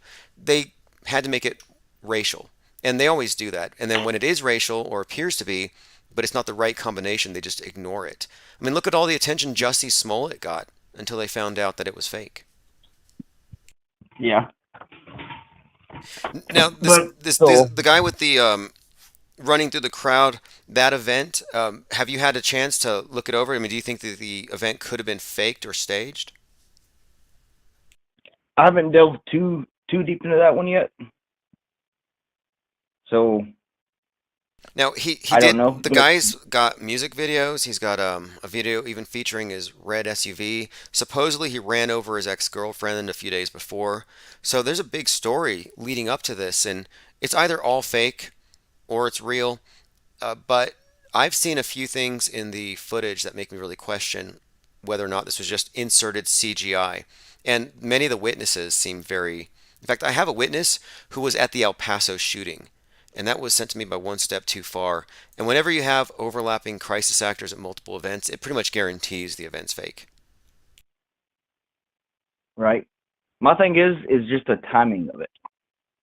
Like how much or how soon it was after the verdict was announced to pull the attention elsewhere. Oh, the 'Cause timing that's of all it. it is. Yeah, okay. So that's another thing that I had picked up on was the day that the verdict is read, you have this guy in Waukesha, Wisconsin, WW. Well, exactly a year prior, Kyle Rittenhouse had made the $2 million bail. And in the same day that we had the $2 million bail paid, there was a mass shooting in Mayfair Mall in Wisconsin. So I'm like, wait a minute here. Yeah. The timing of it's curious that you have a psyop attached to Kyle's release on both occasions, and both of these psyops are, I think, yeah, conspicuously timed. But like the first one, I thought that's weird. You got a 15-year-old shooting up a mall. Was that Kyle? Was my first thought. Like, are they putting these stories out there? Like, for example, they just put out a story the other day about somebody named Kyle Rittenhouse who got arrested for child content on his phone. So I kind of think that's made up, and that they release stories for, agitation, but also as a way of subtly smearing their enemies. Yeah. The whole thing, like, even if you don't delve into the research and the backstories of all these events, if you just look at the timing of each one, because with the verdict ending, it quelled some shit, and then you got this one popping up, which is re-stirring the pot. Right, exactly. With Restirring the pot. That's exactly what it looks like it was intended to do. And they have everybody's attention, and it deflects. And definitely, I think that would be it. That's the definition of a psychological operation. It's all about winning the minds of the people, directing them. correct. Now, these different events, though, these are all pretty much, I think, standardized. They're just like they do CGI insert, and that's the part that I had to really try to look at closely with Kenosha, because it looks real as hell, and it looks all done in one shot. So either it is real, or they're using squibs. But whatever it is, it was very well performed. So I'm still kind of divided on that one, and I'm open to the possibility that movie magic is the answer to most of these things. But I'm trying to figure that one out. Do you think that Kyle Rittenhouse actually shot those three people, or do you think that was staged?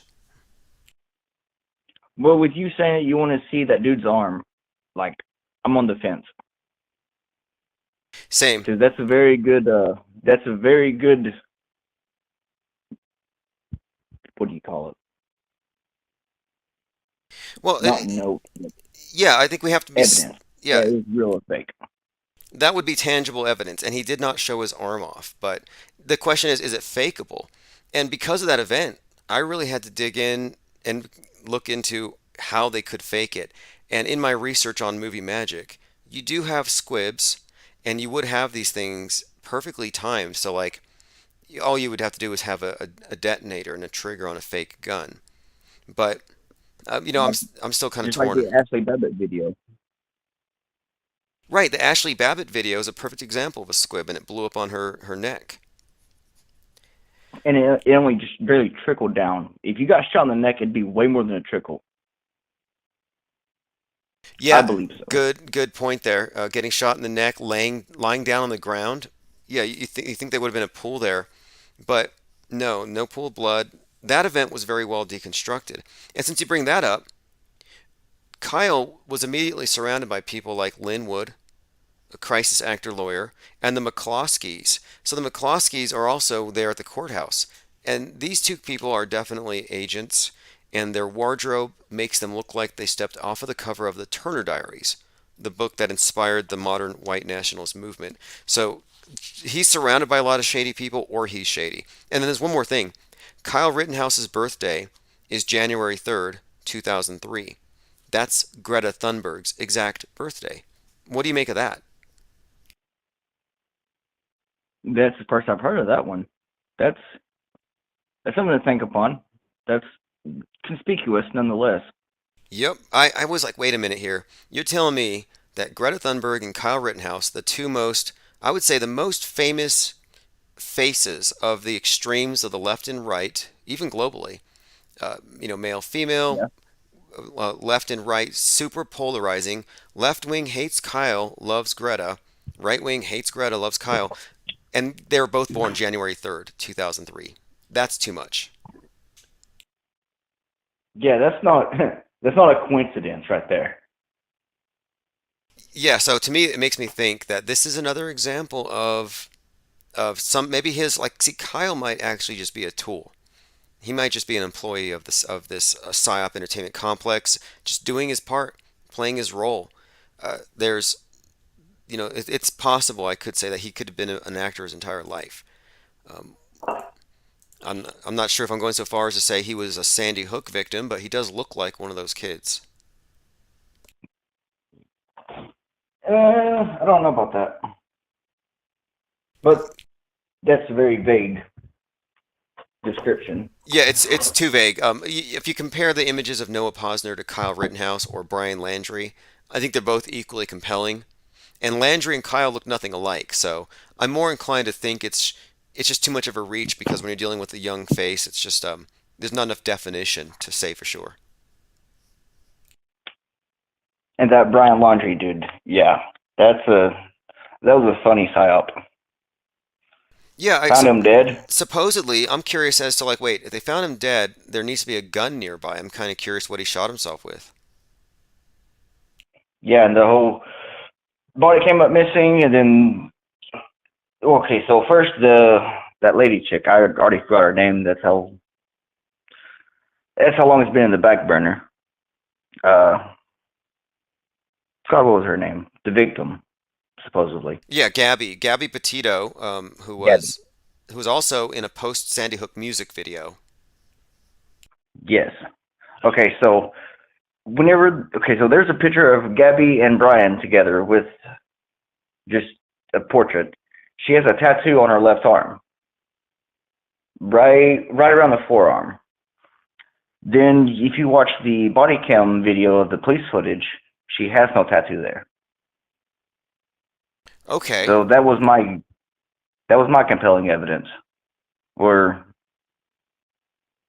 yeah, what's that mean? Stolen from yeah, there were some pretty big hints there. I mean, really, the fact that she was in a production with Sandy Hook is just a huge red flag. But yeah, there were a few things, like they even had the word "fake" reflected in her sunglasses. You could actually see the word "fake" from a sign right there in your face, saying it was fake.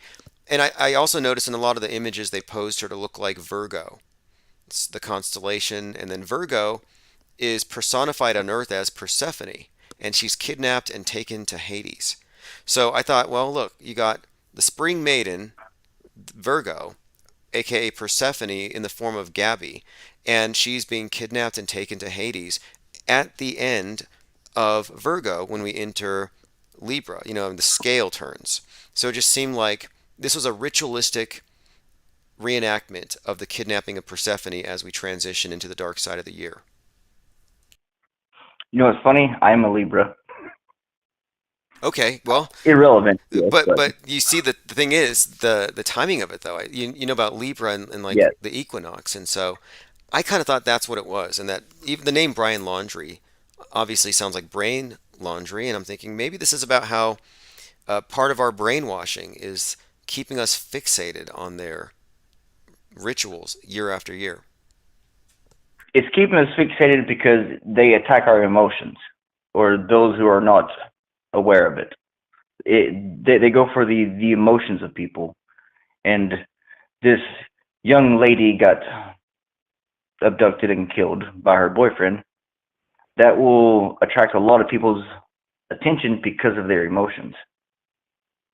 Yeah, absolutely. And do you think that I spoke with Human Vibration on Dark Matter about a couple weeks ago, and she often speaks of loosh, this idea that our emotional energy is being harvested in some way through the media matrix. Do you think there's some harnessing of our emotional energy in some way? I don't know. I can't say yes or no because I don't know. Right, they certainly profit off of our attention and they shape our cultures and our worldview. That's certain. I'm interested too, though, to find out if there's some other aspect to it when it gets into the bizarre, ritualistic stuff where, like even with Astro World, it's hard to deny that there's a blatant attempt to make it appear as though they are tapping into some kind of occult forces, summoning entities from other, it looks basically like a bunch of warlocks and wizards are running the media. So it just wouldn't surprise me if they had some way of sucking our souls through the screens. That's just hypothetical. I mean, I don't know. Well, technically they are because so many people are glued to it that they're not doing anything else and right fixated so much on what's happening, across the world, but not locally. So it doesn't have with them being fixated on the TV and the news, they're not able. The ones who are fixated on the TVs are not doing much for their community and keeping everybody separated to a certain extent. I think that's the goal. Like, I think the idea with this new system is a world under permanent quarantine for whatever excuse they give us, and they want us to live our lives through the metaverse so that we don't care about our local, because now we are all part of the metaverse. You can go anywhere in the metaverse. So it doesn't matter what's outside of your basement. I mean, I think that's the goal here. It seems like it, yes. Black Mirror universe. Now, let me ask you this. Uh-huh.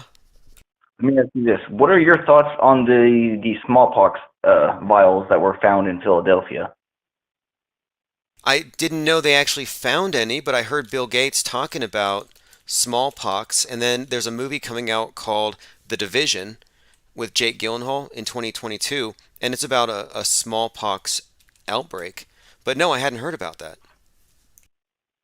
Do you remember back, I think it was 2 or 3 months ago, whenever New York was going to do a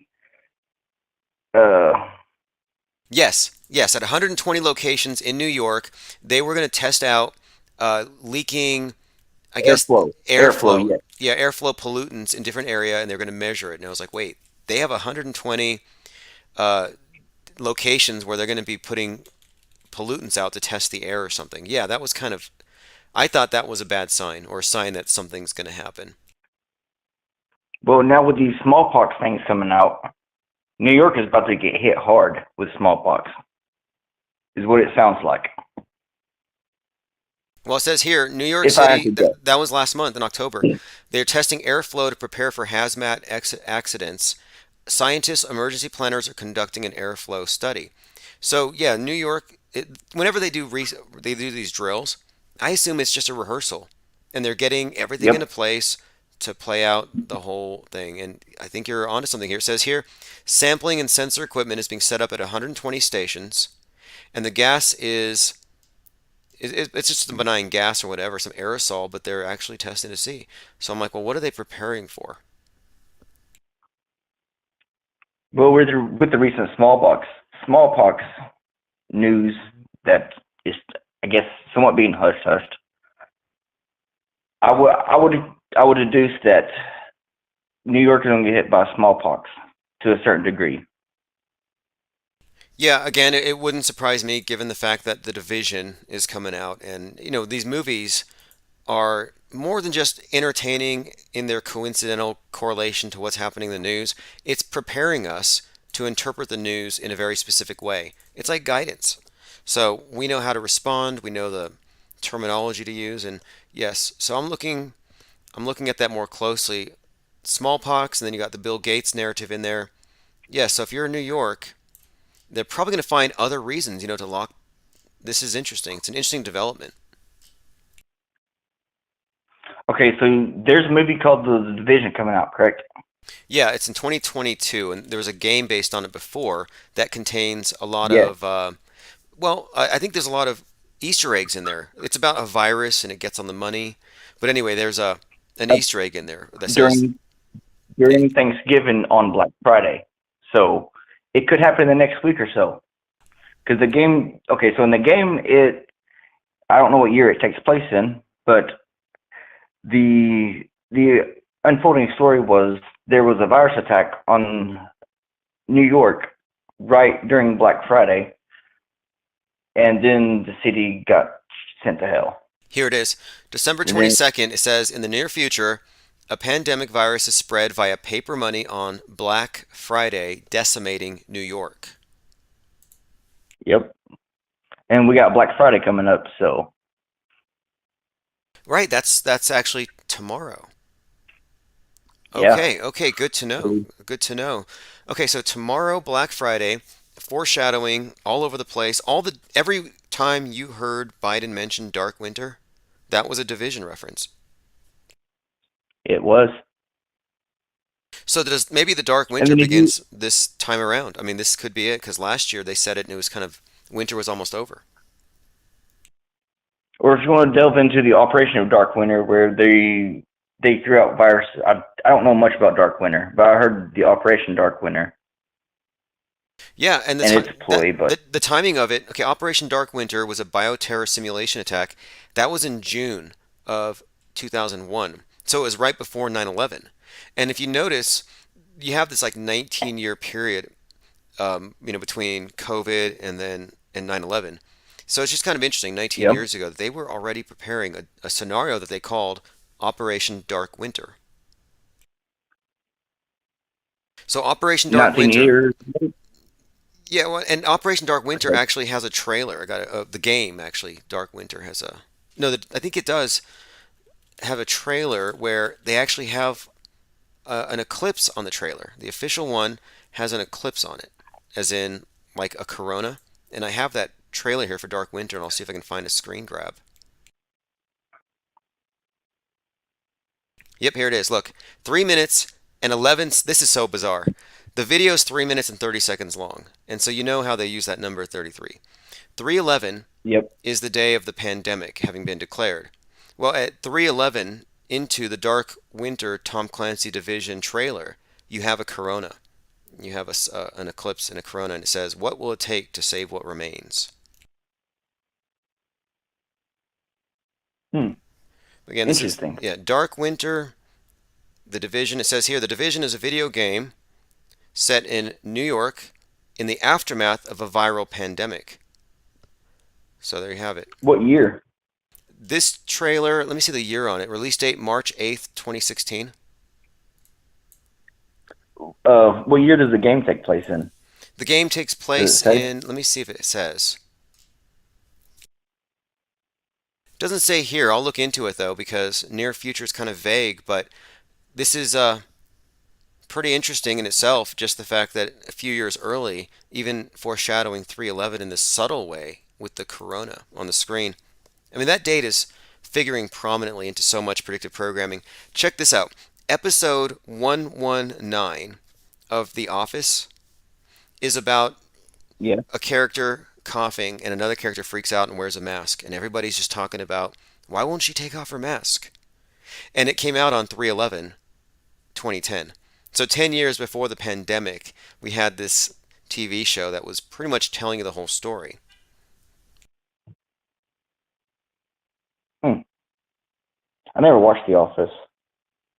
I don't watch 99% of the stuff that I reference, but what I do is, in the research I come across it and I get the clips and then I do the research and I look up the episodes. And yeah, for me, it's more like Okay. I have to research these things. There's no way one person could watch all this stuff. So we rely on our crowdsourced research here. That is true. Okay, Travis Cloud says But yeah, Dark dude. Winter. It was based in 2001. Anyway, hey, this has been a great call. Appreciate you calling, and certainly call back anytime. Always happy to discuss Yeah, these man. things. Take it easy. All right, and happy Thanksgiving. Thanks again. You as well. See ya.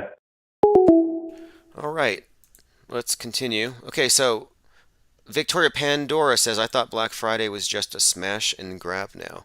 I saw that. I think they caught these people stealing the purses. Looting is so 2020. Okay, I have to correct a couple of things here. One, the other day I incorrectly said April 30th was Hitler's birthday. I meant death day.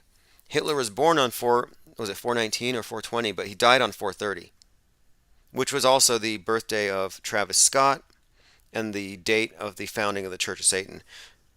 Just a correction. Another correction here.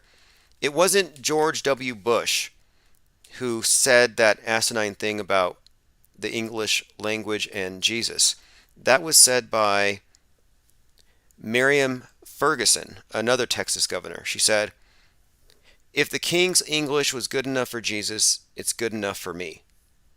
Now, I don't know if George W. Bush quoted that, but no, it actually had an origin with another Texas governor. Mark says, in the first scene of Avatar, everyone on the street is wearing masks. Right. Avatar, James Cameron, another movie with the subtext of unfettered capitalism will eventually destroy everything.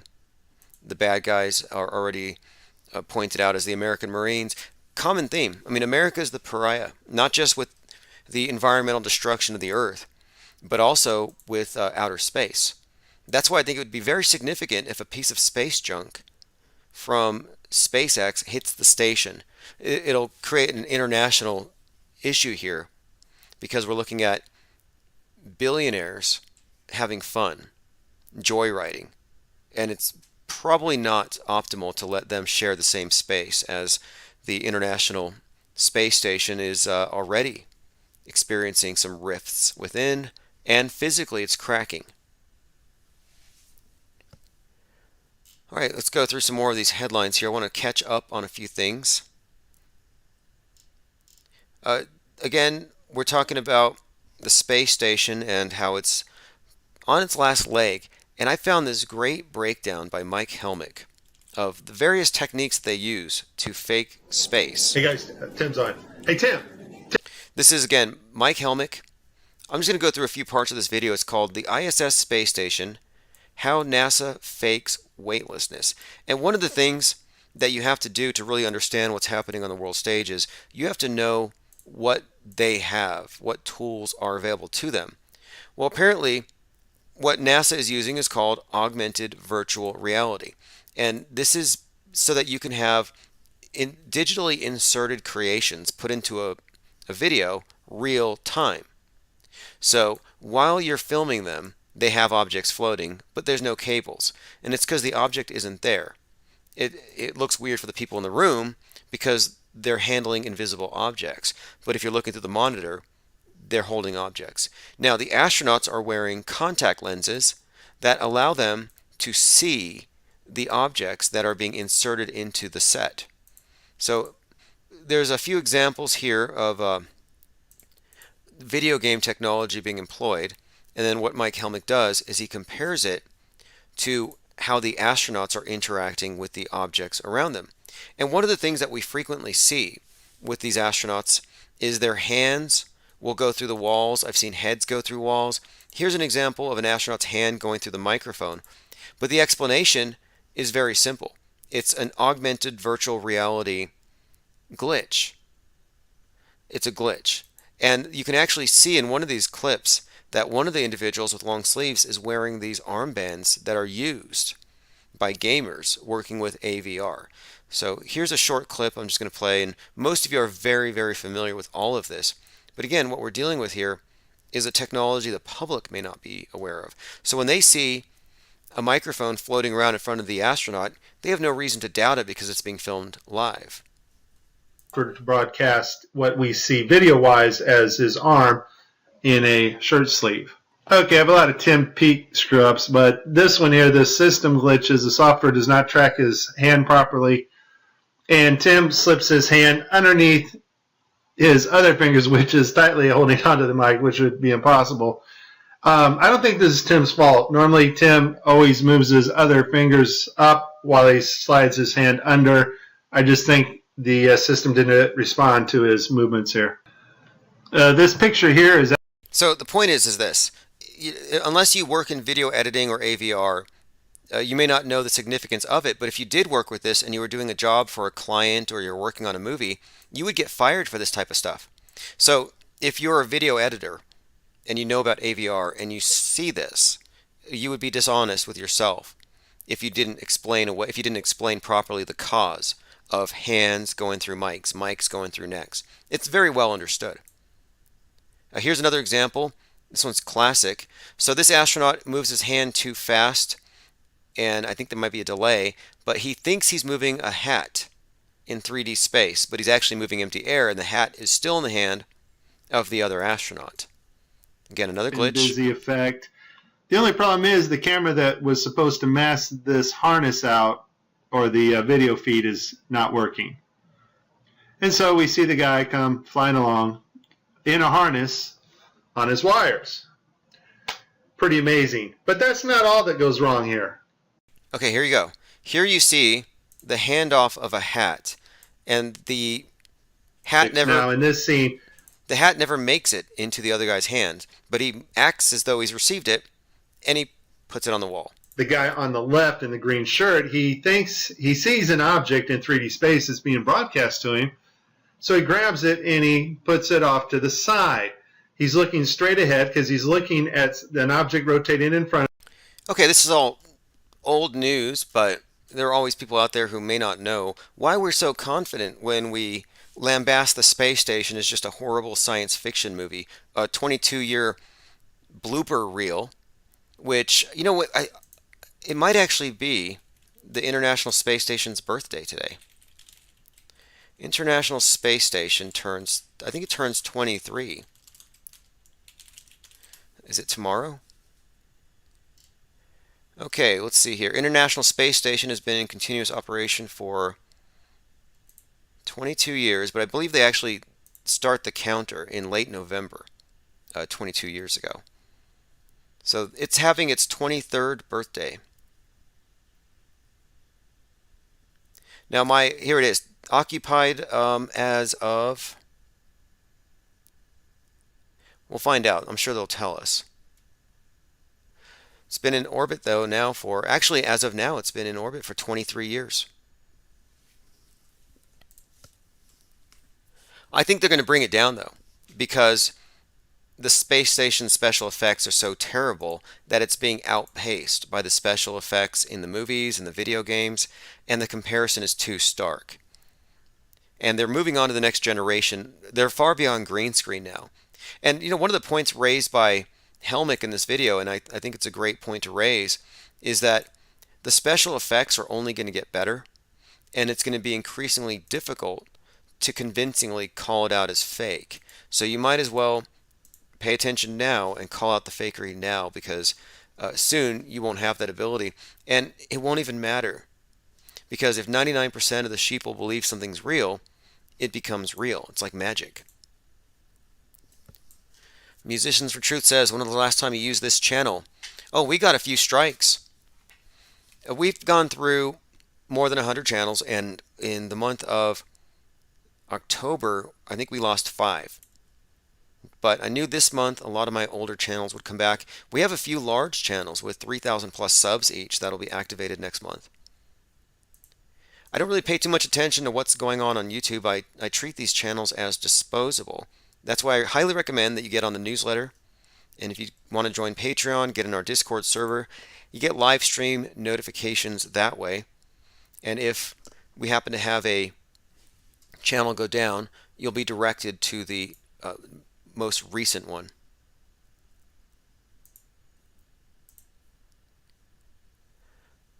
All right, let's see what else we have here. Going through comments, Zareth the Alchemist says, it's all for the children. Space travel is fascinating to kids. They're prepping the next generation for the future alien invasion and fake asteroid show. My guess anyway. Well, it's been a multi-generational brainwashing operation. And why would they spoil it with a bunch of skeptics and people who know it's fake? So you might be right. We may be at a point where they're just waiting for there to be more believers than non-believers, and they want to silence all the vocal critics. And who really is a critic of the space program in any position of influence? The most visible conspiracy theorist out there, I guess you could say, Alex Jones, for example, he believes in outer space. He believes in the moon landing. He believes NASA. And that's an important thing to note. There are people who call out all the fake news on Earth, but they think everything above is real. Oh, the media can't lie when it talks about something above the Kármán line. Right. Right. And I think if you call out the fakery above and the fakery below, yeah, then you're looking at things from a proper post-media, post-world stage perspective. But if you're still treating one or the other as real, you have one foot in the matrix. All right, let's see here. A lot of people in the comment section. I want to check out Mixler. So Mixler is our 24/7 audio stream. I say 24/7, but it will officially be 24/7 again, I think in about a day or two. We're waiting on a video card to arrive. Joined by Wee Bear, Salty Siren, Travis Cloud. Oh, and just for anyone's information here, if I say the word globally, it's because we have to be understood and we have to use the language that everybody understands. What are you going to call it? You can say across the world, but to me the term globally, yeah, I know. I'm in the position of I don't know. You may say you know it's a ball, and I'm like, cool. What information do you have that I don't have? You may say you know the moon landing was real. Well, what information do you have that I don't? You know, you have an image you can point to. That's not evidence. There's a lack of evidence, and we have really high standards here. You can't just point at a TV or an app. You could say, well, my app says the space station is flying over my head right now.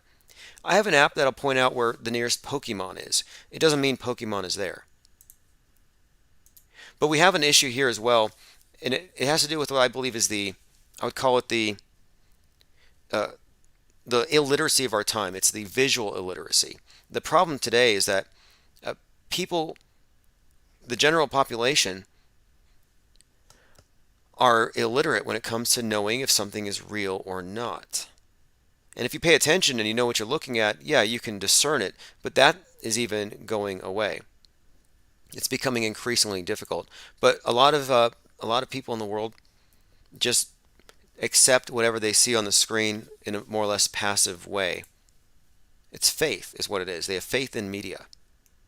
It's replaced faith in all religions, and as I've said today, it's the religion of our day. And this channel, and I think most of the people listening here, thought criminals, heretics, apostates, non-believers, true investigative journalists. We're actually investigating reality here, which is why I think we'll never be truly censored, because we're far more philosophical than political. Look at the screen here. This is another reason to think that nobody died in that SUV attack, and it's all just a made-for-TV movie. The South Park episode that just came out has a scene with a red vehicle running people over. This is from the trailer. What are the odds? And when are they going to ban red SUVs?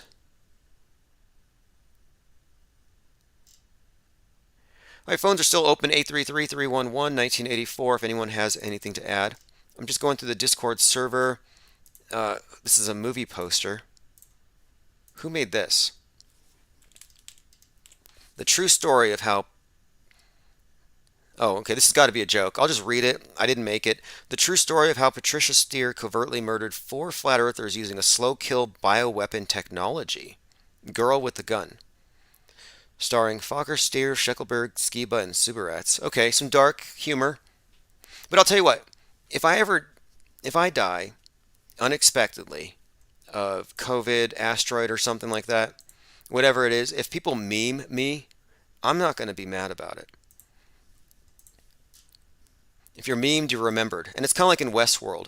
You exist as long as you're remembered. All right, let's see what else. I don't want to go through the list. I mean, I'm starting to think we're going to need an obituary in the new tabloid. We have a tabloid coming out next month, fakeworld.news. You can get the first issue on pre-order right now. and it's going to be printed on the 1st. fakeworld.news. You don't want to miss it.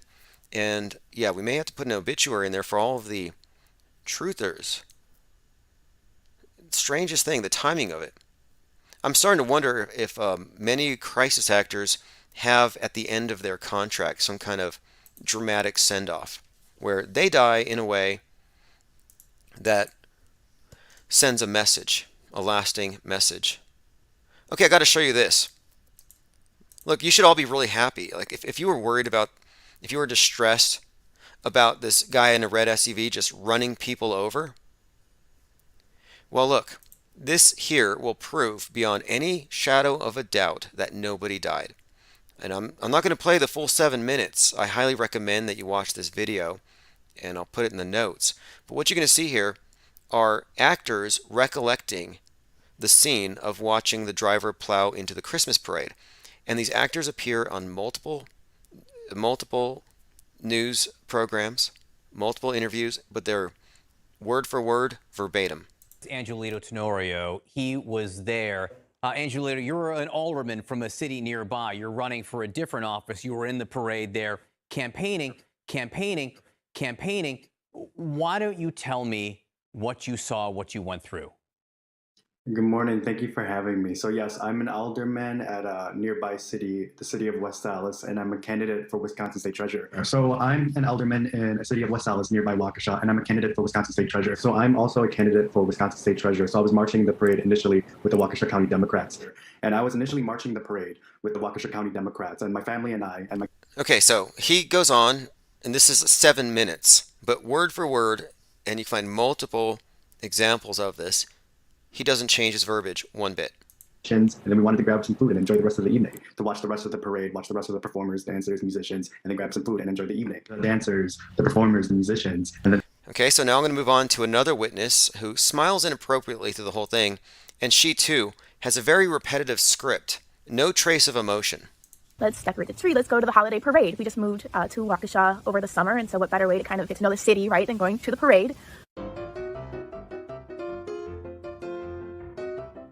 Again, inappropriate smile. A ton of families with young children, people had their blankets and, they had food and the bags for candy and things like that. Almost every family had children there with blankets and candy bags and, people were there to enjoy the holiday season.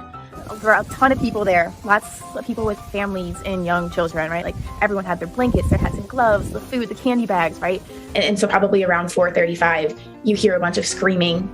And your first thought. Now, again, I'm not going to play. There's 8 minutes of this, and there's other actors. But what we have found here, what News is Fake 4 has found, they've probably been censored 3 times. What they found here is that there is a script here. They're not ad-libbing. They are reading off a screen, and there's nothing about it believable. They're all teleprompter readers, like Joe Biden. Surprised none of them said end quote. So, if you're a witness...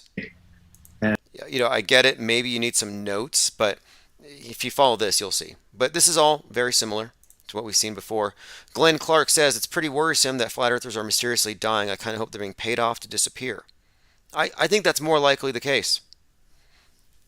I think it's more likely the case. I mean, that's the idea of being a crisis actor. You play a role, you die a politically expedient, useful death for whoever is having you killed off, and then you're repurposed.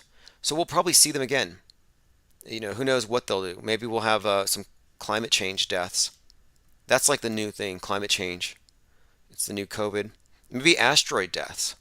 Like Mark Sargent doesn't wake up because a space rock falls through his roof, crashes his pillow while he's laying on it. Like that sounds unbelievable, right? But there was actually a story about this Canadian who was in bed and a rock fell through her roof. Meteorite crashes to the ceiling and lands on a woman's bed. 2.8 pound rock. Says a woman in Canada nearly missed being struck by a meteorite that crashed through her roof. And I'm not really believing this one because there were witnesses. They saw a fireball. People at a local construction site saw the fireball. It punctured her roof. It went through her ceiling and it landed on her pillow next to her. Like, excuse me, but if it had the force to go through the roof and the ceiling, it wouldn't have run out of force before falling onto your pillow. Like it should have bounced off the bed, and it did not. I want to review some tweets. Glenn Clark says, Skiba got me, but then I'm starting to see more dropping, and now I'm suspect. Yes. To me, he did not look sick at all. 40 days on a ventilator sounds a little too convenient for a guy whose life was about the Bible. 40 days.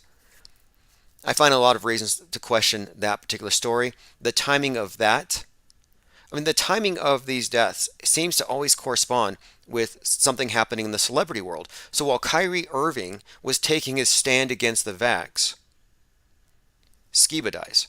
So it's like, wait, flat earth or anti-vax? Skiba, flat earth or anti-vax? Then you fast forward a little bit, and as Mac Parhar is going through his ordeal and he's dying of ivermectin or whatever they're saying in the news, Joe Rogan's out there dispensing ivermectin to Tim Pool and Aaron Rodgers. So, and Aaron Rodgers has COVID toe, but he's in denial about it. But my point is, when you have these psyope deaths coinciding with mainstream media psychological operatives, I kind of question it. This is from my Twitter feed. Someone brought this up. They said, it's kind of odd that the Alex Jones Sandy Hook case came out the same week as the Rittenhouse trial. And now you have the claims that Noah is actually Kyle Rittenhouse. Pictured is Noah's father. Do we have pictures of Kyle's dad? As someone pointed out to me that, people point out the darndest things. We'll see. We'll see. I'm not jumping that far to say that Alex Jones is Kyle's dad, but this is a bad one. You thought Let's Go Brandon was bad. Do you remember how that reporter was praised for her verbal dexterity when people were chanting F Joe Biden, and she got a guy named Brandon to come to the mic and say, "Let's go, Brandon"? Well, this is not verbal dexterity. This is clumsy. So Rachel Maddow is hanging out with Hillary Clinton, who starts coughing off to the side, and watch how Rachel Maddow tries to cover it up. She tries to do a "Let's go, Brandon." She tries to hide the fact that Hillary's got pneumonia and has since like 2016. More direct threat. Hillary Clinton is, excuse me. Sorry, I didn't mean to jump in there in a way. Excuse me. Sorry, I didn't mean to jump in there in a way that surprised you. So Hillary Clinton coughs, and Rachel Maddow says, "Oh, excuse me. I didn't mean to jump in there and surprise you." So I guess she's taking credit for having caused the cough. I'm not sure. Let me play that again. Hillary Clinton is, excuse me. Sorry, I didn't mean to jump in there in a way that surprised you. Hillary Clinton. More direct threat. Anyway, at least she didn't cough anything out like that one time. So it is true. I didn't comment on this. I saw the picture. I thought it was Photoshop, but it is true that Kyle Rittenhouse did take a photo with Donald Trump right in front of the picture of Trump fist bumping the North Korean dictator. Super politicized thing, but remember, Kyle Rittenhouse was spotted front row seats at a Trump rally wearing a white hat when he was 17. Every single time I see another one of these images, these PR shots, I think, okay, we're looking at an actor.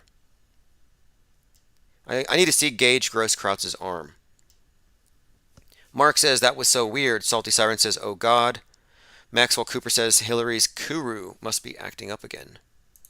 Yeah, Kuru is I believe it's a sickness you get when you no longer have access to human meat. Is that what it is? It's like the disease that cannibals get.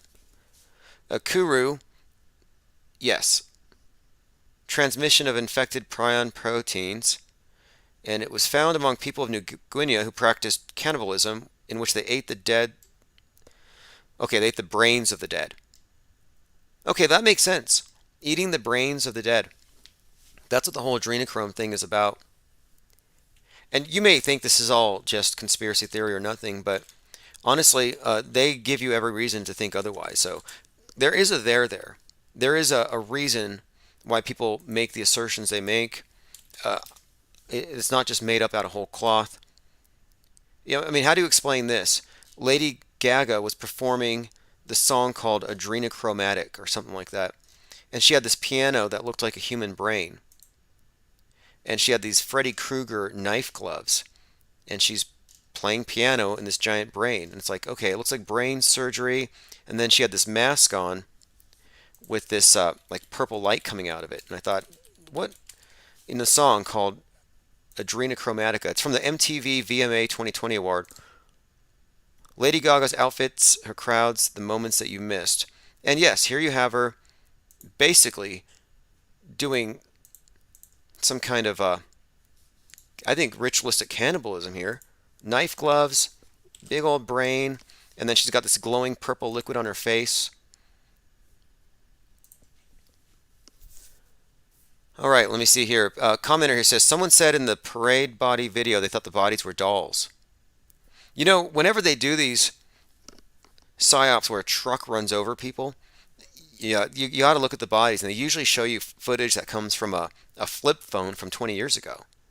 Poor footage whenever they do these things, but yeah, it's just as likely they just threw some training dummies out. One Step Too Far says, Kyle already said the family's changing their name and moving, and his sister looks like a crisis actor from a shooting, but I don't remember which. Yeah, he'll be repurposed. If he was truly a 17-year-old, I mean, I don't know. Someone suggested to me that he was possibly a 20-something female, and that he was wearing fake acne. Anyway, Kyle Rittenhouse battles Lynn Wood for the $2 million bail money. Remember, I talked about this, how Lynn Wood, crisis actor lawyer, kept him in jail to raise money. The whole thing is a grift. They're probably all in on it. Lynn Wood is probably giving Kyle, I don't know. I don't think that Kyle's a good guy caught up in the wheels of something bigger than him. I kind of think that from top to bottom. But it's getting kind of strange because Marjorie Greene, MTG, she's suggesting, or she's demanding that Lynn Wood go to jail for his treatment of Kyle. So there's kind of a split here. And then Kyle comes out and he denounces Q and the election fraud conspiracy theories. He denounces those and he calls Lynn Wood insane.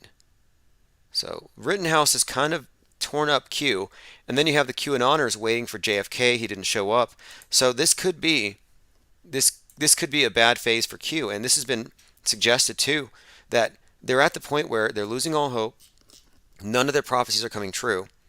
Even their hero Kyle wants nothing to do with them. So this is the point where they drink the Kool-Aid. So I'm keeping my eyes on the situation, on the Q cult, whatever you want to call it. And there was one other thing that Negative 48, that's the name of their leader, brought up, Michael Protzman. He said, we may not see the truth until we've left our physical bodies. So they've already kind of brought that up as well, that they may have to die to meet JFK. And nothing will stop them, not even Maria Shriver, a Kennedy, who said that they need to stop. Brian Williams said that it's a circus of lost souls. A couple more notes here. The Pizzagate Massacre film, I'll be watching that. This is a film that's getting the public ready for a conspiracy theorist mass murderer. And they've been working this angle for some time, but I think it's going to accelerate. The story is a filmmaker put out this film of using the original Pizzagate narrative, but then made it more extreme. Actually made it into a horror film. And if you watch the scene, or rather the news reports of the Pizzagate researcher bringing a gun to a Comet ping pong, everything about it seems staged. Even the photography. You got a cameraman on the other side of the Pizzagate conspiracy theorist, and then across is the cop pointing a gun. So like you have journalists getting in the line of fire. I find all that to be very suspect. All right, this is The Masquerade, JT33, featuring Symbia. Same time, actually probably earlier tomorrow morning, and then also in the evening, we'll be doing open phones. If you want to leave any messages, 833-311-1984. We get to all those live. And again, appreciate all the comments, chatters, and the voicemailers. Always great intel. Anyway, this is The Masquerade. I'll put a link in the chat.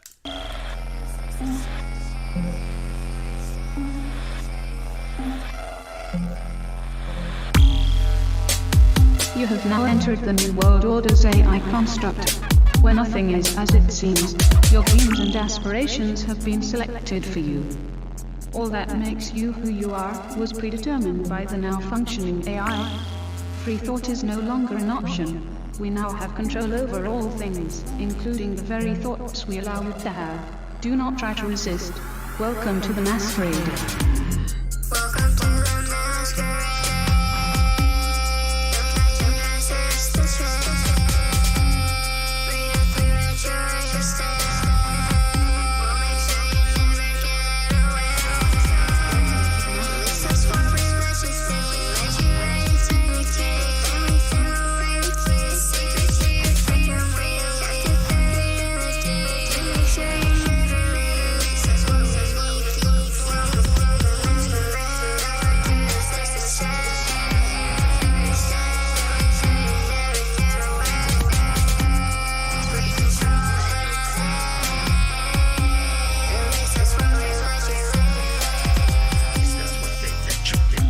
Some sort of illusionary grid that we're living in. Still I'm entrenched in the thought that my thoughts are my own and I'm giving in. Tired of living with hypnotic psychosis of going through all of the social media motions. I don't care what you're posting in. Keep on scrolling through all of the propaganda. Keep on showing support. You're giving them the upper hand. You can find any info to support any truth that you want to pursue it. Truth is subjective. I'm being selective and choosing the path and I knew it. Welcome to the masquerade. We're playing charades where the world has been staged like a play. The play is on the people. Either you wake up or succumb to the evil. When you succumb to the evil.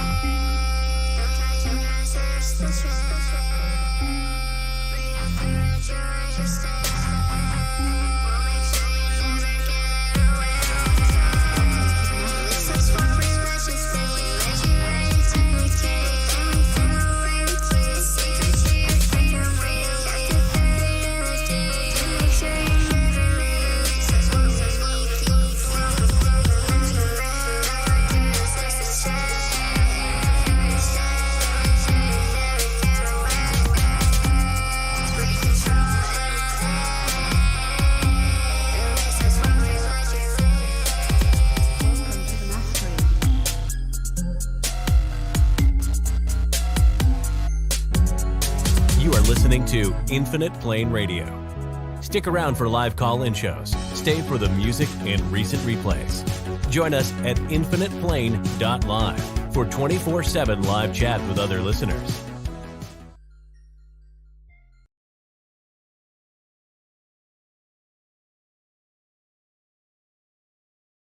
I'm so COVID dude, I think I've got a real bad coop. I need to get out of the house instead of doing what you tell me to.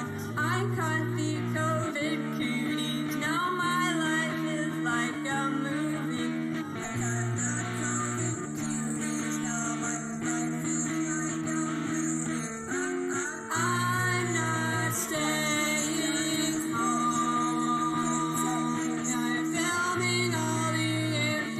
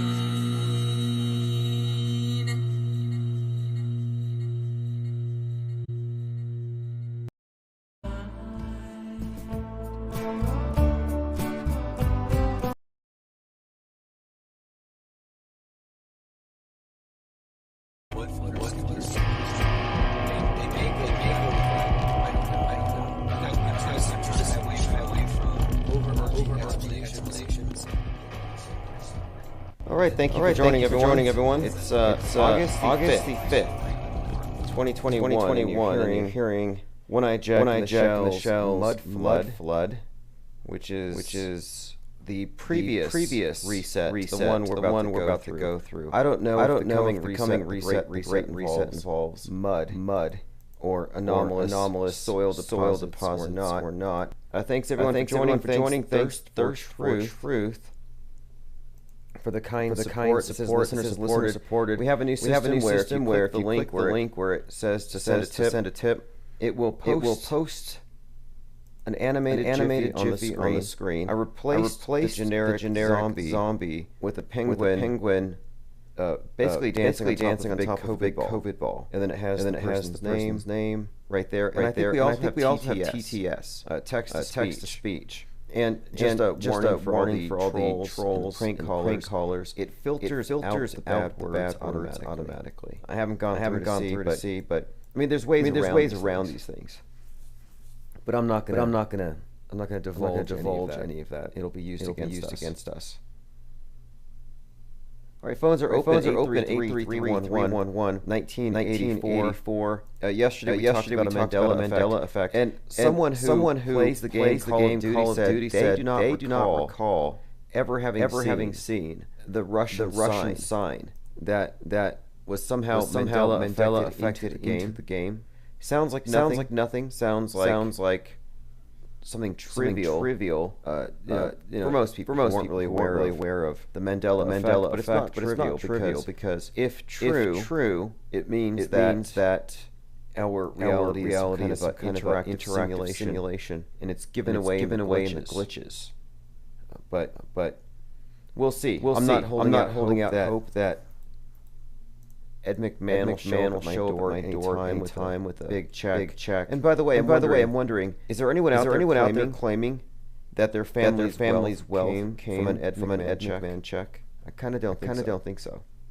If you're looking on the screen, that is not a hostage situation. Even though it looks like it. The little girl with the mask looks like she's been kidnapped, bracelets, like she's tied down. No, that's your president, not my president.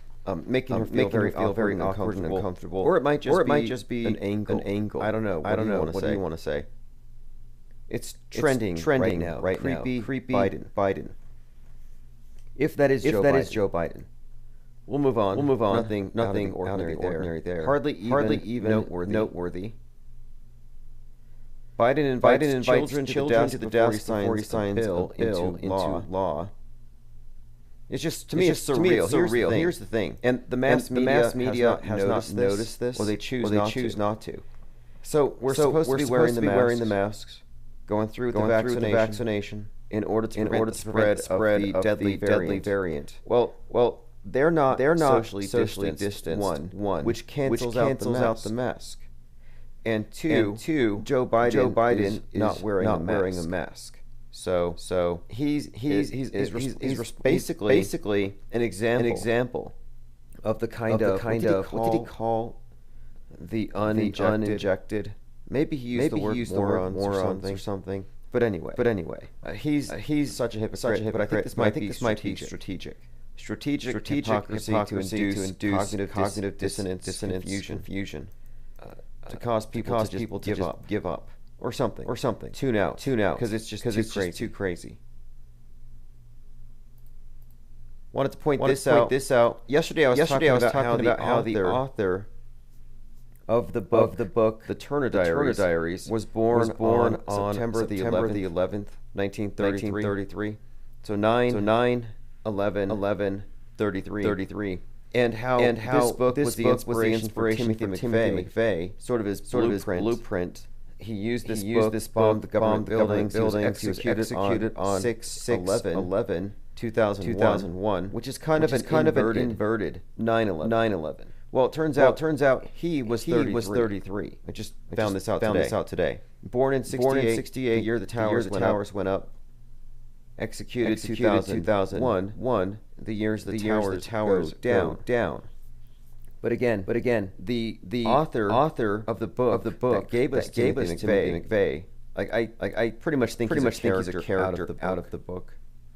His birthday was 9/11/33, and here's a guy who's 33 executed on 6/11. A little bit of interesting little nuances when you're getting into the psyops, just how connected they actually are. And they all are. I can go off some of these things. It's just absurd. There's a point where we know what we're looking at now. You know that last shooting in Boulder, Colorado, last major mass shooting. It was at King Soopers. You know that was King Soopers number 33. There were 33 union members there that day who were being shot at, and they overlap the psyops. So they're there for the COVID-19 shots, and they get the AR-15 shots. It's all meant to be ironic. This shooter was doing so in retaliation for the Christchurch shooting. Fake, of course. Side note. And then strangely enough, at that same time, we had the parlor shooting in Atlanta, and the parlor shootings were templated 100% off of Christchurch, the inspiration for the King Super shooting. And what I mean by templated is Christchurch was a shooting at two locations of a target immigrant population, and the shooter who was a white right-wing racist was run off the road in a pit maneuver, dragged out of the car and arrested. Well, that was Christchurch. In Atlanta, the parlor shooter, two locations, dragged out of the car in a pit maneuver, and arrested. Totally templated. And it's because all these events exist in the same fictional universe. It's true that they all are interconnected because they're written the same exact background. Like the fictional universes. You're probably familiar with them. They're just internally consistent backdrops for different characters to interact. They have the same basic timeline, same events, same conditions, and the majority of the world's population inhabit the same fictional universe that all the fake shooters and all the victims live in. I mean, some of us are able to see how you have some characters who are clearly world stage characters, but they're conscious of their roles. Whereas the general public is unaware of it. Case in point, crisis actor, we'll say David Hogg. Well, he's been called out as an actor, but he still plays the role. The public has confused the role for the person. They don't know that these are two different things. Those of us who do are censored. No, truly, we live in a schizophrenic world. The people who are in love with the image of the beast, the TV, the ones who worship this thing, are in a simulation already. Restless Bear says what happened to the other guy involved in the bombing. I can't remember his name. I think it was Terry Nichols. And I believe he was born 1955. I'm going to see what his death date was. I don't think he's dead yet. So. Oh, by the way, someone brought something up yesterday, and I wanted to mention this. So the Unabomber. I was looking into him recently because there's a rumor that Greta Thunberg is one of his biggest pen pals, which wouldn't surprise me one bit. But someone had suggested that the Unabomber is a character played by Terrence McKenna. Kind of a drug guru, an ethnobotanist and mystic. So it would be kind of interesting that he would portray such a role. I think this is the thing. I don't think they look all that similar. They may sound alike. I mean, come to think of it, they do look kind of similar. But when you're talking about environmentalists, people who believe in Earth, like Gaia, Mother Earth is a conscious thing, and we need to put down our technology and stop using fossil fuels. These environmentalists are all basically copacetic with the Unabomber manifesto, which is why it wouldn't surprise me if Greta Thunberg was in fact one of his biggest fans. Think about it. She didn't have that outlet at the UN to make those faces and tell us how bad we all are. She probably would be sending off bombs. Like, I'm kind of glad that she had an outlet. All right, phones are open. 833-111-1984. Let me go ahead and start off with a voicemail.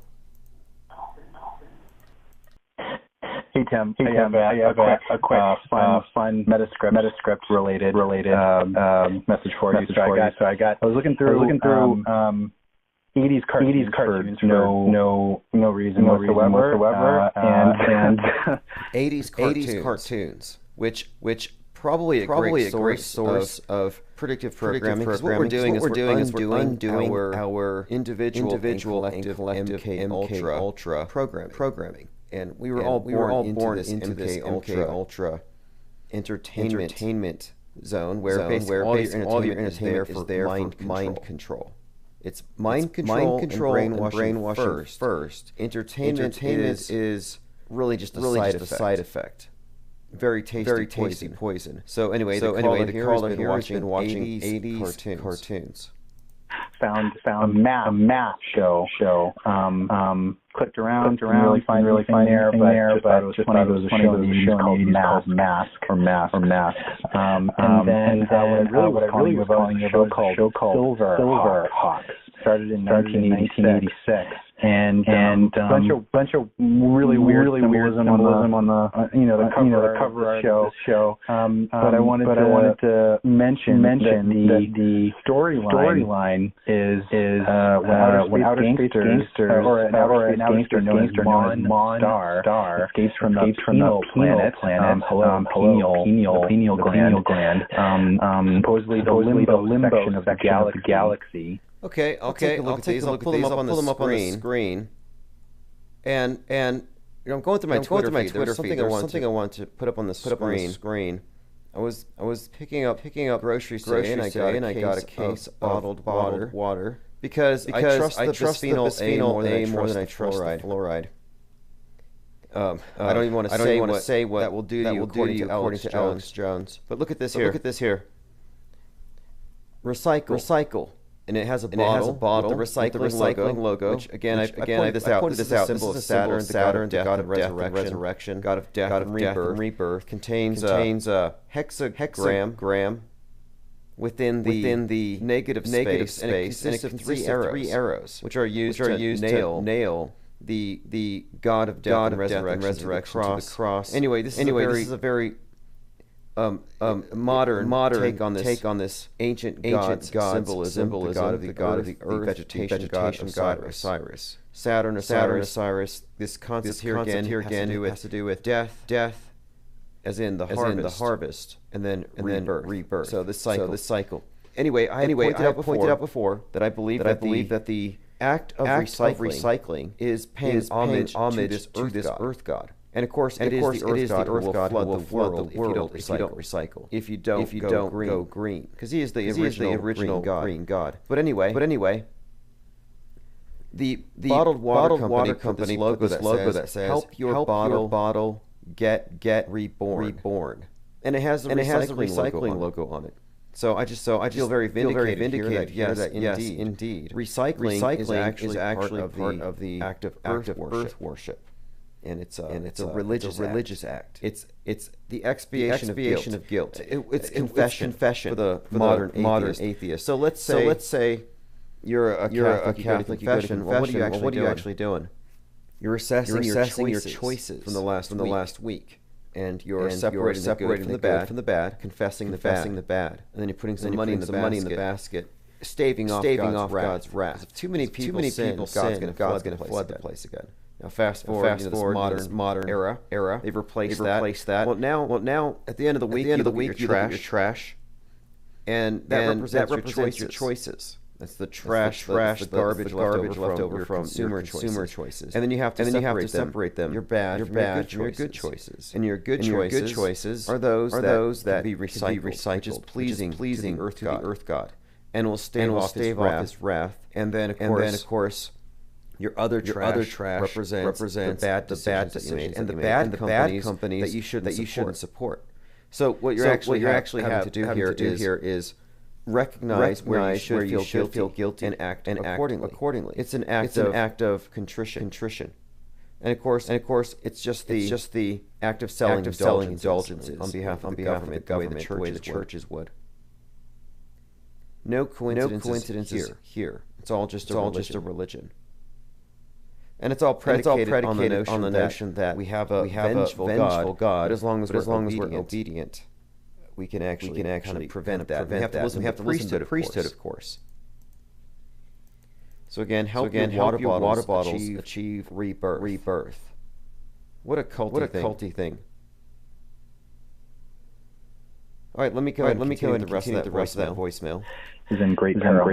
In response, an elite team of cyborgs, Silverhawks, are assembled as a counterforce that is Limbo's best against Monstar's gang. So I just thought it would be a cool thing to show as a juxtaposition between how Elon Musk is kind of. I'll take a look at this. I will. I found something else today actually that was equally compelling, and it was I think it was called Wonka Piercer, where someone had looked at the movie Snowpiercer, which is a very terrible movie, and they compared it to Willy Wonka and the Chocolate Factory. And the conclusion here is that Snowpiercer is a sinister sequel. When Charlie grows up, and he's the guy in charge of the train in Snowpiercer, the train that everyone is trapped on. I don't care to go too much into it. I watched it. I didn't see anything all that profound in terms of symbolism. What I saw though was more or less plagiarism and a template. But I recommend watching this thing. Again, it's called Willy Wonka Factory Connection Snowpiercer, or Wonka Piercer, because it shows you how movie directors are able to actually very subtly encode other messages. In this case, another movie is pretty much repeated through an entirely different set of circumstances. But if you know what you're looking at, you can see it. And it's this templating that we see here. That's evident with all of the programming. Where movies, regular old movies, seem to foreshadow news events that show up later. I'll play a short clip. And this is Snowpiercer equals Willy Wonka sequel. And I'm just going to go right up to. We'll just play about 15 seconds of it. And you'll see into your imagination. Okay, it starts off with entering into a world of pure imagination, and that makes me think of the Mars program, the space program. Entering into a simulation. People already live in a simulation for the most part, but once they've gone to the Mars bases, it's all over. And it shows how the tunnel to the land where the Oompa Loomps are has a parallel in the movie Snowpiercer. And there are many parallels. I think that the connections are pretty well established. You even have a form of Oompa Loomps. So I won't play the whole video, but it's there on Mine's account. And it's a good example though of how a very subtle subtext can be inserted into a movie, and very deep messages can be communicated just very subtly. It's those in the know, hidden in plain sight. And there's an esoteric side to all of our entertainment that is important to understand. Because that's the main part. The esoteric is the actual meaning. everything else is to conceal the meaning. So that's why I said before that the brainwashing is the main purpose, the entertainment side effect. If you're looking on the screen, we have Dr. Aqua Lung, an individual walking around. And I've said this before that on this channel we predicted people will be in space by 2021. Well, we have them. People are walking around with their own oxygen supplies. So they go out in public, which again is completely moronic, and that's just I'm being charitable. If you're really so certain that there is this deadly virus out there, you really shouldn't even be leaving your house. And someone else brought something up. They said, let's say that we're not being lied to about everything, and thanks Zinvalis for the 311. Let's say, for example, that they're not lying about any of this stuff, and the people are now masking up again to protect the unmasked. It's like, why don't they just wear two masks before insisting that everyone else does it? Where are the self-quarantiners? You think there'd be a lot of support for that too? Where are the people who are voluntarily going into quarantine? Maybe even to save the planet, selling their cars and everything. Nobody's doing that. All right, let us continue. Now I mentioned Gaia. I talked about the god of the earth that people are worshiping. And you need to know the World Economic Forum has this thing called the Global AI Action Alliance. And this is all about putting quote artificial intelligence in control. Listen to this. The fourth industrial revolution, or if you want to be a real culty, you can call it the 4IR. The 4IR is a fusion of advances in artificial intelligence, robotics, Internet of Things, genetic engineering, quantum computing, and more. The fourth industrial revolution is a way of blurring the boundaries between the physical, the digital, and the biological. This is what they call the metaverse they're putting us into.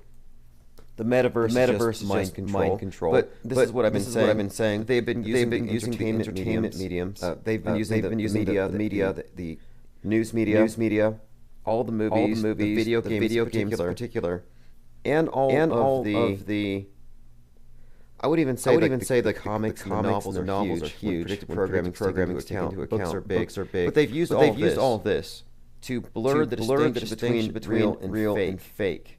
Because they have total control over the media. And this allows them to totally redefine our reality. So here we are. Looking at the World Economic Forum with the 666 logo, with dear leader Darth Klaus, talking about how we'll be happy when we have nothing. And they have this agenda named Gaia. So just so you know, Gaia is a primordial goddess. It's Earth's worship. So when I said that the god of earth, the god of recycling is the god they worship, the god that you're venerating, recycle. I absolutely mean it.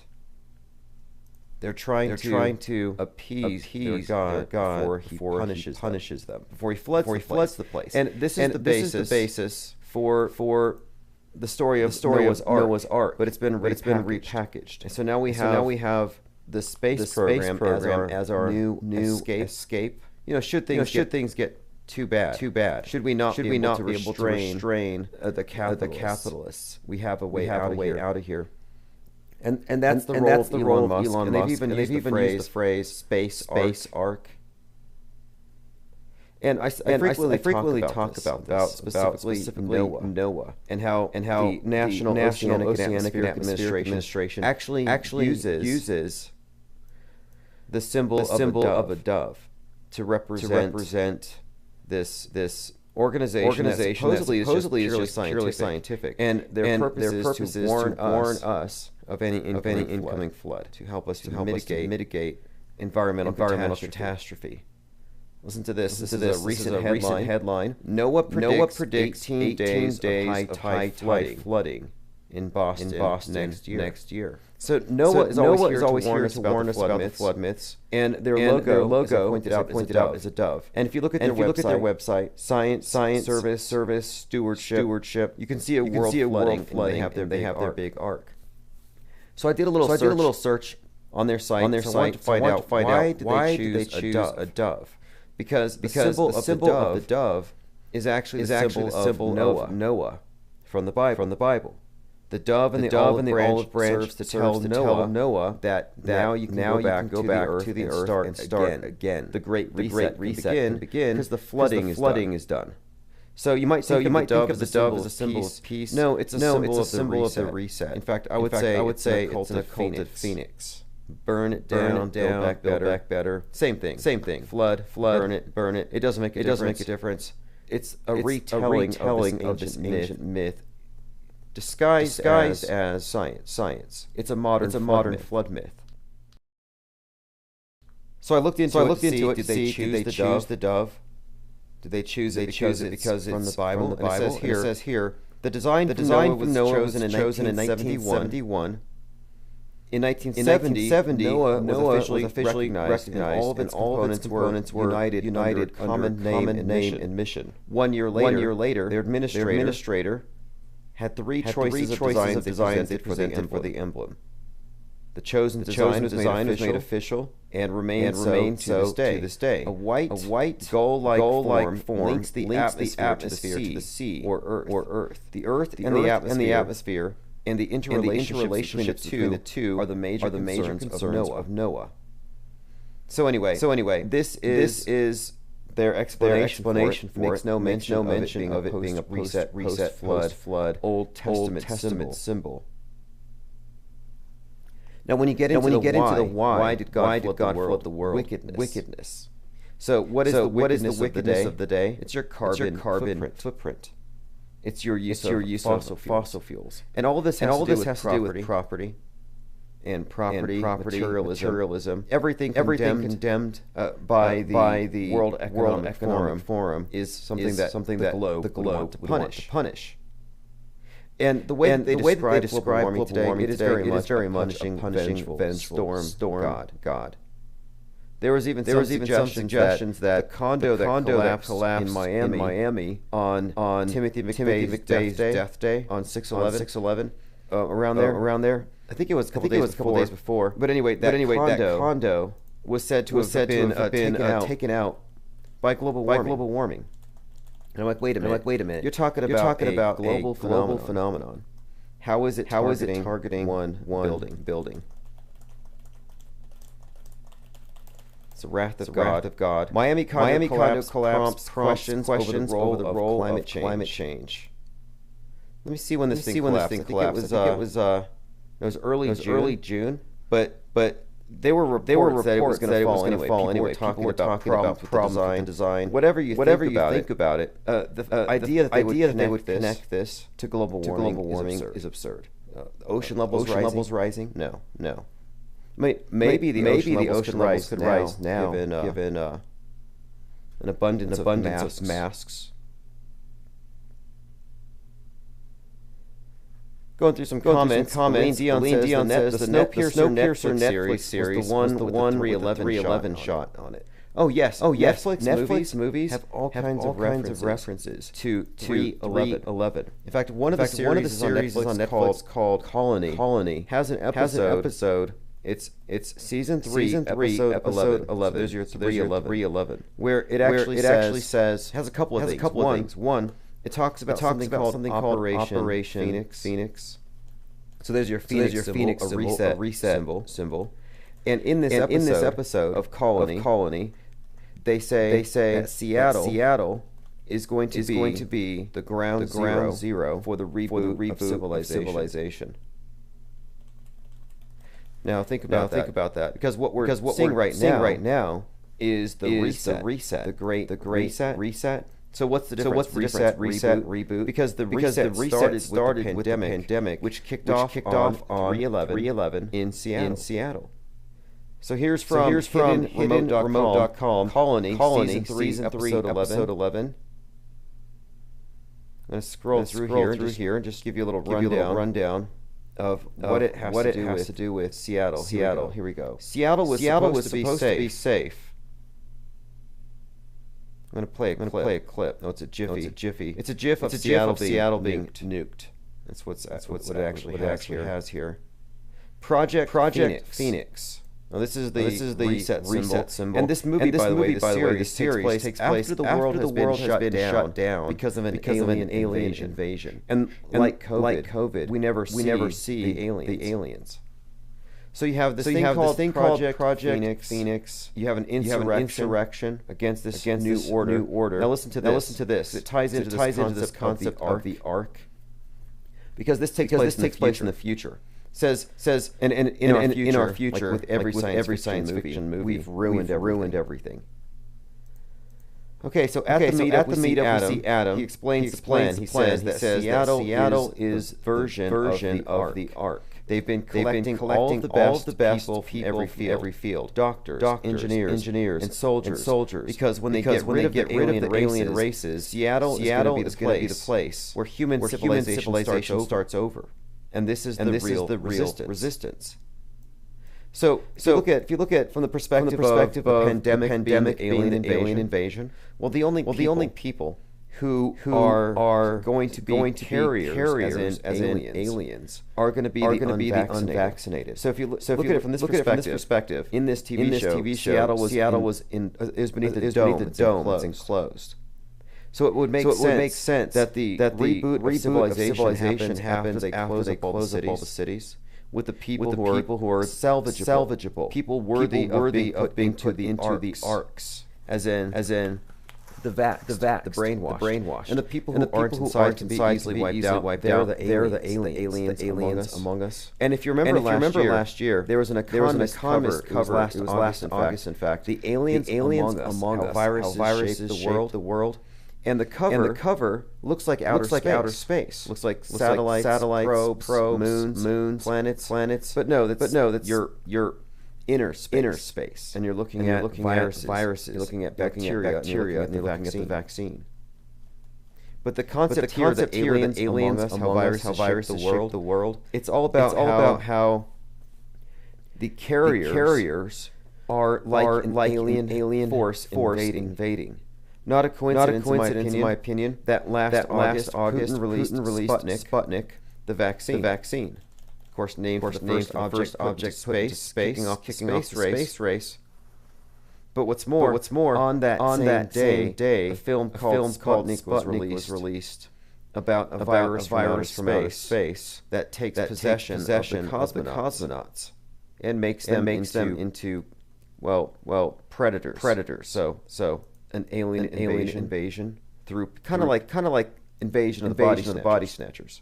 So my point being, the reboot of civilization is about rebooting it with an art situation where you have the people who are brainwashed, who go with the program, who have the blood pact with the state. Because that's what it is. It's just a blood pact. It shows that you accept establishment science, establishment media. In other words, state religion. And the infidels can all be filtered out. You're the alien invaders at this point. You're the ones who have been possessed. You're the carriers. You're the ones who have been body snatched. And your vax hesitancy has made you an enemy, as you can see by the way the describes it. So I would say this is all just more programming. But again, it's worth noting that the resistance uses the name Project Phoenix, and the whole thing is about a reboot starting in Seattle. By the way, the first patient to come down with COVID shows up on 119. There's so much. If we want to go into the metascripting of everything that shows you how everything is carefully planned, and that's why I'm pointing this out. This is just one of many TV shows on Netflix and Colony that was telling us to expect something big on 3/11, which is why we were. And 3/11 was the day they kicked this thing off. But unlike 9/11. This event, which was the 311 for this generation, wasn't described as quote 311. They didn't isolate the day. They didn't brand it that way. And I think it was on purpose. It would have been too obvious. Lean says the WEF are the Globe's priests. They totally are. There's quite a lot there to substantiate that because we're talking about Noah's Ark, and then the modern Noah, and the space program, which are the new arcs. This is the modern priesthood. The modern globe is just the new god. No, and look, you have the astronauts who are your high priests. Those are the ones who go really high, or they get really. They get a special view that you can't have. They get to see the face of God. They get to see heaven. They see the face of the globe, and they get the overview effect, which is a cognitive shift, where they no longer see boundaries. Everything is one when you get that high. So they're able to tell us, hey, from our perspective, the globe's not looking too good. And if you don't change your behaviors, there's going to be a flood. So the priesthood informs our politicians who are able to charge us money. You know, you got to pay money somehow to calm the globe down. I mean, it works. It keeps God from flooding us. Why wouldn't it stop the globe? So now let's get into the next part of this, because I'm just describing here this modern myth, how it's been brought back. So the symbol of the dove was front and center during the inauguration when Lady Gaga performed the national anthem, and she was dressed up like someone out of the Hunger Games. So the Hunger Games is the very definition of post-reset dystopian science fiction. Post-reset, post-flood. After you start over with the salvageable, the ones who were worthy being put into your arcs or your enclosed cities. So here we are with all the talk about dark winter as a backdrop, and they come out dressed like characters from the Hunger Games, the author of which she was from Sandy Hook, which is kind of worth mentioning here.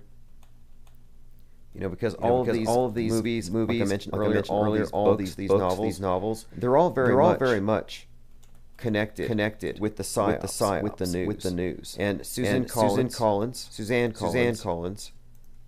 has connections to the town of Sandy Hook, which also has other connections to other movies like the Batman Dark Knight Rises franchise, which by the way Dark Knight Rises makes use of the burning bat. Dark Knight Rises, like a phoenix rises. There's these correlations being made. But let me show you the movie if you haven't seen it. In the negative space between the buildings behind the Batman, you actually have the shape of a phoenix in the flames. So Phoenix is the symbol of the reset, the thing that causes the flood, or rather the symbol of the post-reset. But this time it's been rebranded as a bat. So you've seen it as a dove. You've seen it as the phoenix. Here you actually see it as a same symbol. It just means burn down, flood, build back in the aftermath.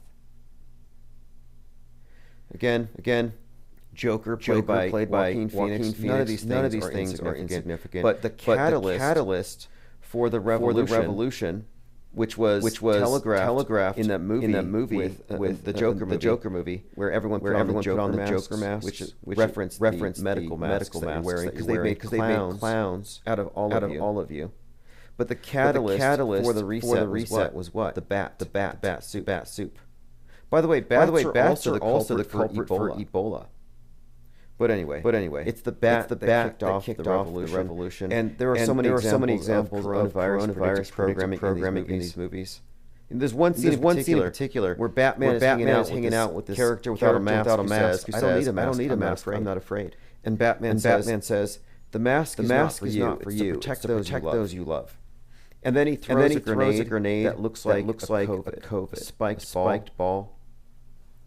And it explodes, leaving this cloud of smoke everywhere. So we haven't seen that yet. The nuke, or whatever. But maybe we have. Last August, we had a series of mushroom clouds covering the so-called globe from basically August 4th to the 13th, starting with these bombings in Beirut, all coinciding with the anniversary of Hiroshima, Nagasaki. So back to Lady Gaga with the post-reset movie references in her wardrobe and the dove. This is all telling us the same story. It's about the reset and what comes next. So next, let's go to the movie Wall-E. The movie Wall-E actually has the number 113 encoded into the name, and that's admitted that the Wall-E is basically another one of these Pixars that uses all the same symbolism. But the thing about this movie is it takes place after man has destroyed the world. It's covered in junk. And not only is it covered in junk, but it's surrounded by space junk. It's uninhabitable. So mankind gets into a big spaceship. In other words, an ark. And in the ark, they get fat and lazy, and they orbit around the Earth, waiting until they get the message that it's okay to go back and populate. So they send a little robot down to the Earth, and the robot happens to look like a dove. Not a coincidence. And this robot is searching for any signs of life, and she finds a branch. And just like the dove with the branch that goes to meet Noah, the dove with the branch on Lady Gaga's chest, it takes it back up to the captain of the ark, who then decides to go back to the Earth. And by the way, the captain of the ship has to declare this thing called Directive 113, which is 311 in reverse.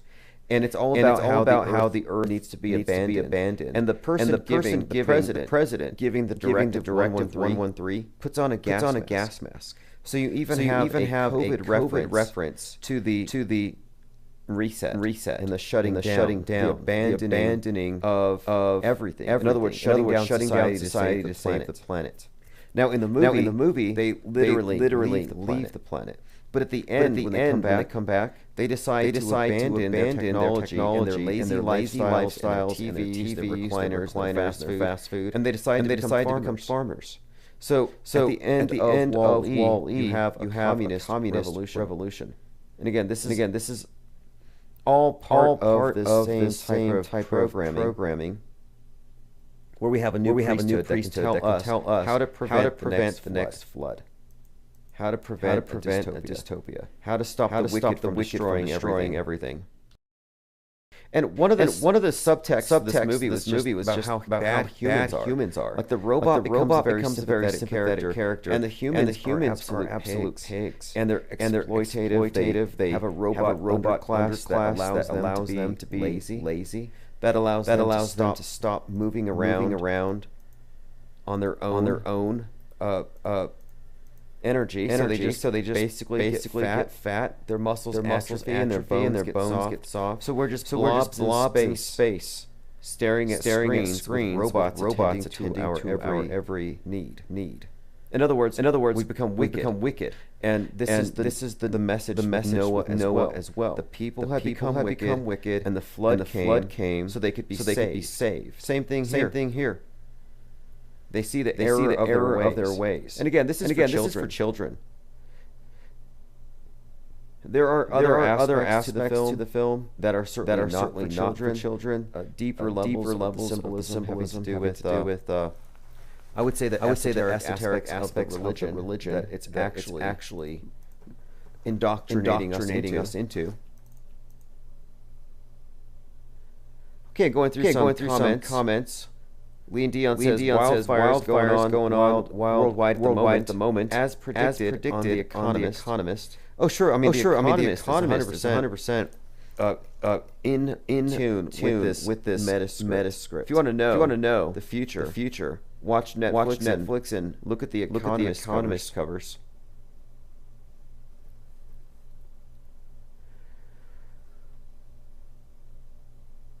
Let's see what else here. Oh, the fire extinguisher. Someone brought up the fire extinguisher scene. Yes. That's the scene I'm talking about. Probably not for children. I'll bring a picture up on the screen for you. So Wally's out in space with the fire extinguisher, and it's about a movie. The movie's about the world having been abandoned, and now you have to repopulate it. It has to be colonized again. And another thing about the robot that symbolizes the dove is that she's well, you'll see. She's kind of like in love with Wally. So there's this part where they're floating around in space. So outer space. If you go into the symbolism of the rocket being the Earth God, and the obelisk being the symbol of the god having been replaced by the rocket. The god is the night sky. ISS. No coincidences here. And you have this scene where Wally is in space with a fire extinguisher, spraying it all over the robot Eve. And it's a very bizarre scene. I mean, if you were a Freudian, and by the way, the CEO of Netflix is related to Bernays. Edward Bernays is related to Sigmund Freud. But if you were a Freudian, you would immediately come to conclusions. But I'm saying beyond the obvious, there's an esoteric aspect to it. And I think we're looking at Mystery Babylon, fertility rights, right there in your face. But again, it wouldn't make sense without the full context of knowing that we're looking at a movie showing one, the flood myth, but two, a new creation, like the creation, the repopulation of the world. And here you have this reenactment of the world about to be colonized again, with the robot spraying his fire extinguisher over his female companion. And then of course she carries within her the little green plant symbol of new life. And that's ultimately what it's about. It's about new life after the reset. New life without the wickedness. And if you care to watch that scene, watch the ecstatic way he behaves, figures out how to use fire extinguisher, it's pretty clear what you're seeing. Polecat 78 says, why does Space Jam 2, a basketball movie for kids, have the Droogs from Stanley Kubrick's 1971 film Clockwork Orange cheering courtside? I haven't seen that. Actually, I saw part of it. I was listening to it, but I didn't notice that. That's a valid question. Because a Clockwork Orange. I remember when I first saw it. I was in film studies class, and we were watching all these Kubrick films. And the teacher loved the movie Clockwork Orange, and thought it was fantastic. And I was just kind of somewhat disturbed because it's a movie about a group of individuals beating people up, gang raping, just the worst things you could imagine. But the movie does have, as you would expect, the usual levels of symbolism as all their movies do. The Space Jam movie also has a lot to do with this merging into the metaverse. It's another aspect of it. Let's go ahead and move on to another topic. Tonight, and I feel somewhat vindicated. Tonight, George News has officially admitted that they're QAnon. This is a message from Anonymous, also known as the Collective, and now known as George. Anonymous Q. This is the group that started the Q drops, and for some time some people thought I was exaggerating, and I started providing evidence. And here's a few quotes. There are no drops at the moment. That's a quote. Another one here. We were responsible for leaking the Integrity Initiative project. Why did Google terminate our channel in 2018? George News also says 35 and 45. Yes. That's all code. You may not know. 35 is a code for JFK. And what he's saying in many of these drops, they're no longer Q drops, more or less, is that JFK Jr.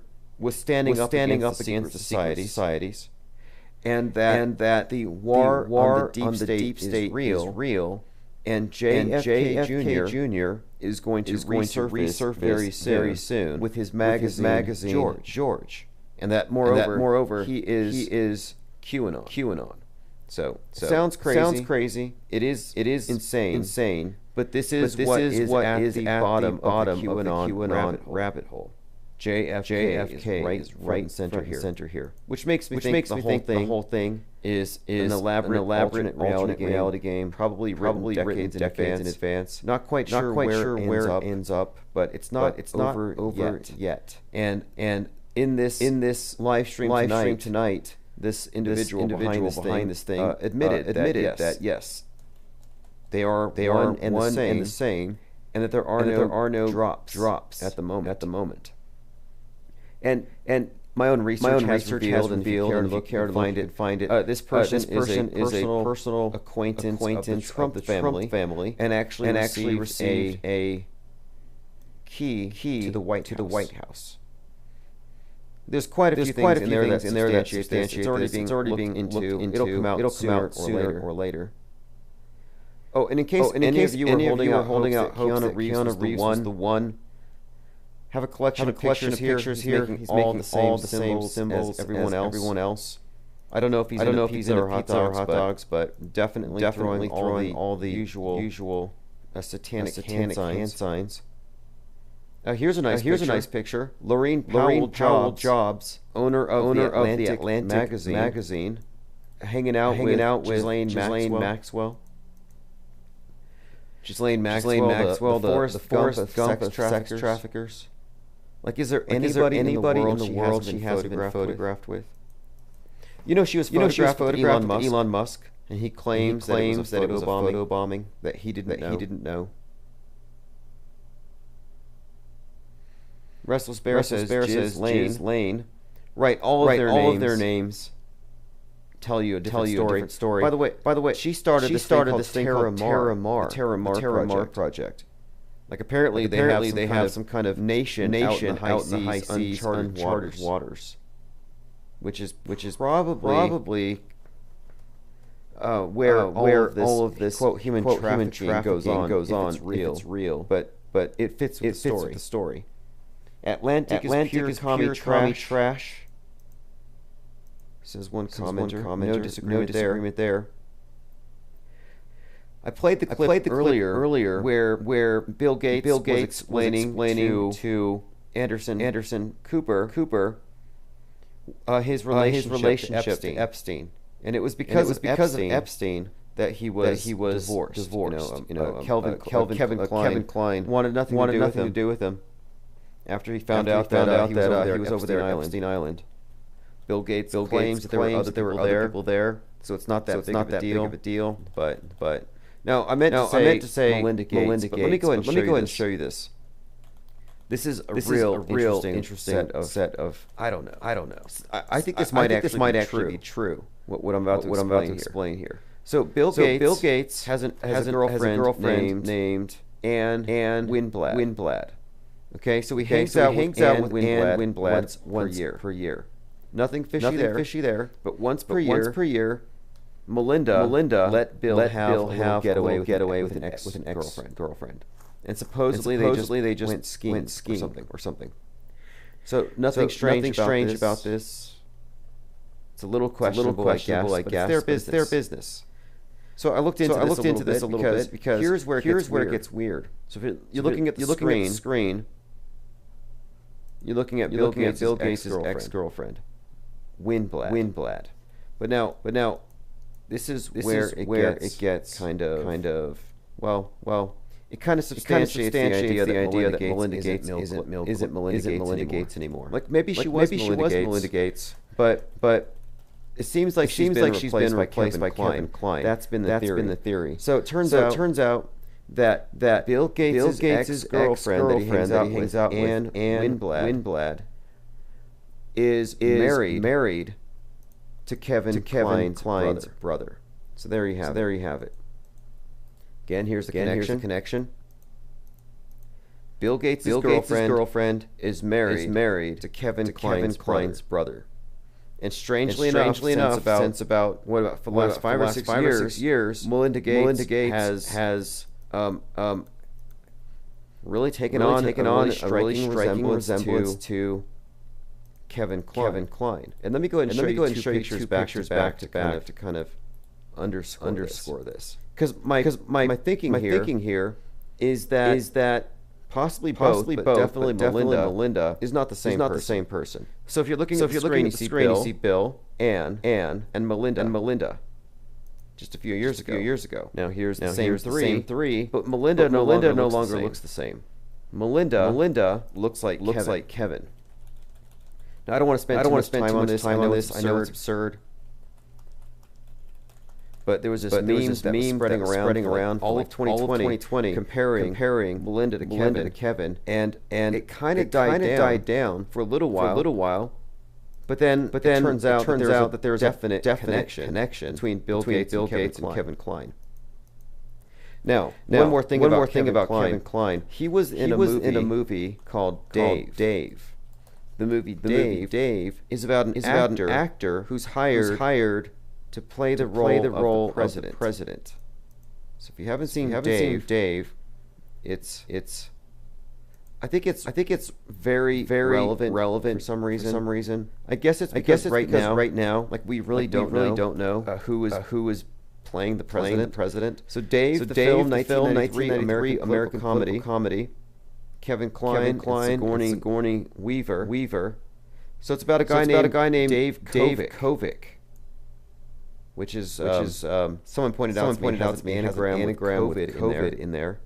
Not that means anything, but basically this. He's a body double. He impersonates the president. The president suffers a stroke.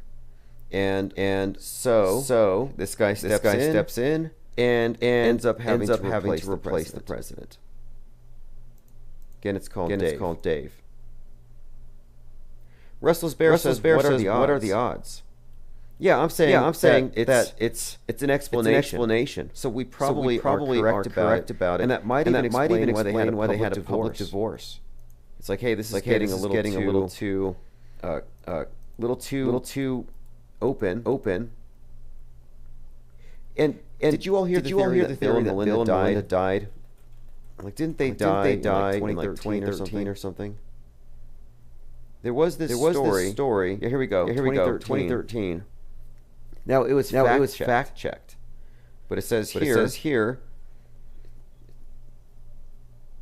Microsoft co-founder turned philanthropist Bill Gates claims he and his soon-to-be ex-wife Melinda died in 2013. And I've seen the reports. Could be a hoax. Let's move on. I refuse to take this guy seriously as some kind of a villain. I really don't think that there's any chance he's going to blot out the sun or any of the things that people think he's going to do. I think it's mostly a character to help substantiate this idea that we're looking at a potential global genocide by the technocrats.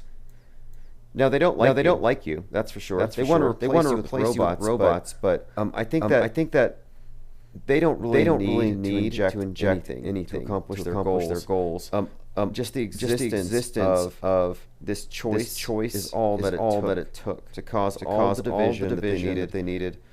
I don't have any sort of expectations of people dropping dead. I don't think vaccines make people magnetic. I'm not a vaxophobe, but I do support vaxophobes. They want to speak out on the topic.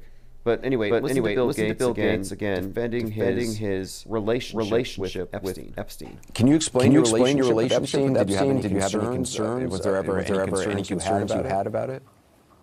Oh, certainly. I had several dinners with him. hoping that what he said about getting billions of philanthropy for global health through contacts that he had might emerge. When it looked like that wasn't the real thing, that relationship ended. It was a huge mistake. Now, again, he exonerates himself. Typical psychopath. He says, everybody else is doing it. Spend time with him, the credibility of being there. There were lots of others in that same situation. But there were lots of others. If you missed this earlier, Donald Trump's Trump cards have been released, and the main card has a phoenix on it. Red background, gold phoenix. Just pointed that out because there's no coincidence. Like look at this, Loki variants. How many of you are watching the TV show Loki? I haven't seen it yet, but it came out before variants were a big thing, and variants figure very strongly into the story. They're always putting memes out there in advance. Let's see. Restless Bear says he had no idea. Right, he got on the Lolita Express. I take it. But for all the talk about Epstein, I think there needs to be more focus on Richard Branson. Richard Branson is said to be the Epstein for the royalties. So all the royal families, anybody who's higher up in these mere celebrities, they go through Branson. And he's got an island there, somewhere between Epstein Island and probably wherever SpongeBob has his island. Okay, so that was the daughter. By the way, the girl that was being kidnapped by the president or held hostage. No, that was actually the daughter of the late Capitol police officer. Very young crisis actress. Because nobody died, nobody cried on that day. It's such a flimsy story, and it's great to see even mainstream characters calling it out. It's just terrible crisis acting. Did you know that Laura Ingraham was doing this piece where sort of like what we used to do a couple years ago? We started something. We called it the Golden Hoggy Awards, named after of course, David Hogg, and it was a way to give awards to the best crisis actors. Well, Laura Ingraham was giving out awards to the best actors of one set, and I'm pretty sure they stole this from us. But let me go ahead and play this. I want you to get to the bottom of that. We have more on him in a moment, but it's not about politics at all. And for best performance in an action role, the winner is Michael Fanone. Too many are now telling me that hell doesn't exist, or that hell actually wasn't that bad. The indifference shown to my colleagues is disgraceful. Oh yeah, definitely. This is the one I said. This guy thinks he's Jack Nicholson, but they're giving out actual trophies to crisis actors. I've never seen them stoop this low, which is great. Yeah, they stole our Golden Hoggy Awards. I mean, it's low when they do it because they think these people actually died. When we do it, it's just good satire, parody. We know it's a hoax. We know that the moral high ground is ours. We're not the ones lying to the country. I mean, the whole thing was not a riot. It was a staged production. It was a CNN production with a bunch of government actors. It wasn't the least bit believable. And there's a video out there, everything wrong with the Capitol shooting in 21 minutes that tells the whole story. And not only that, Ashley Babbitt is not dead. For all these attempts to make her into a martyr, there's nobody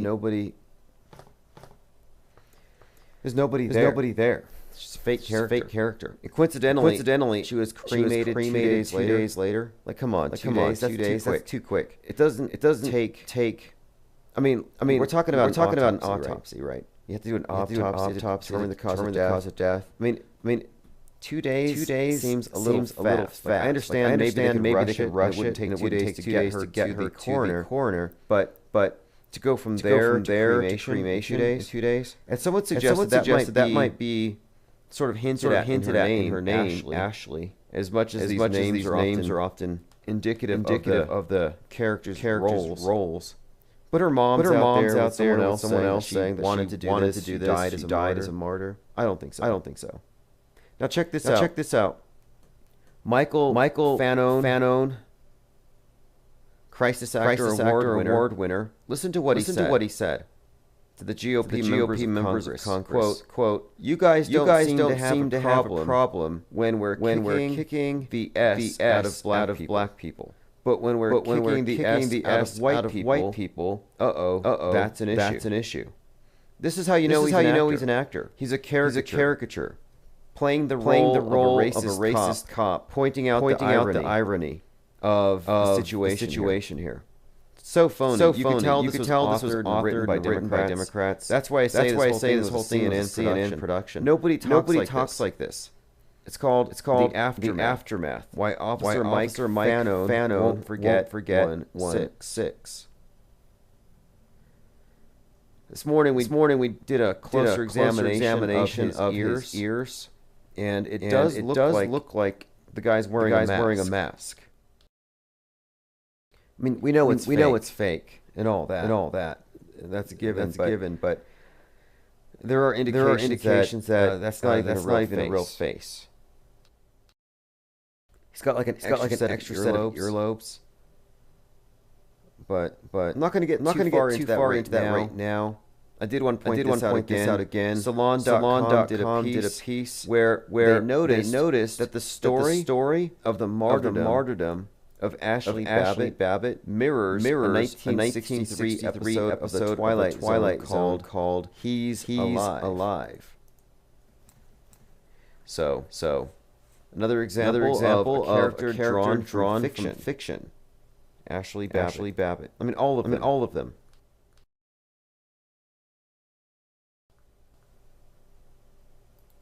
I have a couple more links I want to share here. I missed this last month. I wasn't following the Kyle Rittenhouse trial all that closely. But they're trying to bring up the fact that he shot a sex offender as something of a defense. Which he couldn't have known. Kyle Rittenhouse's attorney wants to argue that one of the men killed was a sex offender who tried to steal his gun, which according to the story that would be true. I've often said that Joseph Rosenbaum died doing what he loved best, chasing a minor. But according to the story, he grabbed the barrel. And this is before he went and shot Grosskreutz. And then Anthony Huber. Now, the thing about Anthony Huber is he was friends with Jacob Blake, the individual who was shot seven times by the police, which kicked off the Kenosha riots in the first place. I mean, what are the odds? There's a few interesting side stories here, like about how Lynn kind of left Kyle in jail to raise more money, and nobody knows where this money went. A lot of money was raised off of Kyle Rittenhouse, and it just kind of disappeared. Another story here. I want to bring this up. If you may remember, and I know TMZ covered this. That Kyle was at a bar. And in the bar, he was making hand signs, like the AOK hand sign. Kyle Rittenhouse flaunts his freedom. TMZ Live. He had a shirt that said free as F. Kyle Rittenhouse flaunts his freedom. Two people, right? He had a busy weekend. was out at a bar. Yes, he's 18. There's a reason. He's fine for him to be there because he's with his parents. But it's more about what he's wearing while he was in the bar. A T-shirt that says "free as blank" four-letter word. You know, the interesting thing about this, he has a lot of supporters. He does. I remember he got how much? Now, okay, people remarked about the hand sign. And I remember thinking, okay, they're just taking it too far. Well, more information kind of came out that he was posing with Proud Boys. And they serenaded him with a song called Proud of Your Boy.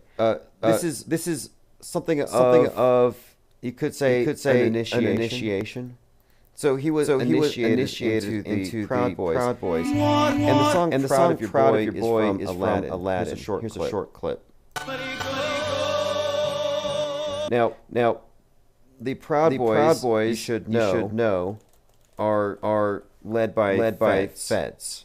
Proud Boys' leader was a prolific informer for law enforcement, a federal and local law enforcement informant. Proud Boy leader, government informant. FBI enlists Proud Boy leader. So just another connection between intelligence agencies, between the feds, Kyle Rittenhouse and that entire production. Afterward, if you remember, Trump went to Kenosha September 1st last year and gave them $42 million. Nothing. See there. Oh, that reminds me. Let me go ahead and go back to a previous topic for a couple of minutes. We were talking about the arcs. The arcs to save us from the flood, from global warming, or whatever. Well, earlier this year there was the eruption at St. Vincent volcano, and I took note of this because I think it was the 42nd anniversary of the time that it erupted. Yeah, the previous time, first time in 42 years, this eruption at St. Vincent, which was on Friday. I believe it was April the 9th. So with this story, it kind of brought up the story that I brought up about the arcs. Like this was one of these situations where you have this volcano on an island erupting, and the people on the island are trying to get to the ships to escape. Well, at the same time, you have the pandemic going on, and so people are told, well, you can't get onto the ships unless you're vaccinated. So here you have a situation where the people who are vaccinated, who have been saved, are going to get onto the ships, and they're going to escape. The people who were unvaccinated are going to get the lake of fire, the lava. Here's an article from April 12th. The people on the Caribbean island where a volcano went off are being evacuated on cruise ships, but not without a COVID-19 vaccine.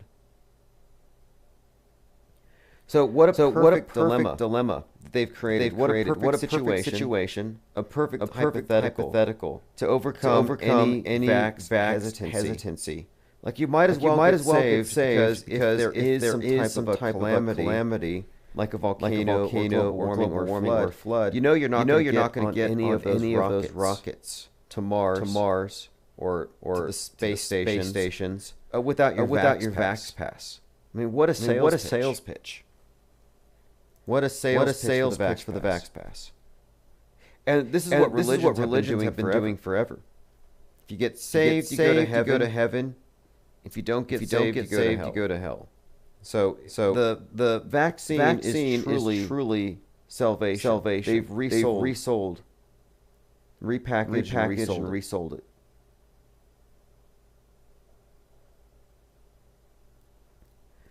Commenter says one article mentioned criminalizing criticism of Fauci. Well, at first Dr. Fauci said that if you criticize me, you criticize science. You're actually speaking against science.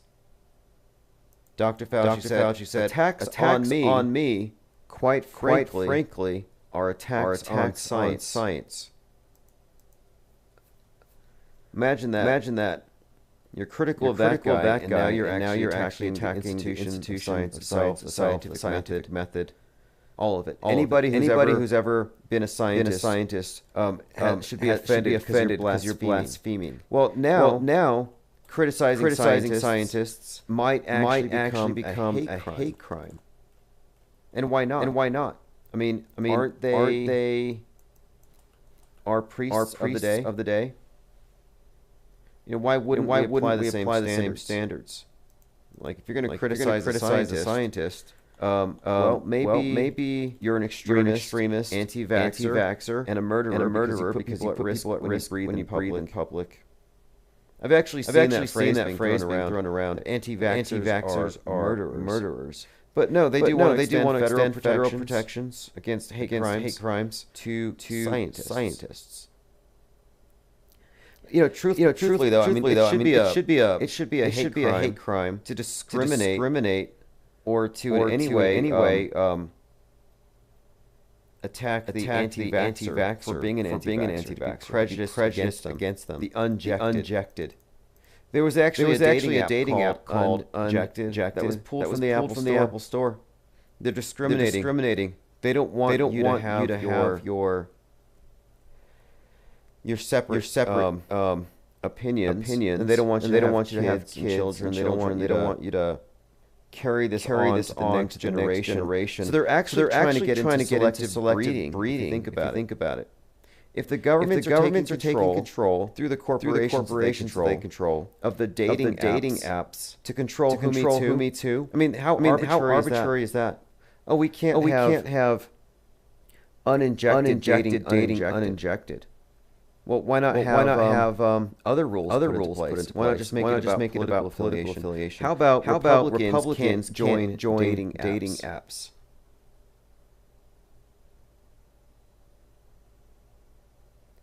Lean Dion says the Russian Orthodox comments on the vax. Yes. I believe they said that you go to hell without your vax. Like actually your vaccine pass is your pass to get into heaven. St. Peter's there at the gates. He's going to look at the list of the vaxxed and the unvaxxed, and send you down into the lake of lava. If you didn't have faith, or if you blasphemed against Fauci. Tommy Jones says, where would we be without IPS bad-mouthing religion? They don't shoot people with poisons to be saved the last time I looked. Maybe you don't know the history of religions. Or the pederasty that they brought into our modern age. Or their superstitions, their mind control, their guilt control, their false worldview. Maybe you haven't looked into persecutions, the enforced ignorance, the murders of the people who translated the Bible into the Vulgate because they didn't want the priesthood to be able to completely weaponize ignorance as they had. I mean, there's nothing positive about the history of religion. You're saying bad-mouthing religion. Yeah. I will bad-mouth fascism and mind control all day long. Bad-mouthing religion. The mass media is the religion of the day. The globe is the God construct. COVID is the devil that the atheists will believe in. I'm sure you badmouth all of these things. And the injection is just the newest iteration of the communion wafer. Religions are there for divide and conquer.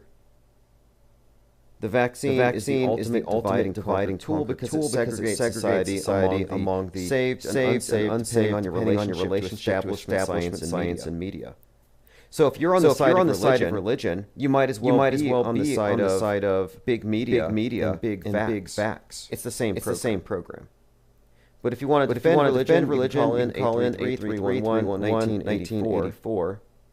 George Carlin says bipartisan usually means that a larger than usual deception is being carried out. Tommy Jones says history can be altered. Right.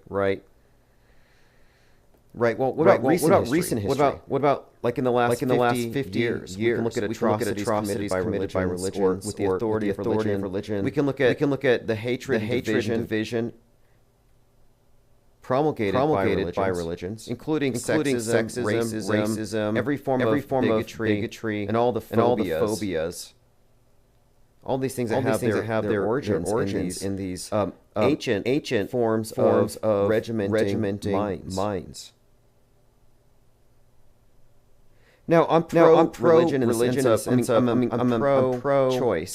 So if you want to join a religion, by all means, watch CNN every day for the rest of your life, or go to this church or that. I could care less. My issue is when they try to impose their religion on other people, whether it's through murder, coercion, or whatnot. And today the religion is being imposed through peer pressure for the most part. The holy water of the day is your hand sanitizer. The concept of sin that could no longer be used to regulate the non-believers in any of these ancient gods has been replaced by the virus. So you can have all these sinful, wicked people by the old standards, going to the nightclubs, drinking, having a lot of different partners or whatever. And you could say you're going to go to hell for that. And they'll say, I don't believe in hell. That's superstition. Enter Dr. Fauci. You're going to catch a pandemic. You're going to spread a pandemic. Put on this garb, socially distance, stop going to bars, change your behavior, and spend more time reading the Bible of the day, which is MSM. And people did it. Lockstep, overnight, puritanical revision of a wicked society. And they converted us into this new religion. They pulled it off flawlessly. And I'm not just picking on the Christian religions. I think that all of the religions were started by the same evil demigod. So not picking on Christianity. I would say that Christianity, Islam, Judaism, heliocentrism are all part of the same cult. They're all the same. It's like a hydra. I would even throw Freemasonry into the group. If you want to have a list of all Judeo-Christian religions, you have the big four, whatever, Christianity, Judaism, Islam, and heliocentrism, and then throw in Freemasonry. Because I think it's all sun worship, including heliocentrism. They don't know that they're worshiping the sun, but they are. Tommy Jones says analogies don't make good philosophy. Oh, these are perfect comparisons. I'm suggesting that it's the exact same thing. This is not a coincidence that Noah, as I've been saying, has the same exact template as Noah from the Bible. But I'm not here to debate necessarily. I'm just pointing out the facts as they've been presented and as they are presented. And it does happen to be a fact that the National Oceanic and Atmospheric Administration uses the symbol of the dove, and they're warning us about the flood, our wickedness. And yes, it is indeed perfectly templated on an archaic religious system. And I say it works flawlessly. Like there are so many atheists out there who are devoutly religious. You'll never get them to touch holy water, but they'll put on the hand sanitizer. They would never consider a religious garment, but they'll put on the face mask. And if you look at the way they treat who don't put on their face masks, or who don't go along with the program, it's all about shame, ostracism.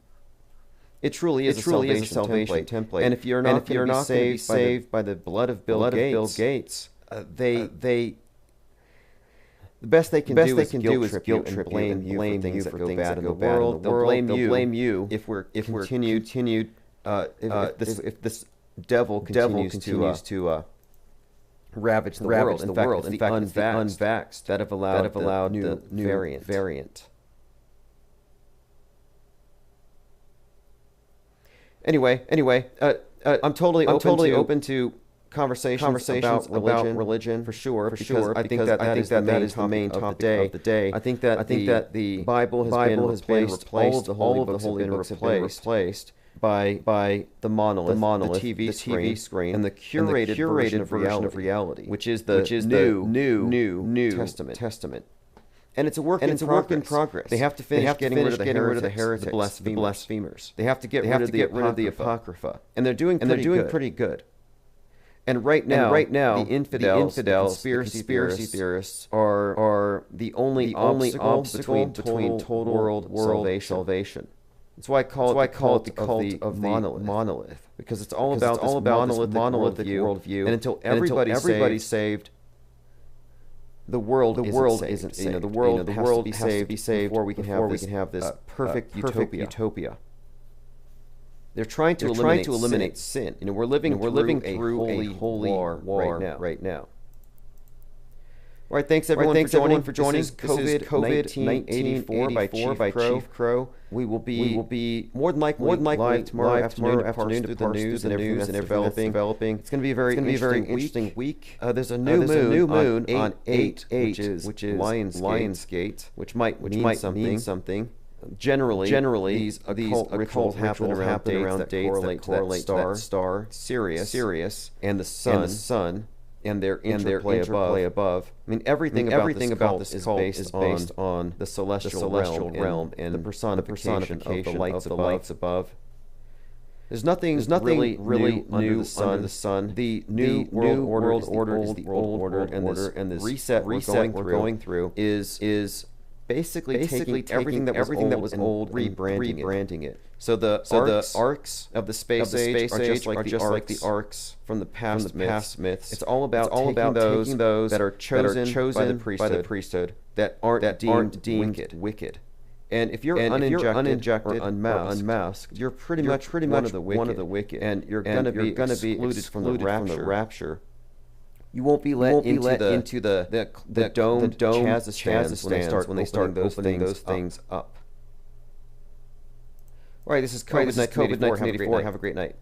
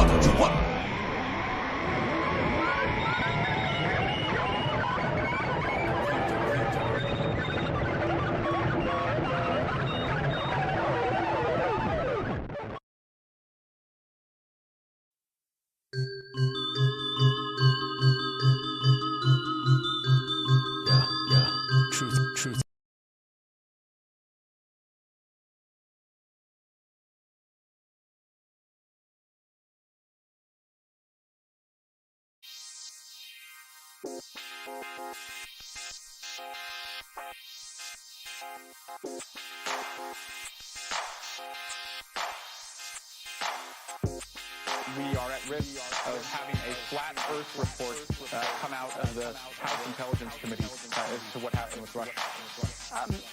A flat Earth report. That's those are striking terms.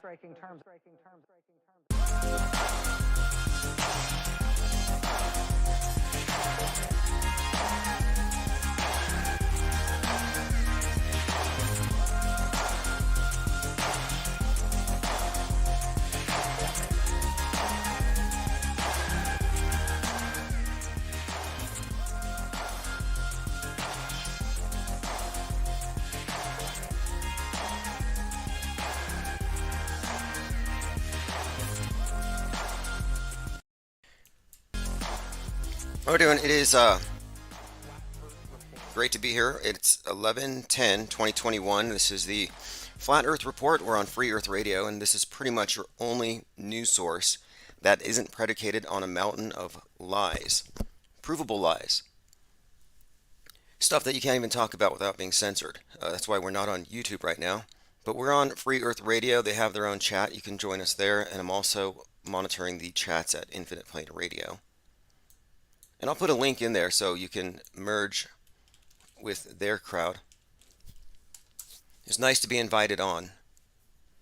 They insisted I bring back this podcast, and it was always done live because the news is always evolving on this topic. It's never ending, and after a few months of mostly inactivity, it's kind of turned back into a mainstream topic because you have figures like celebrity athlete Kyrie Irving, Aaron Rodgers now, making themselves known as, quote, conspiracy theorists, which is just code for thought criminals. The CEO of Pfizer came out in favor of branding people who spread, quote, misinformation as thought criminals. Well, rather, criminals. Now, that's problematic given that most of what they say today contradicts what was said a year ago, which would make them all guilty of misinformation. So in the last few days, we've covered some of the events, specifically the Travis Scott Astroworld conspiracy theory. We've been talking about the Baldwin event, the shooting at the Rust movie theater, where one of the crew members that was taking the set down was bitten by a spider. And it so damaged his arm, it's so necrotic that they're having to amputate it. And I'm like, isn't that interesting, considering that the assistant director had a very conspicuous spider tattoo on her stomach, which they seemed to display, and this was the 24-year-old who handed Baldwin the gun. So in a roundabout way, you could blame her. Interesting, again, because she's the one who handed him the gun, and she's got a spider tattoo, and a spider bites a guy and he loses an arm. This is from The Guardian. Rust shooting, prosecutors reject conspiracy theory of sabotage plot. Santa Fe County District Attorney, after defense attorney of crew members make the suggestion, said that they do not have any proof. Do we believe sabotage is a possibility? So again, the gun was said to have been cold. It was handed to Baldwin by a 24-year-old. Now here's a statement from Jason Bowles, the attorney of Hannah Reed, the one with the spider tattoo. He said, I believe that somebody who would do that would want to sabotage a set to prove a point, want to say they're disgruntled, they're unhappy. And that's kind of interesting because if you recall, the union walked off right before the shooting, which to me is highly suspect anyway. If you were going to stage a fake event, you would get rid of most of the witnesses. So, the ones who aren't in the know. Because I'm suggesting there is a conspiracy. It's a conspiracy to fake a murder. Well, anyway, 24-year-old hands him the gun. He pulls the trigger. She dies. And I noticed that Kim Basinger entered the picture shortly after this. But as you can see here, they're kind of leaving the door open that maybe some disgruntled worker, maybe a union worker.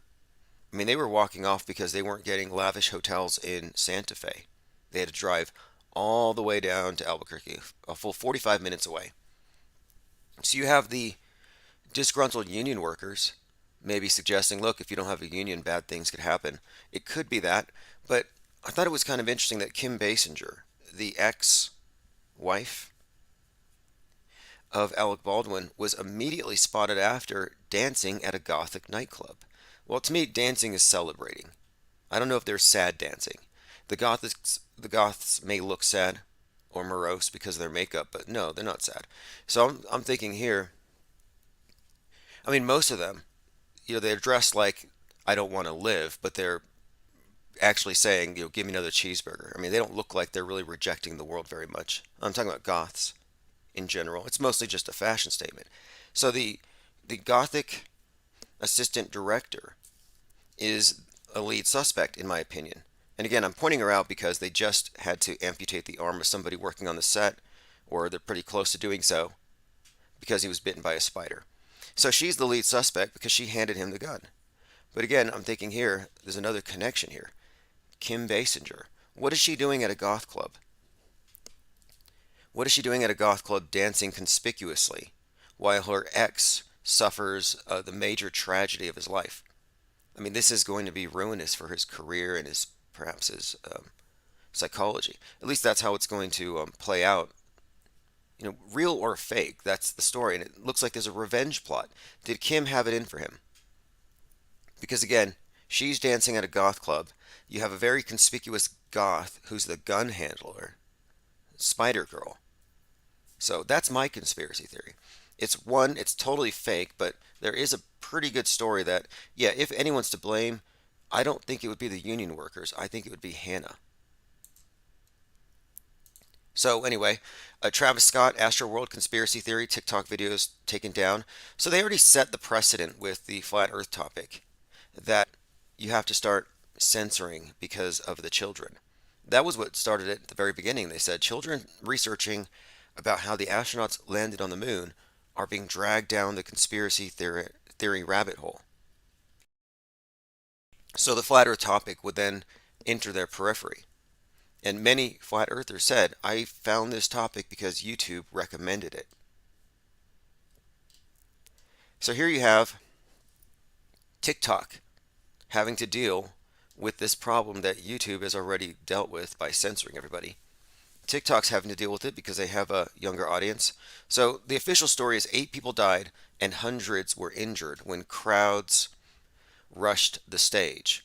Now the video doesn't support this. You don't see any crushing. You don't see any real stabbing or people being jabbed with needles, as was reported. You really don't. It doesn't look any more raucous than a normal like Marilyn Manson concert. Now there is all the satanic and CERN imagery, which is not inconsistent with, I think, a lot of music today, but in this case, I think it was a little more egregious. And there were some coincidences worth noting here, like the 8 jets of flame. And then immediately after the show, it was RIP for the 8 hashtag trending. And you had 8 people supposedly crushed to death. So it says here, and this is from BBC, conspiracy theories have spread on social media, including claims that the crush at the event was a ritualistic sacrifice. A TikTok spokesman told Newsbeat it's removing suspicious content. So even speculating that this was a satanic sacrifice will get you banned. And I'm thinking here, wait a minute.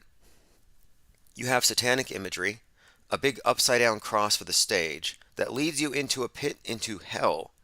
The singer is wearing a shirt with people going through a portal as humans coming out as devils. And people are crying for help as individuals are fainting or being trampled. Whatever the case may be, it was a scene out of hell. Witnesses there said it was demonic. It was out of hell. It looked like a scene from one of these Renaissance paintings, like Christ in Limbo, Hieronymus Bosch. Just people rushing into the mouth of a devil, and here you have the mouth of Travis Scott, which is stylized in the exact same way. So with the CERN, the upside down cross, the flames, the demons, I think it's fair to say it was some kind of, well, more than a Halloween party. I mean, this was, and the timing, Harvest Festival around this time, I would say it was very pagan, very occult. More so than the Bohemian Grove, where they sit around in black robes and burn a human effigy to an owl.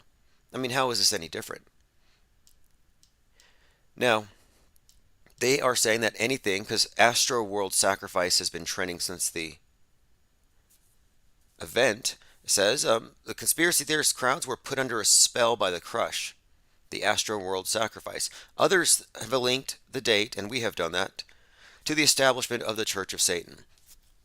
Because 666 months and 6 days before this event, the Church of Satan was founded, which means it was the Age of Satan.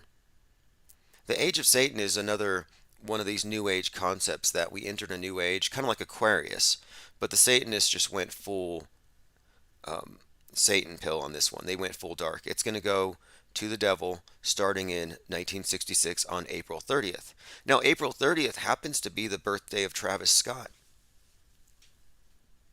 who happens to see, I think he's a friend of Bill Clinton's. Like, see pictures of them together. So yeah, Travis Scott shares a birthday with the Church of Satan that seemed to be commemorated, not only this Halloween, but with this event. And then you can look at all the various celebrities attached to this, like Drake, and there's some Kardashian connected individuals, people who are on record, or at least well known to have sold their souls.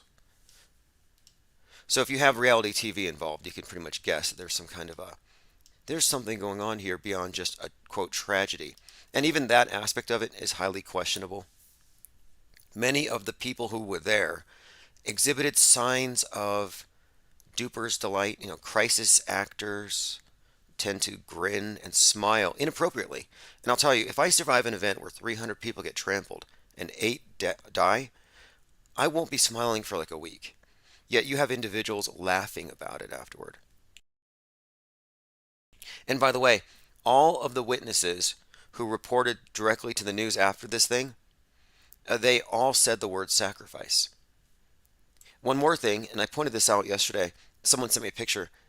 Travis Scott was seen wearing a Halloween mask, a Michael Myers Halloween mask, which is actually the mask of William Shatner. The significance there is, ever since that movie was advertised, we're talking about the Halloween movie, we've seen a number of scenes, I could say, on the world stage that all seem to correlate with that. I mean, for example, you have David Amos being stabbed 17 times publicly. That's a very kind of a horrific thing.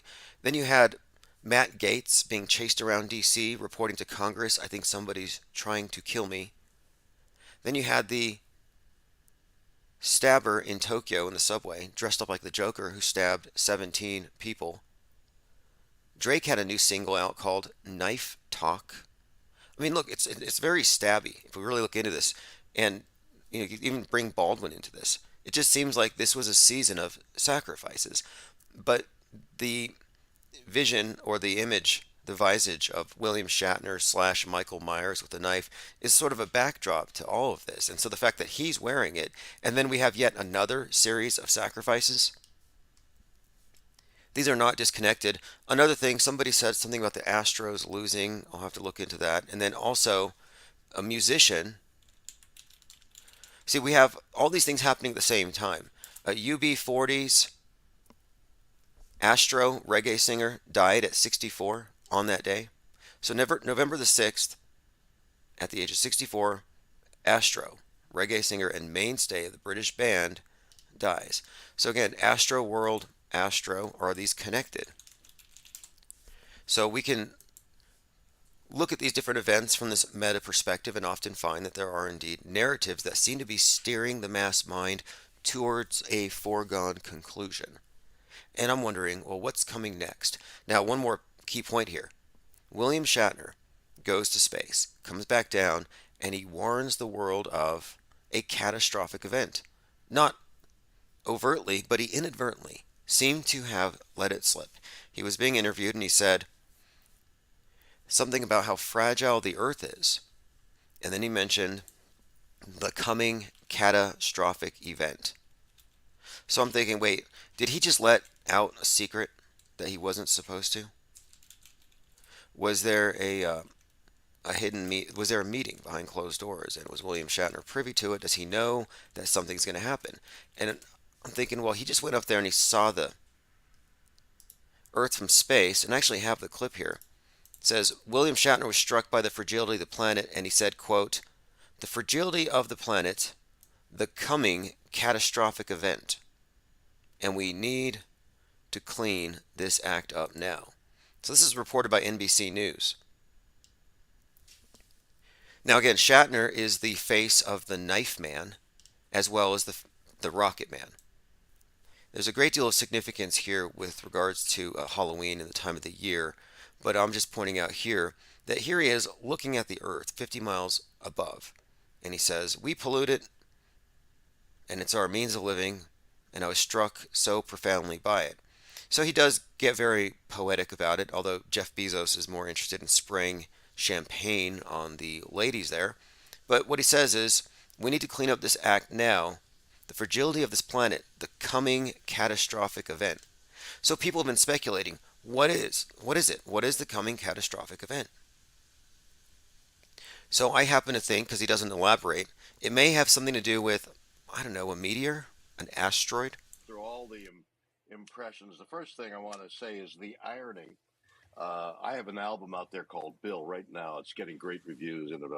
Okay, by the way, he has an album out called Bill. Now, he does a rendition of Rocket Man, and he originally sang Rocket Man in 1978, which was the same year that Halloween came out. And again, the key here is Michael Myers, the Knife Man, has Shatner's face.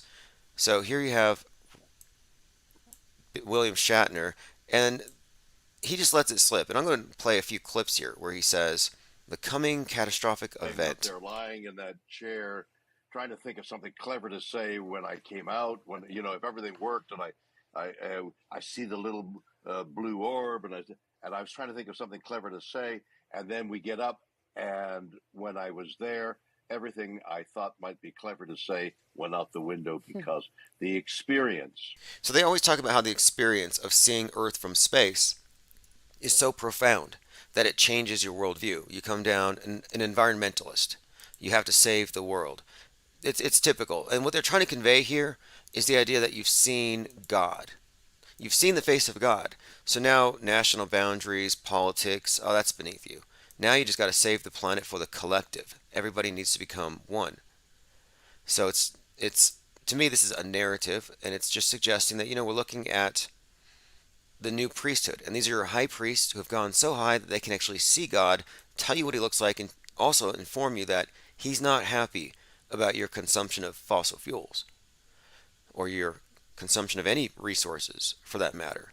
So this is part of an agenda, I believe. I believe the space program is actually being used to advance this hardline eco-fascist agenda.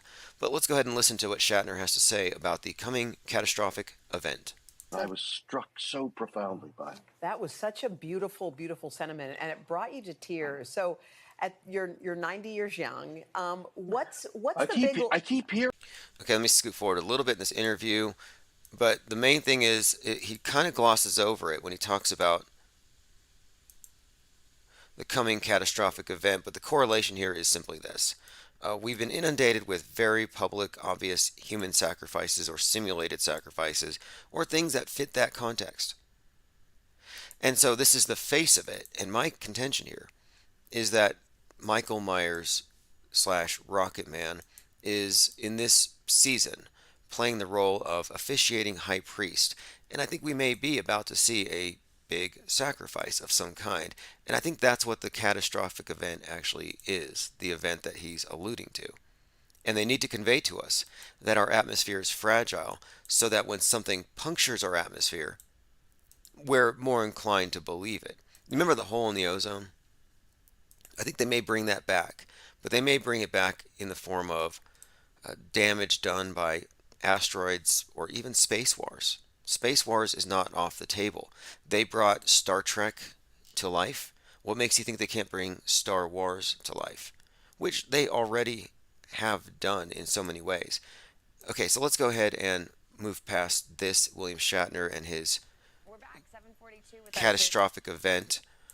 He said so many interesting things about his trip to space, but again, if you watch it live, he's trying to convey how momentous of an occasion it was. And Bezos I think he was probably thinking about ticket sales, just turns around and starts spraying the champagne on everyone. And Shatner didn't really lose any of his flow. Also note the flame on that rocket was exceptionally orange as it took off on October the 13th. Don't know why it was orange or how they made it happen, but I suspect it may have been part of the Halloween theatrics. Oh, again, William Shatner, the coming catastrophic event. Why is William talking about the coming catastrophic event? And he's speaking about it as the event, so it's the event that's coming. So again, makes me think there's a drill. Did William Shatner just mess up and tell the world something that we weren't supposed to know? Like maybe they already have something planned. Maybe he's in the know. He was just doing an interview today with NBC News, and in that interview, he started talking about the, quote, coming catastrophic event. Here, listen for yourself.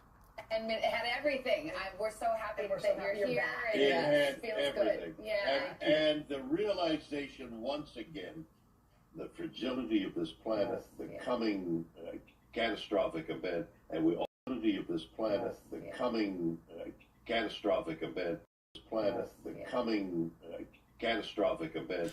Not possible events, not the gradual heating of the climate, but no, we're talking the coming catastrophic event. So it's coming. All right, let's go ahead and move past that for a moment. Space station readies evasive action to dodge space junk. Now, the first time they were ever hit by space junk was earlier this year, and it was a small piece and it hit the arm. So just above the elbow of the ISS's arm, there's a hole where it got hit by space junk. The mission was actually called Celestial Immunity. Think about that. The mission is called Celestial Immunity because they're testing out the efficacy of vaccines in space. And during that mission, the space station gets punctured by a piece of space junk in the arm, which is very much like the space station got vaxxed. Do you think that's a coincidence? Because you would have to be a coincidence theorist to think so. I think it's clever PR. I don't think it's real. I also think there are many interesting symbolic connections that they make intentionally between outer space and inner space, which we will be going through, I'm sure in the future, but because it's becoming increasingly relevant. In fact, I'm going to be discussing this tomorrow with a guest on the Dark Matter Network. The use of rockets and the term booster and the terminology and how it overlaps with the vaccination agenda, which is the cleansing of inner space of, well, viruses, does have a correlation to the cleansing of outer space from space junk or meteors. And we have the DART program to shoot down meteors. There is a parallel here, a storyline that is in development that we're going to be discussing, among other things. I mean, we are in the space age, and they've restylized the obelisk of the age as the Space Needle, which is really close to where Bill Gates lives.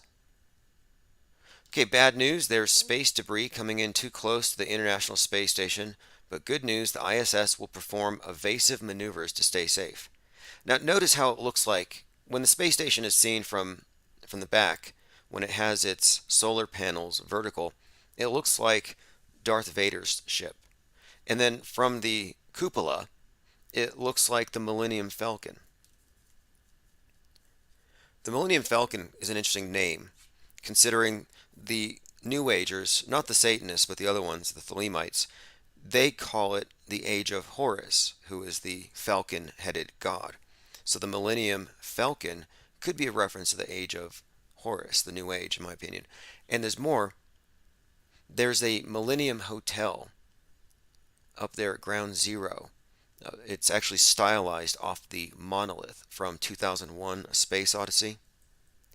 I really take note of the word millennium because there seems to be, well, there is actually a great deal of buildup. But the Falcon is really important and key here. And that's actually why I think that the Falcon 9 is the designated name of the rocket, and the iconography is all about the Falcon, I think, with SpaceX, because of its relation to the god Horus, who happens to be the god of Mars in their pantheon. So Horus, sacred to Mars, god of Mars, war god in the Egyptian pantheon. Horus is a hawk-headed deity, so it's more than a coincidence, if you ask me, that SpaceX is going to Mars. Nor is it a coincidence that there is a Star Trek emblem-shaped plateau on Mars, and the ship is called the Starship. And I don't think it's a coincidence that there's a Game of Thrones logo on the surface of Mars. And it's actually the House of Stark, which is like a wolf's head. And the House of Stark is another connection to Elon Musk, because Stark is the name of Iron Man, Tony Stark. And when Robert Downey Jr. got the gig to play Iron Man, he studied Elon Musk to better portray Tony Stark. And if that's not enough, you have the Nazi rocket scientist Wernher von Braun, who wrote a book called Mars, A Technical Tale, which is about the first man to colonize Mars, and of course, he's called the Elon. And I guess we can go one step further and just recognize that there's a very clear resemblance between Wernher von Braun and Elon Musk, and it could easily be his dad. Von Braun, by the way, and I brought this up yesterday, and if you didn't hear yesterday's, it's because it was censored by YouTube. Go to theflatearthreport.com. We talked about von Braun and his warnings about the use of asteroids to subjugate the world into a one-world system, and that should be happening soon. It says the ISS has had to dodge space junk before. You have debris from a satellite that was deliberately destroyed by China in 2007. They said a paper on the resulting debris cloud estimated that a satellite broken into around 4,000 objects that were big enough to track, as well as many thousands more smaller pieces. I've seen some estimates. I think there was one even put forth by Michio Kaku, who said that if you were to take a bucket of or a barrel of nails and scatter it in low Earth orbit, we would be locked down. The ISS has had to dodge space junk before. An unknown piece of space debris in 2020 triggered an evasive maneuver. In May in 2021, a tiny piece of debris hit the space station's robotic arm, leaving a visible mark. Yep, this is the one. So if you're looking at the screen, this was on May 28th, 2021. You can actually see that the space station's arm was jabbed by a random, I'm sure it's just a random event, right? And the mission was called Celestial Amenity. I'm telling you, this is just great PR. They're testing vaccines in space, and the dang space station gets vaxxed. Look at this. New QAnon, and this is from Raw Story, new QAnon-style conspiracy theory links Astroworld tragedy with supposed mind control experiments. Now, I'm in the camp of it's fake until proven real if it's an extraordinary claim, and I think this qualifies as extraordinary. I think this is an engineered psychological operation. It might even be the Altamont killing of our time. You remember the Altamont Theater killing with the Rolling Stones? And this might not be a coincidence. The Rolling Stones are on tour. They just performed earlier that week. So the Rolling Stones in Dallas on the 2nd, I believe. Then on the 6th, you have this event. Well, the Rolling Stones performed in 1969, where there was a Hell's Angel, and there's your demonic imagery. You've got Rolling Stones, Sympathy for the Devil, a Hell's Angel murders somebody 20 feet in front of Mick Jagger. And the way it was described, the ultimate theater killing, or the ultimate concert killing, brought the 60s to a crashing halt. So there may be some agenda here that may be part of framing our worldviews. Who knows? But this is meant to be, I believe, more of a psyop than an actual tragedy. And it still hasn't been established that it's a tragedy. A video that's spreading across Facebook is falsely claiming what the tragedy at Astroworld over the weekend was a part of. Oh, one more thing. It was declared a, quote, mass casualty event. For 37 minutes after it was declared a mass casualty event, the performance continued. So that 37-minute window is what I would posit here, is where it became theater. So let's continue. And look, this is not beyond the scope of the PSYOP entertainment complex. If you've studied any of their events from Vegas on, you can see This is not hard to pull off.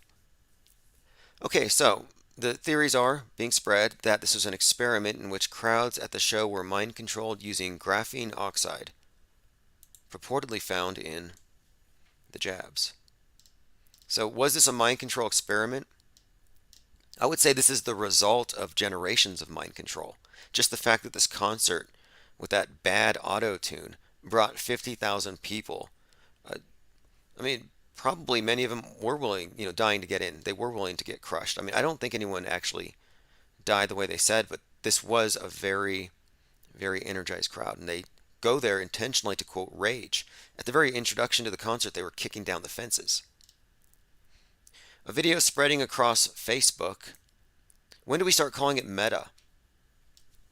A video spreading across Meta is falsely claiming that the tragedy at Astroworld was an experiment, a mind control experiment. But luckily the Houston Chronicle is here to do a fact check. First of all, contrary to the video, there's no evidence that graphene oxide turns people into zombies. Again, I'd like to point out they already fit that definition. No injection required. I remember people were saying, back in April, May 2020, oh, they're going to turn on the 5G towers and mind control us or whatever, zap us. And I'm saying, they don't need 5G towers to remote control you like a robot. No, they need some short old grifter in a smock to smugly tell you to go home, and you will. And that's all it took. So this is again from Houston Chronicle. We previously fact-checked a claim that said graphene oxide, a material made by the... Here we go. Let me skip through here because I don't want to read anything that's going to get us banned for no reason. They just killed 4 YouTube channels. I don't believe that there's anything in the thing other than a schism to create a new holy war. Basically what you have, Church of the mainstream media, it's replaced the old Church of State. It's the MSM, and it's global. Their science, their doctrines constitute your new religion. Their priesthood don't want to be questioned. And moreover, the concept of sin has been replaced with virus. So they have a scientific basis for it, and you can't question it. They've replaced their angry God myth and their flood myths with global warming. You can't question that. So here you have the communion wafer of our time. This is the injectable salvation because the devil is loose. So you have God, the globe, who gets mad and floods you, but the devil only gathers among the non-believers, the heretics, the conspiracy theorists, wherever people gather. So this has given them the power to effect a puritanical revision of society, where people who previously had no rules because there's no God in this atheistic view suddenly act like a bunch of Puritans. They pulled it off. Hand sanitizer, holy water. You have your new religious garb, which they claim is to protect you. It's a medical device. But if it really was, you would have biohazard containers for masks everywhere, and you don't. Because maybe they're not biohazardous. Maybe it really is all about the mind war. So those who refuse the communion, or the teachings and the doctrines of the mainstream media, well, they are the Protestants, the heretics of our time. That would be the anti-vaxxers. So this is in fact a holy war. All right, let's get back on topic here. I was a little late today. I was watching Kyle Rittenhouse and the trial, and they don't even give him the benefit of the doubt. Unbelievable. So this is funny to me because the left will always say that the right-wingers are hateful when they call someone a crisis actor.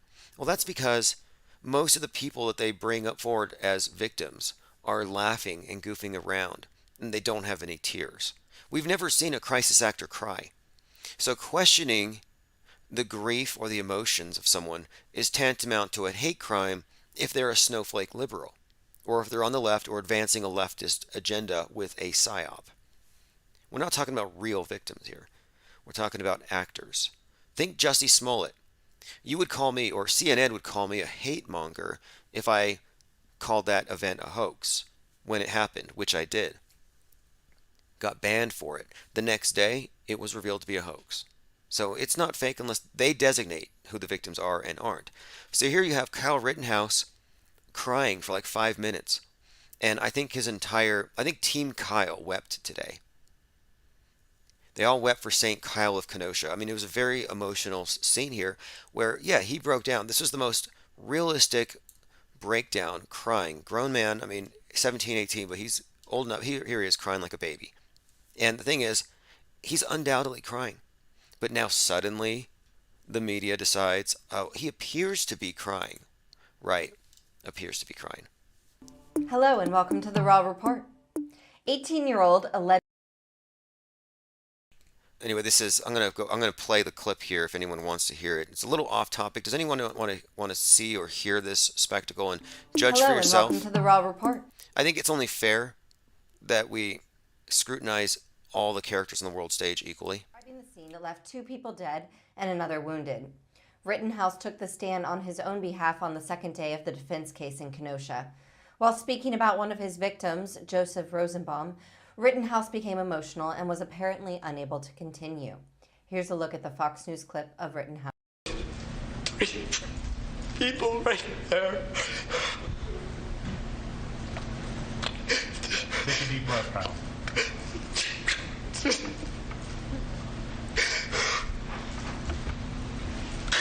That's what I...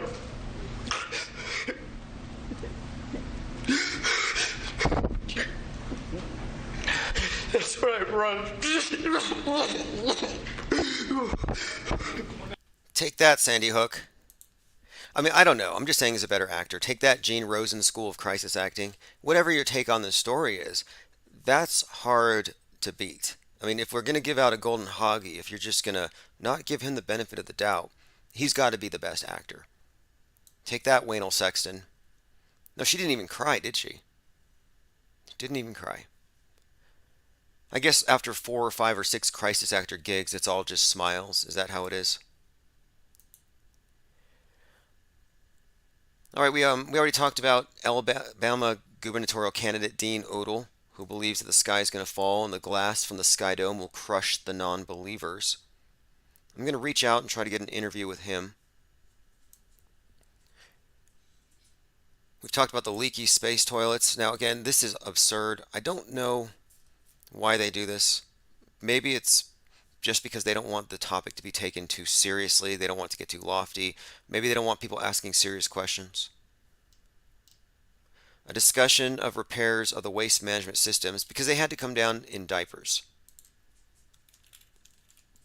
And when Musk sent the 4 up there around the world, and by the way, we haven't seen any decent video of the Earth from space. Apparently they had some kind of an accident they were loath to discuss. But we'll do some digging on that. Let's see, the other news here. BC theorist Mac Parhar dies coincidentally at the same time as Aaron Rodgers and Tim Pool are taking the medical advice from Joe Rogan, which he also took, and apparently his dog did too. Did anybody hear that or see that? He gave his dog ivermectin. That's one of the first things that makes me question whether something is real or not, is the timing of it. Some of these events are just so well timed as just to be immediately suspect. Okay, Hoaxahana says, that was phenomenal. I could see him starring in Forrest Gump 2. People are really divided over this Kenosha Kyle event. I find it very suspect that Donald Trump went to Kenosha after and handed out $42 million. Like, where did that money go? I'd also like to know if Lynn Wood, attorney of the damned, gave back any of the money they raised while they left Kyle in jail, telling his mother that he would be safer in jail when the election went down because it would be an apocalypse. Look at this. This is, again, you can tell the slant. This is fascinating to me. This character is probably made for TV, manufactured like Chris Kyle. Think Chris Kyle, American Sniper. I think he died in 2013, supposedly, but he's the one. Chris Kyle was an American hero. He had 150 confirmed kills. Now, I don't think Chris Kyle could survive today in the media. Not with today's cancel culture, today's world would not tolerate a Chris Kyle. Here he is with an American flag and a gun. And look what happened. This is back in Katrina. This is according to Wikipedia, so we just have to assume it's true because Wikipedia says that the Earth isn't flat and that the Earth is getting warmer. They tell us that all of the footage, all of the launches, everything that the space program presents is real. So we just have to assume, I would assume, that yeah, it's all real. But anyway, we have here an account of where Chris Kyle went down to Hurricane Katrina to stop looters. And supposedly he shot 30 people while on top of the Astrodome. So it says Kyle stated that during Katrina, and here's a mirror of Kenosha Kyle. He drove over there. He and another man drove to New Orleans to assist. With sniper rifles positioned atop the Mercedes-Benz Superdome, Kyle started shooting a number of armed residents and looters. Some reports say Kyle shot 30. So here you have a guy from the Navy who just went out and murdered 30 people. And no one wants to talk about this. And this narrative wasn't questioned in the news. Hillman Avenger says all the world's a stage. All the men and women are merely players. They have their exits and entrances. I think the last words of Elvis Presley on stage was all the world's a stage. Okay, so let's get back to Kyle now, because I'm suggesting here that Kyle Rittenhouse could be an invented character, much like this character. And that would be my connection here, because it's a manufactured hero designed to split people ideologically. So you know Kyle is a right-wing hero, and he's a left-wing terrorist. And then consider the other side of it. Jojo, the one that Kyle was just crying over, the one who sought out single mothers so he could prey on their children, that guy, yeah, he's a left-wing hero, and they're actually running around chanting his name, Justice for Jojo, and Kyle's their terrorist. That's how schismatic this thing is. That's how split and perfectly divided our society is. Let's see, let's move on here. Criminologist Casey Jordan reacts to the testimony of Kyle Rittenhouse and says that the 18-year-old defendant displays sociopathic tendencies. Right, but they wouldn't say this about any of the looters or Antifa. Oh no, they have good intentions. They can't be sociopaths. But this individual here has sociopathic tendencies. Like you could tell. Well, maybe he does. I mean, I don't know what his basis is. I mean, he's a criminologist, but it just sounds like he's a little biased. So here's what he says. He's talking about this criminologist. He says his demeanor is going to be his worst enemy. He's coming across as too confident, arrogant, unapologetic. I would argue bordering on sociopathic. He believes that what he did was right and that the court should agree with him as well. Right, okay. She added, I don't know if that's going to come back to bite him, but it's his demeanor, not his words, that will get him in trouble. So this is a criminologist who actually, I don't know, you don't know if she's real or not, especially when it comes to some of these news networks. She could be hired from Fiverr or Upwork to do a gig. But according to her expert testimony, circumstances in that particular case. Now, what's really interesting, and this is why the prosecution is being so dogged with the way they're going about trying to get all the facts out of this kid, and he was a minor at the time. He's turned 18 now, but he's trying to point out you were a teenager, a child basically, going to the melee, trying to behave like an adult, carrying a... Right. This is interesting too. The media will say someone's a child or a baby when it suits them, but they're an adult. It's just too hypocritical. The case is too politicized for me to think it's all that real, and I'm still very wide open to the possibility that Gage Grosskreutz had a squib wrapped around his arm. And if you don't know what a squib is, imagine putting a rubber sleeve on your arm that makes it look like you've got a real gnarly wound. And then over that you have a little pressurized balloon with a little charge in it, and it pops and it sprays blood and your arm explodes on command. Maybe the command is you have a trigger in your hand. So if this was the case, then Kyle would fire a blank and Gage would pop off his arm. I mean, these are things they do in the movies. The question is, was Kenosha a movie? And that's a valid question. And I don't think anyone has been able to offer a satisfactory response or answer to that. No one with enough information. There's enough to suggest fakeability in many of what we see, in much of what we've seen there, and in many of the accounts. I find it very, very questionable, in fact, that Rosenbaum, the one who was shot by Kyle first, was carried to the hospital and treated. The first responder was Tucker Carlson's friend. And then think about the victims themselves. You couldn't pick more unsympathetic characters. So they were careful not to create new martyrs. Imagine if Kyle had shot some BLM protesters. It would have been over for him. But he didn't shoot BLM protesters. He shot a burglar, a domestic abuser, and a predator. All right, space crew using incontinence pants on return home after toilets malfunction, ABC News. This has got to be some kind of a hazing ritual. And here they are up there posing in space with chilies. I don't really care to do too much video deconstruction anymore. I've gone through a lot of it.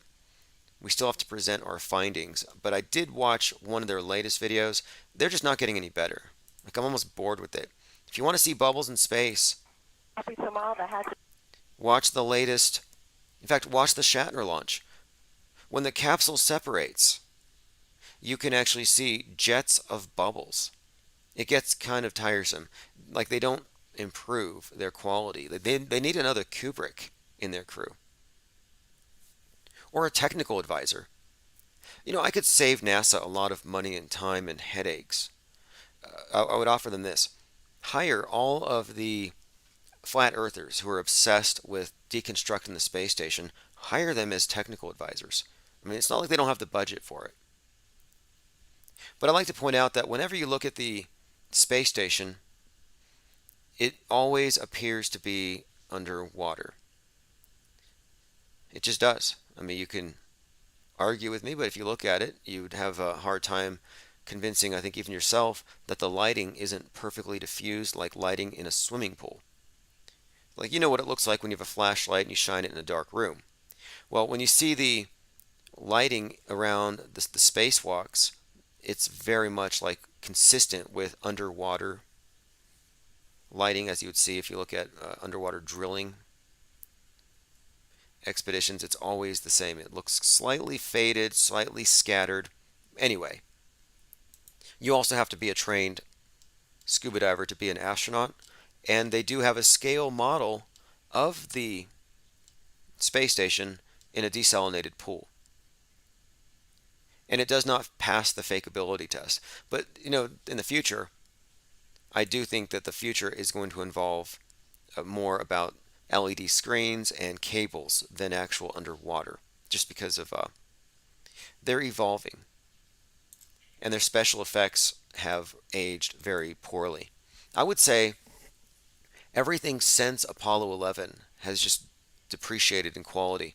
And the depreciation in quality accelerated when they started using augmented virtual reality. You know, the director, well, one of the directors of some of these other science, let me bring him up, a list of some of his movies so you know who I'm talking about. Doug Trumbull. Because he did some work with 2001: A Space Odyssey. But he's considered to be a major special effects guru. A Blade Runner is another one. So he is a pro when it comes to special effects. There's nobody better. And one of the things he talked about was how the special effects from 50 years ago have continued to stand the test of time, but CGI has not. 2001 visual effects guru Douglas Trumbull on why CGI has not outpaced the effects of Kubrick. And I think it's intentional. One, I think they're debasing the public mind. That is, they're dumbing the public down visually, so they are less and less capable of distinguishing between CGI and a real object, an organic object. So in this article, and this is from IndieWire.com, Envisioning 2001, Stanley Kubrick's Space Odyssey, Trumbull talks about exactly this, about how every couple of years, the special effects that you see today don't look as good as the contemporary. Yet, the special effects from things, here's actually a quote here. Special effects have all gone digital. As I watch a lot of these movies, my experience has been, I see mind-boggling things with CGI, flames, water, alien planets, spacecrafts. The problem is, you give it 2 years, look back, it doesn't age well. There's new stuff that gets better every year. But then I compare it to what I've done with miniatures. Those have aged beautifully. They look as good today as they did then. They still look credible today, even though they were made 50 years ago. What I call, quote, organic effects. So organic effects versus the CGI. And the thing is, the public can no longer tell the difference between organic effects and CGI. And that's been my point. And I still am really into video editing, but I've always been really into organic effects. That's what actually got me interested in film. And when everything started going CGI, I lost interest because I thought you're trying to recreate reality and make it real, and they're starting off from total fabrication, and the technology is just years and years behind. So my point being, the general public has been dumbed down, and that's why they can't tell fake when it's fake. That's why Elon Musk can say, oh, you can tell it's real because it looks so fake. And that was with regard to the Tesla Roadster that he sent into space. You can tell it's real because it looks so fake. Now, he laughed. I don't know if he was... Well, let me go and play that actual clip of him so you get an idea of his tone. I wonder if that individual who analyzes body language and tone and demeanor, who said that Kyle Rittenhouse was a sociopath, would tell us about Elon Musk. Real because it looks so fake. And you can tell it's real because it looks so fake. And you can tell it's real because it looks so fake. You can tell it's real because it looks so fake. Duper's Delight. All right, everyone, thank you for joining. We will be back tonight, live, open phones. This was mostly a test. We're going to be on Free Earth Radio. I don't know if it went over today. I think that the encoder might have crashed. I checked the chat room, and chat room works. So in the mornings, join us here at ferlive.com. I'll keep you appraised of all the links. Subscribe below if you haven't. I'm going to be returning to the 24/7 live stream. Let me go ahead and play. This is One-Eyed Jack and the Shells, Pope Elon. We're all going to die someday. And if you're going to pick some place to die, then why not Mars? Okay. If we're born on Earth, why not die on Mars? Seems like maybe it'd be kind of exciting. But so I think given the choice of dying on Earth or dying on Mars, I'd say, yeah, sure, I'll die on Mars.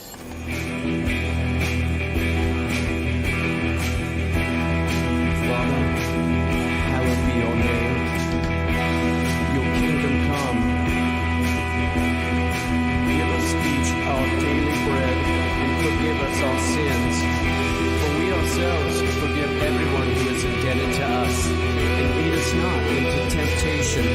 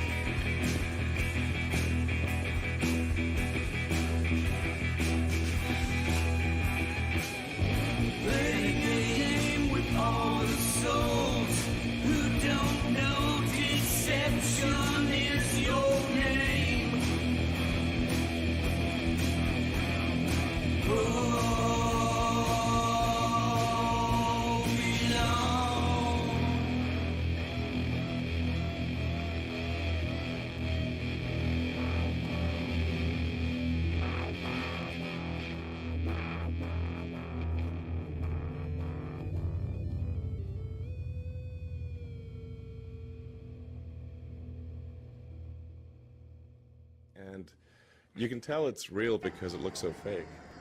There they go.